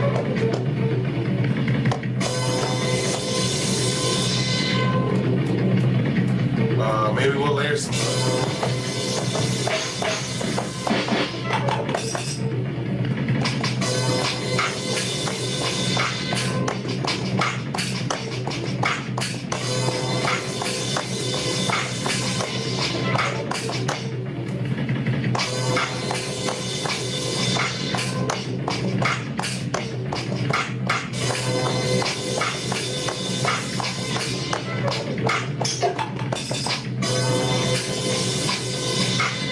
So I just put some funky off like kick jerks, moves around, you know.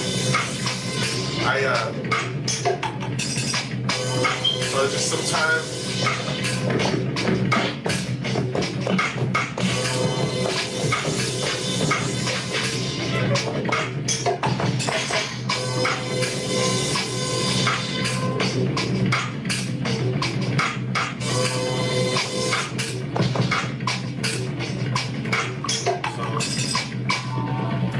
this new update with Machine is dope because I don't have to put the patterns. I'll just fly it and it'll punch in 4 for me right now. Watch.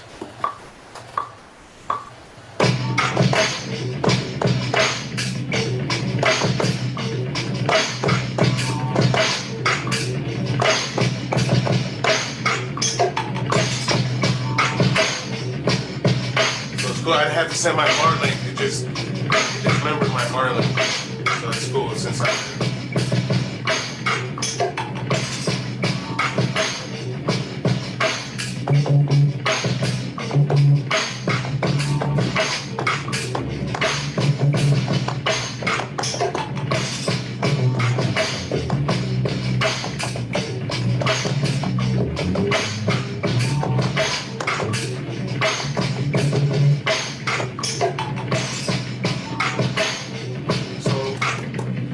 Take those layers off real quick. I'm gonna come back to this other layer, which was interesting, right? Because we gotta see how we can use it outside of just the crash, right? Let's see how we can do with it.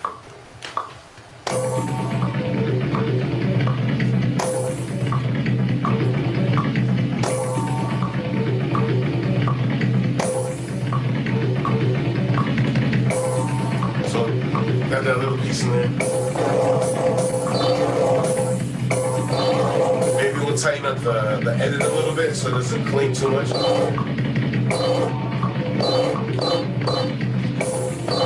That's still pretty, that little sound. So I'm gonna put an effect on this sound only. I'll hit sound, I'll go over, I'll punch in a simple delay or a beat delay. Okay. Maybe a little more.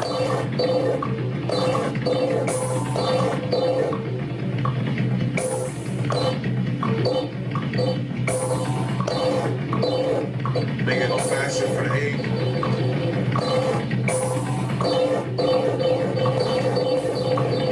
Alright, there we go. That's a good sound.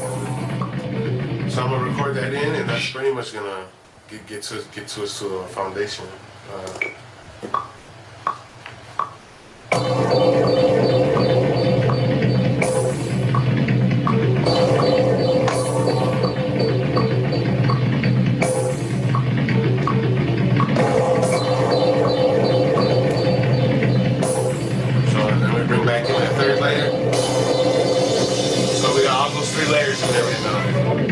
The top layer, just doing that. It's got a little delay on it, so it stretches out the length of the piece we want to do. It's got that little texture of the drum roll in it too. And then bring in the next layer, the mid layer. It'll come back around.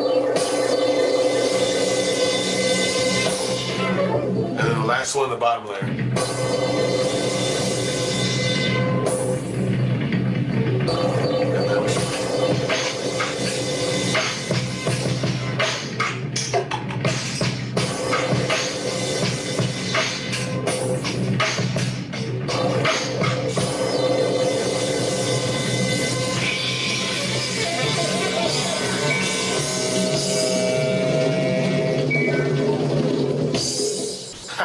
There you go. There's the layers of the melodic, sampling. What up, though? Sacramento Knox checking in from the Autozocon. Big shout out to Spin Inc. For doing this beautiful work today. I just want to talk about where you can find me at. It's on social media, different ones, Facebook, Instagram. I'm also streaming on all the platforms and SoundCloud and YouTube, so you can check my music out there. Make releases about every quarter, so there's always something interesting there. Currently, I'm working on a few scoring projects. I just scored this piece that fits in a museum in London, so there's this thing happening with how the Industrial Revolution, how it changes landscapes and people's lifestyles. So I had to score this live piece that sits in a museum, so it sits with that. I recently did a project with the water with the Detroit Science Gallery. I sampled the Detroit River and I made drums and synths out of it, and then I performed a whole concert out of that live, like jazz style but with beats, and I used a couple more of the gear to play live with. Today I'll use Machine to get these ideas and go through, and currently working on all types of things musical that sits outside of trying to do a #1 hit single. You know, I feel like I was asked to speak about the ways in which music brings lots of other values, and it does. It can uplift your community, it can supplement your community. You can enter these educational programs in places where you're able to access this technology and world. And also leads to a lot of potential gig work, you know, like performance, licensing, where you can put your music. There's independent projects, so you can, you know, get up with your cousin and shoot a movie, or, you know, contract music and stuff like that too. So there's a lot of things happening. It's beautiful. Music is a big, beautiful culture and like economics that deals with music. So it's fruitful if you have a really good heart. You know, do good things. You got a good mind. You know, music will always take care of you. So. All right, big huge thank you to Spin Inc. And don't forget to check out DMAC Shawty Valley Music Festival coming raw in 2020 and based in Detroit. Hey, what's going on, y'all? This is DJ Cash Money. I want to thank everybody for having me come on through and being involved in this Detroit Electronic Music Conference. Big shout out to my man Jungle and Spin Inc. Yeah, so a lot of people know me for doing turntable business, all right? But a lot of people don't know that I also am heavy in production, okay? This one here is Prince. You guys all know Prince, the Kiss song, okay? But let me show you what I did with it, okay?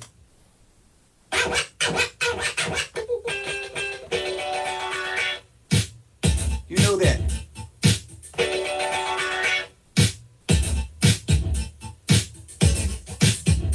Okay, now, this is what I did with it, okay?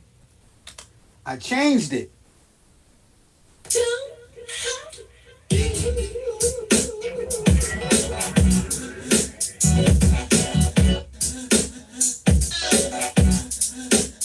Turned it into something completely different, y'all.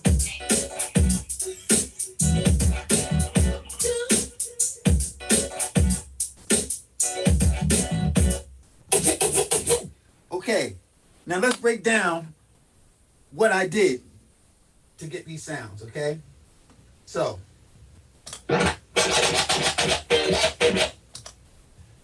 I use the drum machine that I use is a Akai MPC Renaissance, which is over here, okay? All right? Basically, I sample from my turntable into this, and then I chop up the sounds and everything. So I took this sound here, right?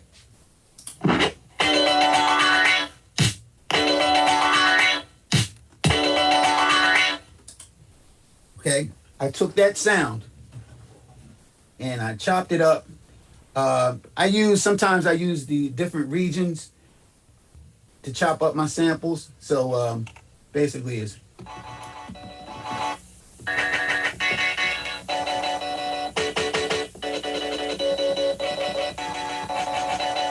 right, all these different chops, right? And then I go, after I get those guitar sounds in there and the sounds that I want, then we come back to the turntable, okay? Come back to the turntable. It all starts from the turntable. You know what I mean? So, I collect records, I dig for records, I look for records that have like drum breaks and drum sounds. To me, your sound of your drums is what makes your song pop, you know? So this particular record, you'll know this drum sound with this drum pattern. Hold up.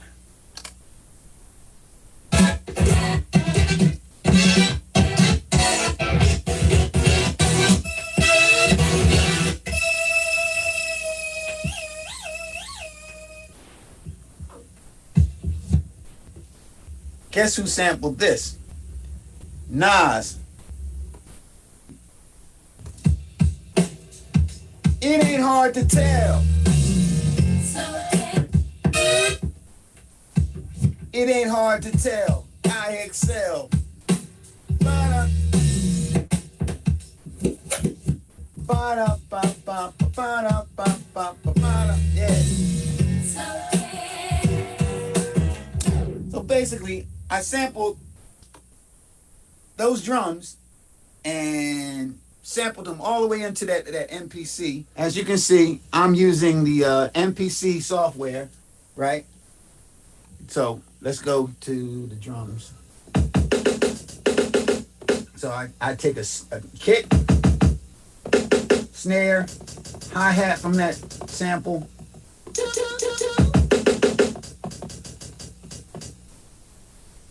Now, it's just like, it's like cooking, man, you know? The drums are the season. They are the flavor, right? So you got to put it all together in this big pot. And now you're stirring it and you're cooking it. And it's all coming together. And next thing you know, you got something so tasty and flavorful, right? This is your product here. Now check it out.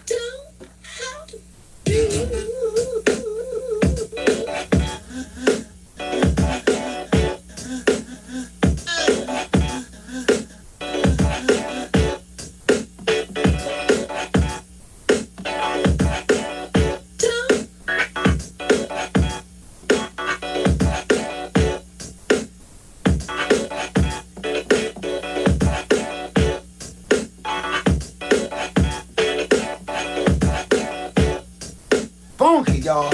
Huh.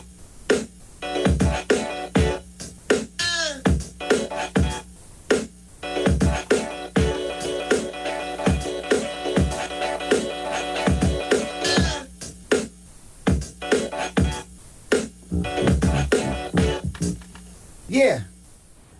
So there you have it. That's a song on my album called Blouses.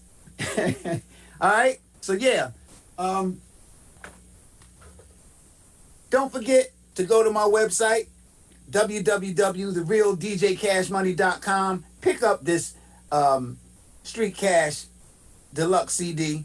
It's also, well, the songs are available on all the download sites like iTunes, Bandcamp. You can get it. Just type up DJ Cash Money. Yeah, this is something never seen before, and I'm very excited about this project. And I know you guys are going to love it. Trust me. Trust me. See y'all later, all right? Thanks for keeping it green, y'all. Peace. No. Peace.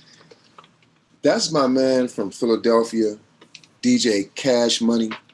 He was involved in the DMAC 3rd edition last year. We came out and gave a presentation with another brother, DJ Too Tough from the Tough Crew. That was a dynamic set that he had last year, and we've been talking ever since. So when he came and said, you know, I want to promote what I'm doing because I'm a producer also, not just a DJ. That's why I looked at him like, this is the perfect platform to show that DJs are not just stuck being DJs. They are producers. You know, he is a world acclaimed producer. He has produced on some albums that you probably heard of and didn't know it was him. And also DJ Cash Money is a legend in itself because one thing when I was growing up, back in the mid 80s, you know, we heard a lot of DJs. You know, first and foremost, you know, I like to give a special shout out to the Electrifying Mojo. Mojo came to my school in 1981-82 at Cleveland Middle School and gave a presentation. And I've always respect that brother because he was community minded. And what he had set forth in his book, Mental Machine, is like a precursor of what Spin Inc.'s motives are. To be able to create programs to help save our children and pass on knowledge. So I thank you, Electrifying Mojo. I'm one of those students that was 11 or 12 years old, that you talk to, and now I'm 50, and you still have impacted my life ever since. And the same way with DJ Cash Money. DJ Cash Money has been an innovator in the turntablism world, where even the way we position our turntables is credited to him. He is a Smithsonian Institute recognized DJ techniques. I've seen some pictures with him and his gold techniques that have dedicated to him. Phenomenal brother. And we talk about the situation as far as how the industry is going and being able to give back, especially through education. So this is a part of that. He has another sequel that's going to be shown tomorrow. He may not be in the room. I'm waiting for him to get in now, if we're able to. But I'd like to continue to talk about his project. When I seen the Street Cash project and the package that he just showed you, totally innovative. You know, you have a screen inside of a CD case, and his production along with Street Orchestra is amazing. You know, I went to Philadelphia last year and I was able to see him perform along with Street Orchestra, and I'm telling you, the system that they had in there, which Mike Fotis gave a presentation on sound, was premier. When the bass came from that production, it seemed like my clothes were shaking because of the bass response from the production quality of his work. So if you really would like to see a legendary producer's project succeed, support it. He's on the social media platforms that he had mentioned. You can find him, DJ Cash Money, on his social platforms. And he performs every Friday night, unless otherwise notified, at 8 p.m. for the Grandma's House edition. So DJ Cash Money has really been an influence. I thank him for being a part. I thank him for this big brother to accept me as his little brother, because I'm learning from him. I admired him through the years. And Philly and Motown has a special connection because it seems like we're real down to earth, earthy people. And we have the ability to create with bare minimums. And we can make beautiful music from that.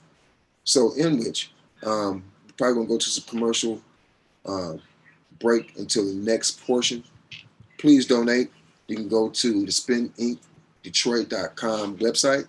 You can find us on Facebook, Spin Inc. or the DMAC. I'd like to give a special shout out to Charivari Detroit. They have a magnificent dynamic weekend coming up with, I don't even know how many DJs. They got lists and lists and lists of DJs, not just only from Detroit, from around the world. So don't miss that. We'd like to give a big shout out to Loft DJ School in Chile. Peace. I know the weather is changing down there. Y'all going into your fall or possibly in your winter. So I hope everybody's safe down there. DJ Wasp, thank you for being a part of this. Thank you for helping us with our support. And without further ado, we go to the next segment. Thank you. This is DJ Jungle 313, Spinning.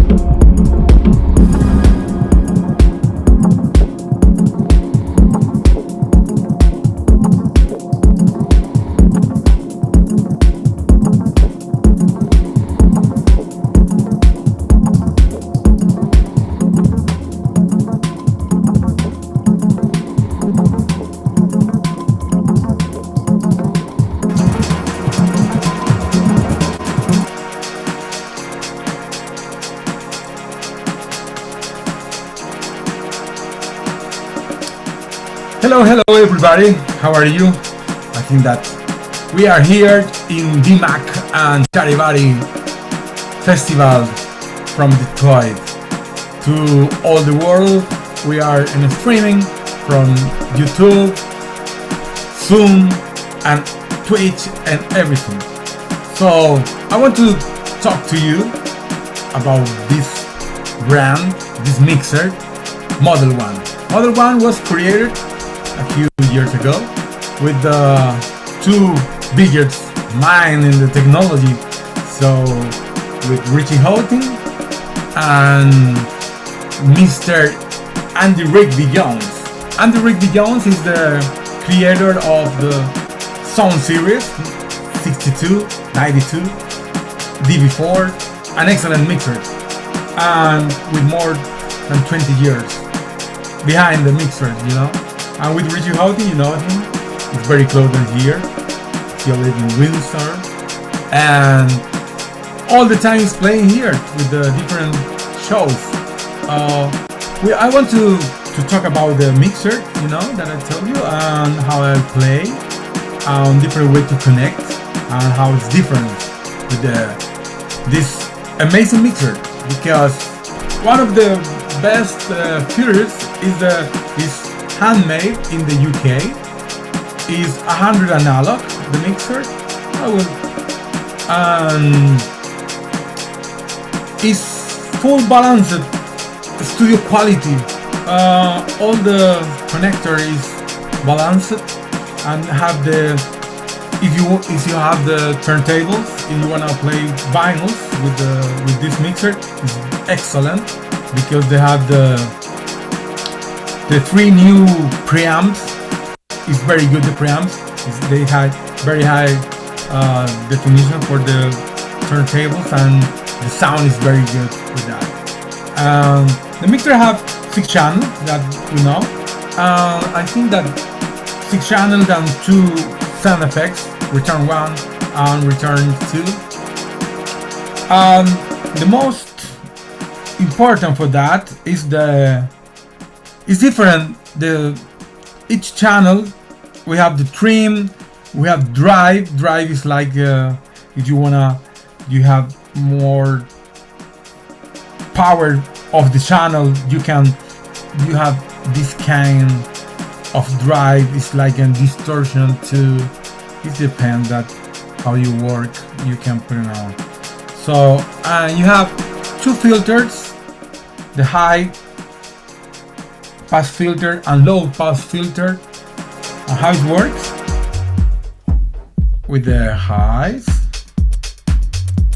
you know, low pass filter is like this, and the high pass filter is like that.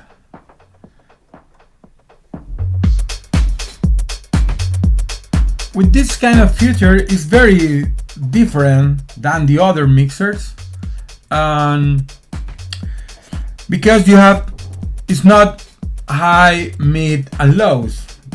Now it's different to mix. It's very, very, very friendly when you want to mix different tracks. If you are using different tracks, you know. And the other thing that it have sculpt, and sculpt is a parametric EQ, and you have the bandwidth like this. I want to show you here.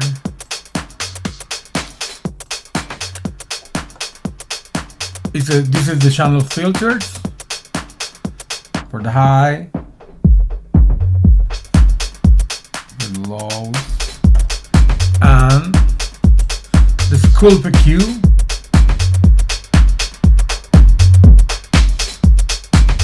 If you're at -20 plus A.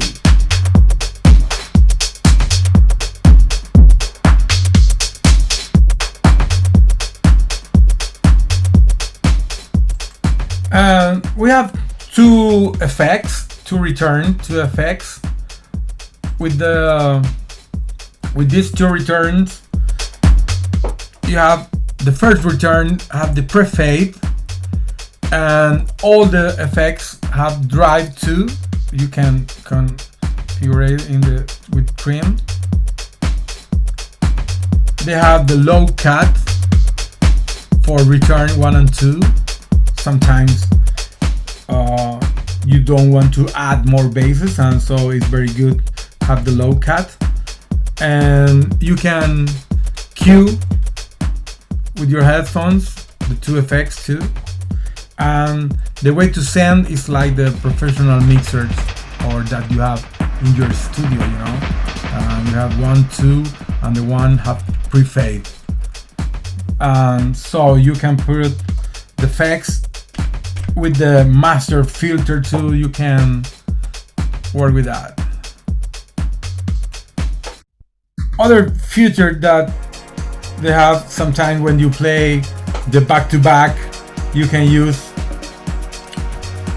A and B different. You can work with your partner with A and B, and this is very because they will hear these 2 channels, and he will use the AB to the other channels with the A and B, you know. The master filter is very good because when you are working with that, you can configure different channels and put it on just only in the 3.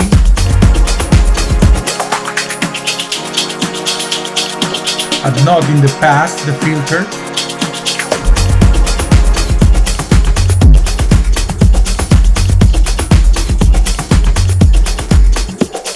So you can select 2, 1, or whatever you want.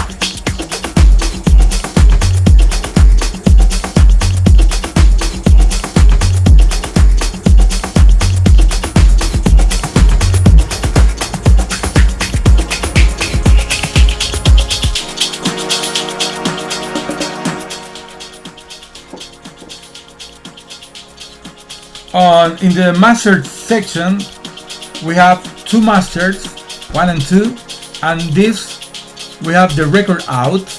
It's very good because you don't have to connect behind that.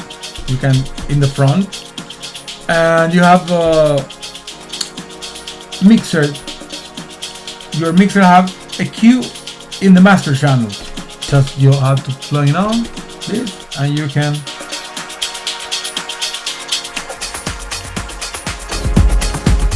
get the cue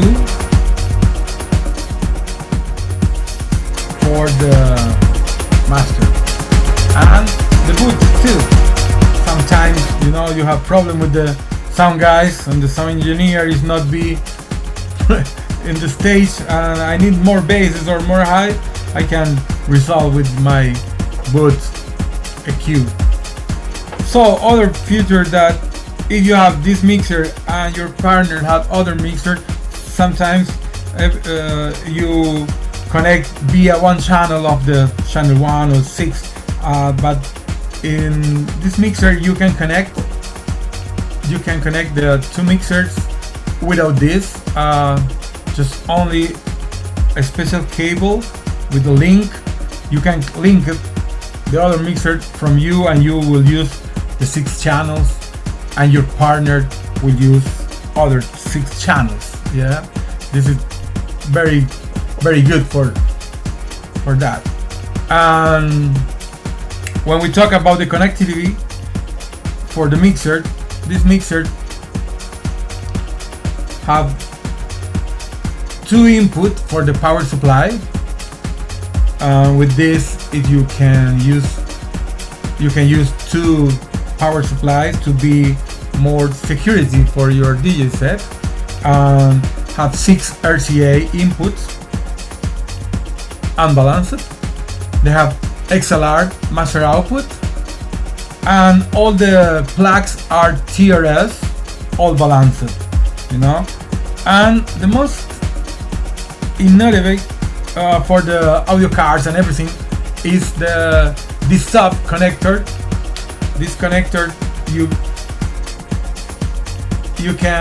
have in this connector. I have only these 2, 1 and 2, and I have a balanced input. A balanced input from 1 and 6, and the 2 return. I have 12 balanced input, and I have other one to the outputs. Okay, I use with only the input with this. And the D-Sub is, I think you have more dynamic for your tracks, and you can connect an amazing everything the audio card balanced to the. This is the only mixer that had balanced input. All the other mixers have only RCA, and this is the best sound quality.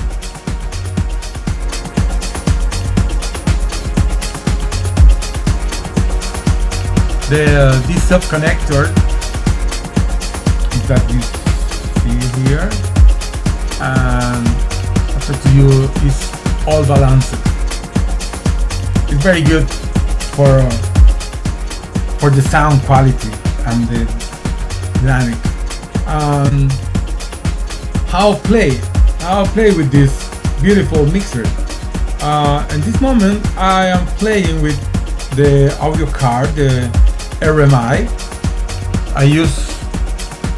In the beginning I started using the Farface, the UFX. It's bigger, and now I use the UCX. It's smaller but with 8 channels. When I use the Traktor AB, C and D, this is the way to work with me, with my mixer, with this mixer. And with this audio card, the RMI is the best way because it's smaller and very powerful. With Traktor, I use all the time my controller D2 because I have all the preference and everything that I want, like the plays or the playback, or with my browser, with my playlist and everything. I look in the little screens, and I don't need to look the laptop. My laptop at this moment is in the other side. You know, I want to see the people to the crew, because this is the connection that you have to be like a DJ. The most important is the connection with the people, you know. And if you will be behind the laptop, never see nothing. Just for this reason, I use this kind of controllers more than the others. I like the Traktor D2, and the software Traktor for me is one of the powerful every time the software, because I can connect all my tracks and I can play live. And I usually use the TR8 of Roland, and I connect the Roland via USB, but with the MIDI connectors. It's very simple. It's just you need to go for the preference in the Traktor, and you need to choose, as you say, external sync, and that's it. It works, and you will send the MIDI clock to your drum machine, and your drum machines have all the time in sync with your Traktor, so you can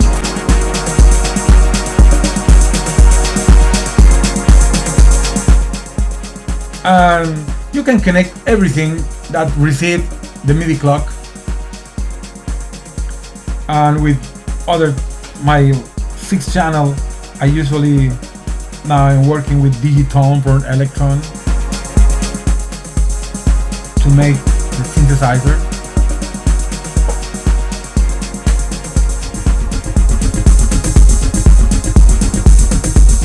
With effects.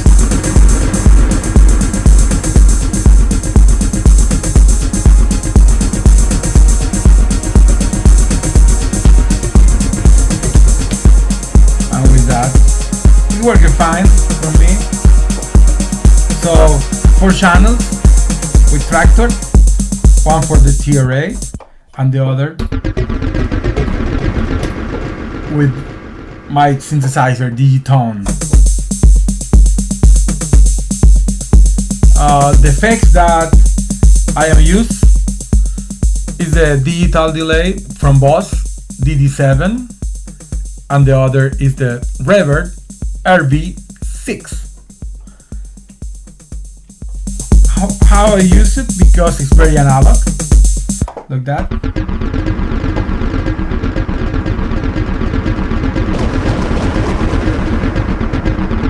I know what I want. For this reason, I like it. If I wanna just undo the reverb.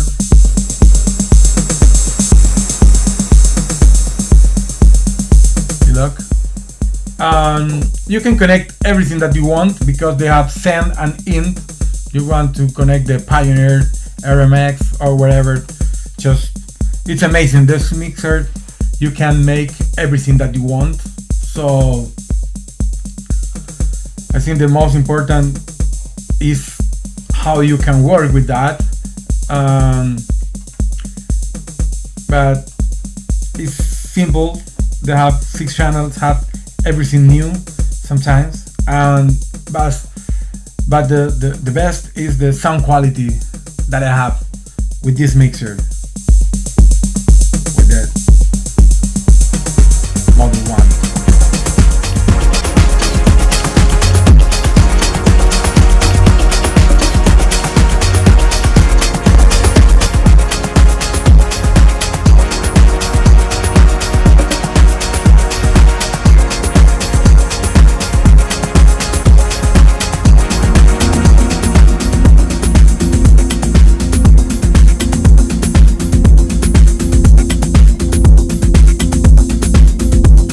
Okay guys, so I want to invite you to stay with us Friday, Saturday, Sunday with our workshops and with Charivari Festival, all online in Twitch, Zoom, Facebook, at Mixcloud Live and everywhere. So see you tomorrow and be careful. Bye bye.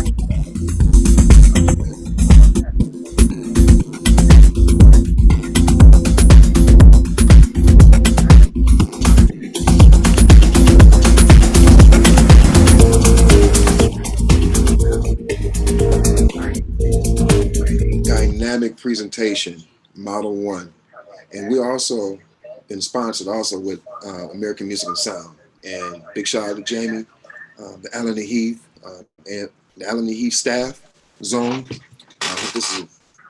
We hope that this is excellent presentation of your product, excellent demonstration by DJ Wask, and also I'd like to give out some special thanks to the Stream team for an amazing day today and the continuation throughout the week. Thank you, Spin Inc. Thank you, DMAC 2020, Charivari Detroit, Loft DJs, Chile.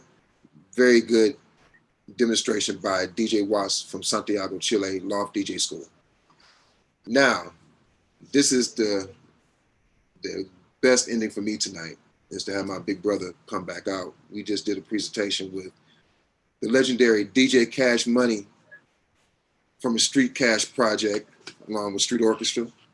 He gave you the breakdown of Blouse off Prince sample, and we'd like to bring him in today and bring that legend, the legendary DJ Cash Money. He's on the screen? Yeah, he's on the screen. Bet. How you doing, brother? What's up, man? What's good? What's good? Hey, man, you already know, man, what's good, man. You know, we was doing chili fries and cheesesteaks last year, you know, and you remember last year you said, you know, it don't matter about the people when you performed last year. Mm-hmm. Now we're at a larger venue, even though we're not in a terrestrial or a brick and mortar venue, we are able to meet right and reach more people. So I wanted to bring you on to talk about your project. Tell us a little more about your Street Cash project, please. Oh, well, Street Cash Project was basically created because I hadn't been doing production. I was actually doing more DJing than production, and I wanted to get back to doing something that had to do with records that I was collecting, and getting back into that boom bap state of mind. So me and Street Orchestra collaborated, and yeah, I'm loving the project, man. It actually has an actual message in some of the songs as well. Yeah, I've seen that, and it was all instrumentals. So you was giving people the ability to either rhyme over it, or if you're a turntablist, to work out with it, and see what you can come up with as Yeah, actually, to be honest with you, the initial thought was to try to get MCs on there, but I was having a lot of trouble getting in contact with the MCs that I wanted on there. And so Street Orchestra pretty much put the battery pack in my back and was like, look, stop chasing those guys and let them guys chase you. So I was like, you know what? Let's do that. So that's why we came out with the instrumental album. Well, when I met you last year, came out to your show out in Philly. Who was there? Tough Crew, Cool Keith, Ultramagnetics, Sid G. Who else was there?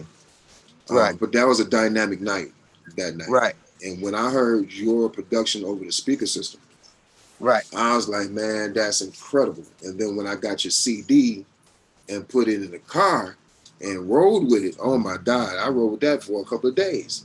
And my partner's like, who did this? I'm like, this is my man from Philly, DJ Cash Money. So, your music's still relevant because you're still relevant. Sometimes we get caught into a time portal or what I used to do. No, you are still doing things. And just like this venture here in this virtual realm, me and you had talked right before this pandemic hit. Yeah. And look where we at now. Yeah, we were talking about it, but now we got thrown into it. We got thrust into it. Yeah, man. And over the last couple of days, we've been having different speakers and presenters come out, and this platform right here is a learning curve. Right. Tech, you have to learn the technical aspects to it, which I embrace, because the thing is, there was one point in time we was riding a horse and buggies, and now we're in self-driven. You don't even have to drive your car no more. So we had to embrace the technology and teach the technology to the children that are able to grasp it and being able to succeed from it. Just like with your innovation with your project. Now, let people actually see your project and see the inner workings of it, where they'd be like, wow, you got a screen and you can plug it up and you can, the whole nine. So I would like to give you this time for you to explain it a little bit more. Yeah, well, the technology came about, man. My partner in crime, Big Hurt Collections, I was just asking him about having something with a video screen on it. And he did the research and came up with the idea of it. And I was like, wow, well, maybe we can package it with the CD. Has that ever been done before? He was like, no. So we both did some research and we finally came together, because actually the first batch, I had a smaller screen. It was cool, but this batch that I have out now is perfect. It's a 4.3 inch screen with a full control panel, rewind, fast forward, stop, play, pause. It also has the up and down for your volume. Right. And also, it comes with a USB cord, because you can connect it to your computer when the power runs down from the battery. So I've never seen anything like this ever. Well, you are an innovator. No one saw how to actually position the turntables if it wasn't for you. And matter of fact, I'd like to get a little bit into that history so we can go ahead and set the record straight. about a lot of things that's in the turntables world as far as the origins of certain things. And you got to pay respect where respect is due. Like I said, here in Detroit, we had a love for the DJs that was coming out of Philly. No disrespect to any of the regions that had good and very talented DJs. But Philly just had a different type of touch with it. You understand? DJ Tap Money, yourself, DJ Miz, and the late DJ Lightning Rich. Lightning Rich, yeah. And I got a CD of his, and you know what I'm saying? It's that's like a benchmark for where DJ should aspire to even now, and that's almost 30 some years ago. Right. Yep. So tell us a little bit about your history in turntablism. Well, when I first started, everybody was spinning with their turntables to one side. That was the actual Philly style of DJing. It wasn't until I came on the scene and put the turntables, the tone arm at the top with the little mixer in the middle and coming with that whole funky style. So I became the kind of like the prototype of what this new style was, doing, what had become in Philadelphia. And I'm glad that a lot of the DJs kind of gravitated to my style because, all of us started doing our things, from either getting into DJ competitions and having records that we were cutting on and stuff like that. So it kind of really got our name out because at that time, New York was doing a lot of shows in Philly, but the promoters thought it was very important to put a Philly act on the bill. So what happened was the artists from New York saw us DJs getting busy. So they went up to New York and was like, yo, them dudes down in Philly are crazy with it on the turntables. So that's how we started getting introduced to New York, like before any records. And see how we got our music imported. It was like in high school, we couldn't wait to go to lunch because somebody got a mixtape. And we had that mixtape culture. You know what I'm saying? People would go to New York, bring tapes back, and we would hear it and be like, wow, it blew our mind. Like Stretch Armstrong back in like 86, 87, DJ Red Alert. And it got to go back, when the mixtapes were out with the Cold Crush Brothers. Right. You understand? So that's how we got our stuff. We, kind of landlocked. We not East Coast, we not West Coast, we Midwest. But we can rock with both sides of the spectrum. But when, the Philly sounds start coming out as far as the styles and the techniques and the routines and DJing, it just took it to a totally different level. And still, even now, I haven't really seen,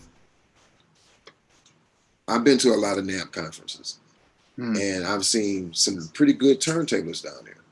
But to the level and the degree, like the DMCs back in the day, cats taking their shoes off, they spinning, taking their clothes off at the same time. Matter of fact, I was at a Wu-Tang concert at Movement in 2019. And I think it was Mathematics who was DJing that night, or one of his members from there. He was cut so hard, beat juggling, he took his clothes off while he was beat juggling. The control and the mastery of his craft, he had it down pat. And the dedication that went into DJing back in the day, because you didn't have a lot of these bells and whistles, software. You had to be delicate with your touch. You had to take care of your records. Your playlist had to be correct. You understand? You had to know how to read the crowd. The whole nine, the whole aspect, engaging, being able to talk, being able to read, oh, they ain't feeling that. Let me go and throw this in and let me do this a little bit differently than somebody else would have played it. So, I've always admired you as far as being a trendsetter, innovator, and constantly reinventing yourself. I'm not just a DJ. I'm much more. Even coming from watching your program on Fridays, it's more than just a DJ show. You stop, you talk with your audience. You show them different things. Like the Ultraman. When you showed that Ultraman on your show, that took me all the way back in 1974, 75, running in the house, watching Hayata turn into Ultraman and going outside practicing these moves. Right. And even in that, I'm not only a DJ, and it seems like the things I took from my youth I brought them into my adulthood, and I'm still enjoying my youth. You know, Yeah. I study martial arts. I've been studying martial arts since I was 11. I've taught since 2005. I'm not going to tell you what degree I am, but I got that sauce for you. But I do Right. teach the children of self-defense, and then utilizing the art of DJing and turntablism based upon the principles that we were taught back in the day. The DJ was the foundation of this thing called hip hop. Oh, You absolutely. understand? Yeah. Truly the foundation. The MC wasn't nothing without his DJ. The You DJ understand? was the drummer. Nothing Exactly. moves without the beat. And you can't get no funk without the drum. Yep. So there it is. Understanding that, and now that I see that DJing is pushing the DJ back to the forefront, what do you see in the near future how the DJ is going to be affected as far as getting gigs, going out the country, even going back into the club setting? And now that we actually see the value of the DJ, because through this pandemic, if DJs weren't streaming, people would be screaming in the streets. We kept the people with positive energy to be able to make it through these tough times. Right. To be able to make some people take their mind off of, this is really a bad situation. The DJ saving lives. So absolutely, it's also true. A DJ saved my life. So through these programs and these interactions and these educational settings and workshops and master classes, DJs hold a lot of responsibility, especially when you're playing music. Yeah, I mean, that's who's been getting us through all of this as far as entertaining. I mean, besides, they have these versus things which are very entertaining, but the DJ himself, it didn't. Yeah, nobody was moving the crowd like the DJ. I mean, from the success D-Nice has had with his million followers, which was he's kind of like a unicorn, like that'll never happen again. Right. But that when he did that, that's when everybody started focusing really on the DJ. So I mean, it was a great thing that he did. It really opened the doors for all of us now. Well, I like to give a big shout out to Mixcloud, because Absolutely. Mixcloud they was forward thinking as far as being able to see the market, see the void in the market, and be able to fulfill it. Mixcloud has a platform where they have a fair share program where the content providers can make money, the artists can make money, the DJs can make money, and all other licensing is taken care of through Mixcloud's platform, where we will not be able to get cut off. So that is a great opportunity for DJs rethinking how they're going to go ahead and be able to deliver their content to their audience. I mean, well, as you know, I mean, that's my next level for me is with Mixcloud. I'm bringing my grandmom's house party over there. That. Go ahead. That right there, bringing your show from a platform, and you have about how many people that follow you usually on the weekend? It's pretty much around, lowest number has been like around 2,700. Okay. That's lowest number. Highest number, I want to say 14,000. 14,000. Yeah, that's after when I shut down and it shows you who was watching you. Right. Yeah. Now that's not the sharing. See, but with the sharing, that means you have a repeat customer base that goes on exponentially. And once Mixcloud get their beta phase completed and they finding out the bugs and they can tweak and they're able to actually store the content where a person be able to go back to get the content that was already been played and also look for updated content is to come. It's a very, very, very mind-blowing platform of the possibilities of the DJ and the producers and the art creators and the content creators. Mm-hmm. This is a perfect platform. And there's going to be other platforms, but Mixcloud really took and seized the time in this mission. So Mixcloud, we really appreciate you allowing us to be a part of this. Yep. Big shout out to Charivari. Charivari Detroit will be on Mixcloud all weekend. Non-stop DJs, no cutoffs. That's amazing. And we're very grateful to have this type of platform to continue on, even though certain circumstances of quarantine and not able to be connected anymore. This is showing that we still can be connected in a way and be able to make money for ourselves, because a lot of DJs, which is another concern, a lot of DJs don't have health care. Mm-hmm. A lot of DJs don't have life insurance. Most DJs, we lost some DJs here. Matter of fact, for the audience out here, I like to take this time out to take a moment of silence for all the fallen DJs that have fallen, especially here in Detroit. And there's one particular brother, the brother I even talked to before I even started spinning. That is the late, great Mike Huckabee. Mr. Huckabee gave me the encouragement to continue on his legacy with education, because he was at Youthville and he has changed many lives that are still benefiting from the education.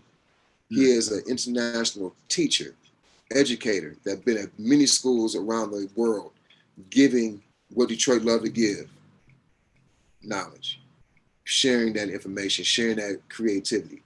So let's take a moment of silence for those DJs.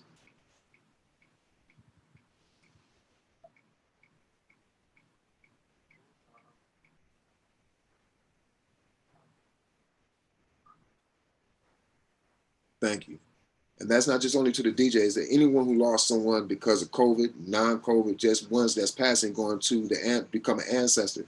We want to respect you, and we want to honor you, and we want to acknowledge you. So I think we got a couple more minutes. We can talk about some more things. Tell us more about your project. Matter of fact, I still want to learn, or our audience to hear from you about your relationship with Techniques. The other projects that you had with, matter of fact, you had a project with Puma, that you had your own Puma made for you.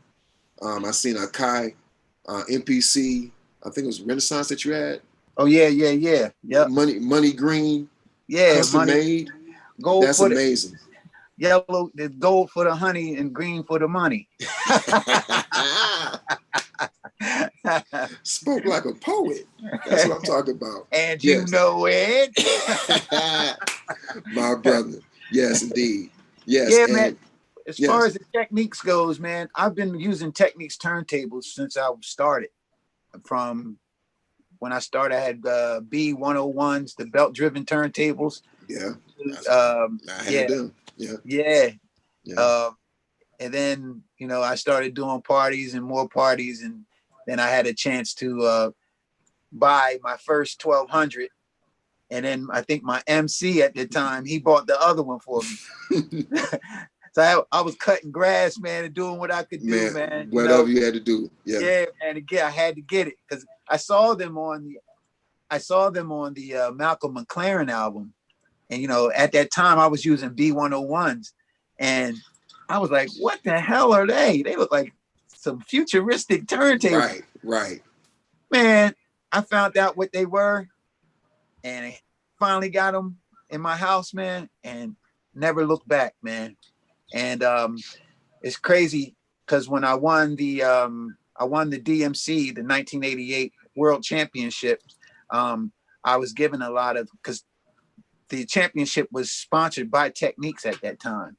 So they gave me a lot of the Techniques gears, like cassette decks, and they had this cool CD player that had like a remote control. It was like, it cost a lot of money, but it was one of the prizes that I won. Which was incredible. I still have it too. It's in storage. Okay. Yeah. Then Techniques, they made me some gold turntables.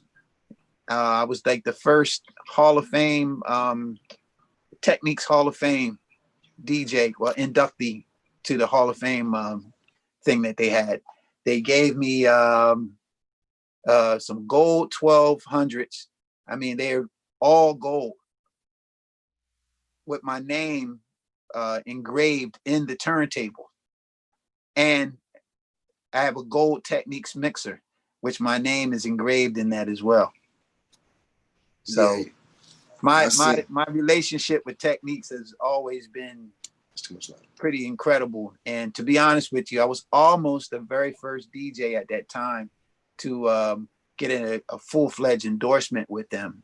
But something happened and it didn't go through 100%. But they ended up doing a actual Techniques ad with my face on there, which was pretty cool.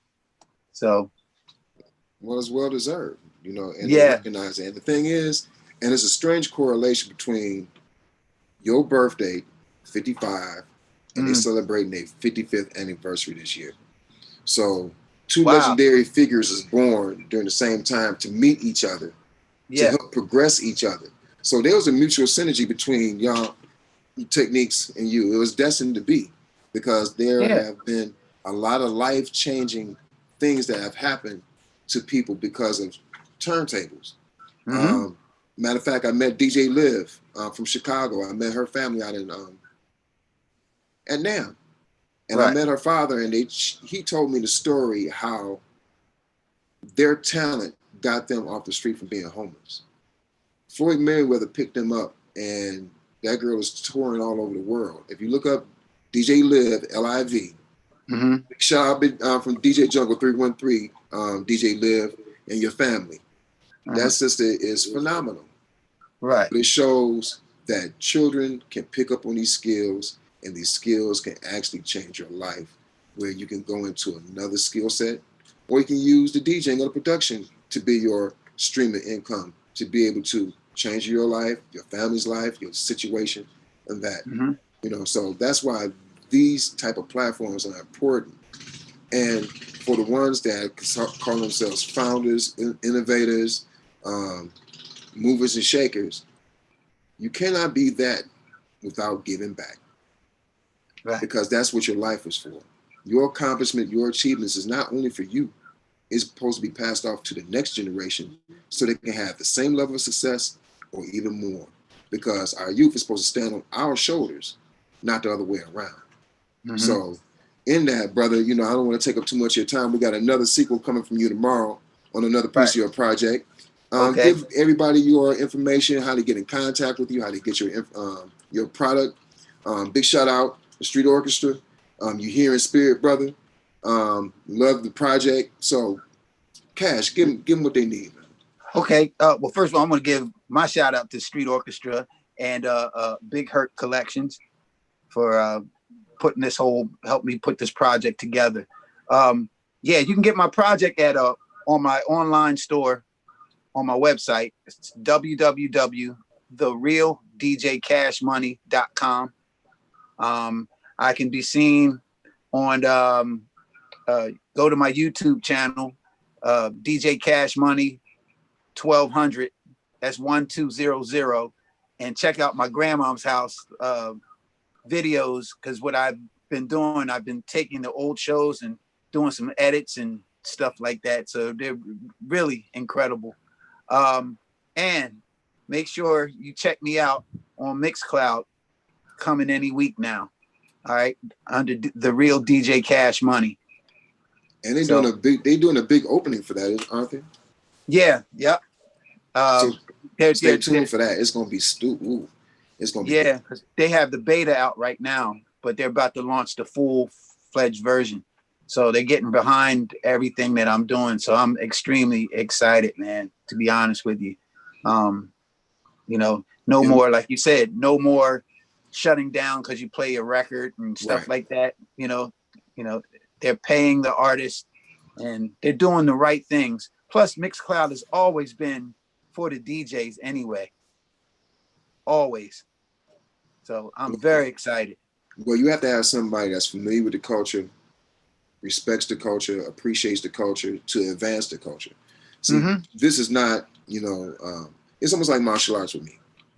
because it takes the same level of discipline, same level of practice, dedication, perseverance in both crafts. So if someone appreciate the time you put in, because I asked you on several occasions, I'm like, man, I know you practice a lot. Man, practice.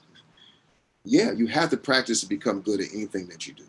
So we give children a certain structure to be able to practice something that they can fall in love with. That can translate and transcend into other aspects in their life, where they're going to be focused, structured, dedicated, persistent, persevere. So, you know, and don't be afraid to make a mistake, because sometimes your mistakes can turn out to be something that you weren't even thinking about. Right? Like you take a lot of my scratches that I've done that became so famous. A lot of them started as a mistake. It wasn't like I said, I'm going to make this up. It's something happened. I was like, man, that sounds incredible. Right. And I built from it, you know. And even from my readings and my understanding about how Grandmaster Theodore even found the sound of the scratch. I think it was in a documentary where he was in his bedroom and his mother said, turn the music down or something. And he grabbed the record and he heard that sound come through the speaker. He's like, oh, wait a minute. I like that. What's that? Right. From my recollection. But if you can find something upon a mistake, and mistakes are given to be lessons, not failures. Failures are stepping stones towards your success. So even like with this platform, we done made mistakes, we learning, things happen, but yet and still that gives a template for us to learn from those mistakes and do an even better presentation the next time. Yeah. Oh, also everyone can go, if you want to download it, you want to download the Street Cash album, you can go to Bandcamp for DJ Cash Money, or iTunes, or any of the other downloadable sites. But to get the actual CD with the video screen, you have to get that at my website. And before we go, are you playing this weekend? Are you playing tomorrow? You playing at Grandma's house tomorrow? Yeah, my grandma's house. Yeah, I'll be on Facebook tomorrow. Yeah, let everybody know what time you're gonna be on. Yeah, 7:00. It's Grandma's house party. The reason why I call it Grandma's house, because it's where I learned how to be DJ Cash Money. My grandmother allowed me to play music, and she always pushed me to go after my dreams. You know, one thing she always told me never to be, and that's a woulda, shoulda, coulda person. Right. You know, go out there, try your best. You know, if you fail at it, at least you can sit there and say that you tried. But I became DJ Cash Money that's how I became DJ Cash Money, because of her pushing me. And that grandparents that we had coming up during that time period, like even in my donation story, I stayed with my grandparents. I learned and loved a lot of music through her and my grandfather. You know, those are precious moments, but you have to understand the struggle that they went through. My grandmother was born in 1912 and my grandfather was born in 1915. And I was raised by them in the early 70s. So a lot of the ways of thinking came back from the early 1900s. So a lot of things I used to talk to them about, they was like, man, what are you talking about? It went over their head. But yet and still, my grandmother instilled in me the ability to read. I started reading at 3. Right. She always encouraged me to be successful in anything that I do. As well as my grandfather. My grandfather had a 3rd grade education. But that was the same man that knew how to build a porch without a blueprint. And that's why I was on the news a couple of weeks ago about building the gyms in response to raise funds for the school. These things were taught by my grandparents. So they knew they had to prepare me for the future. I'm 50 years old now. I got my own grandchildren. So it's up to us to be able to teach them so they have something to teach theirs. So on that note, man, I really appreciate talking to you. Thank you for coming out, man. A legend. I salute you.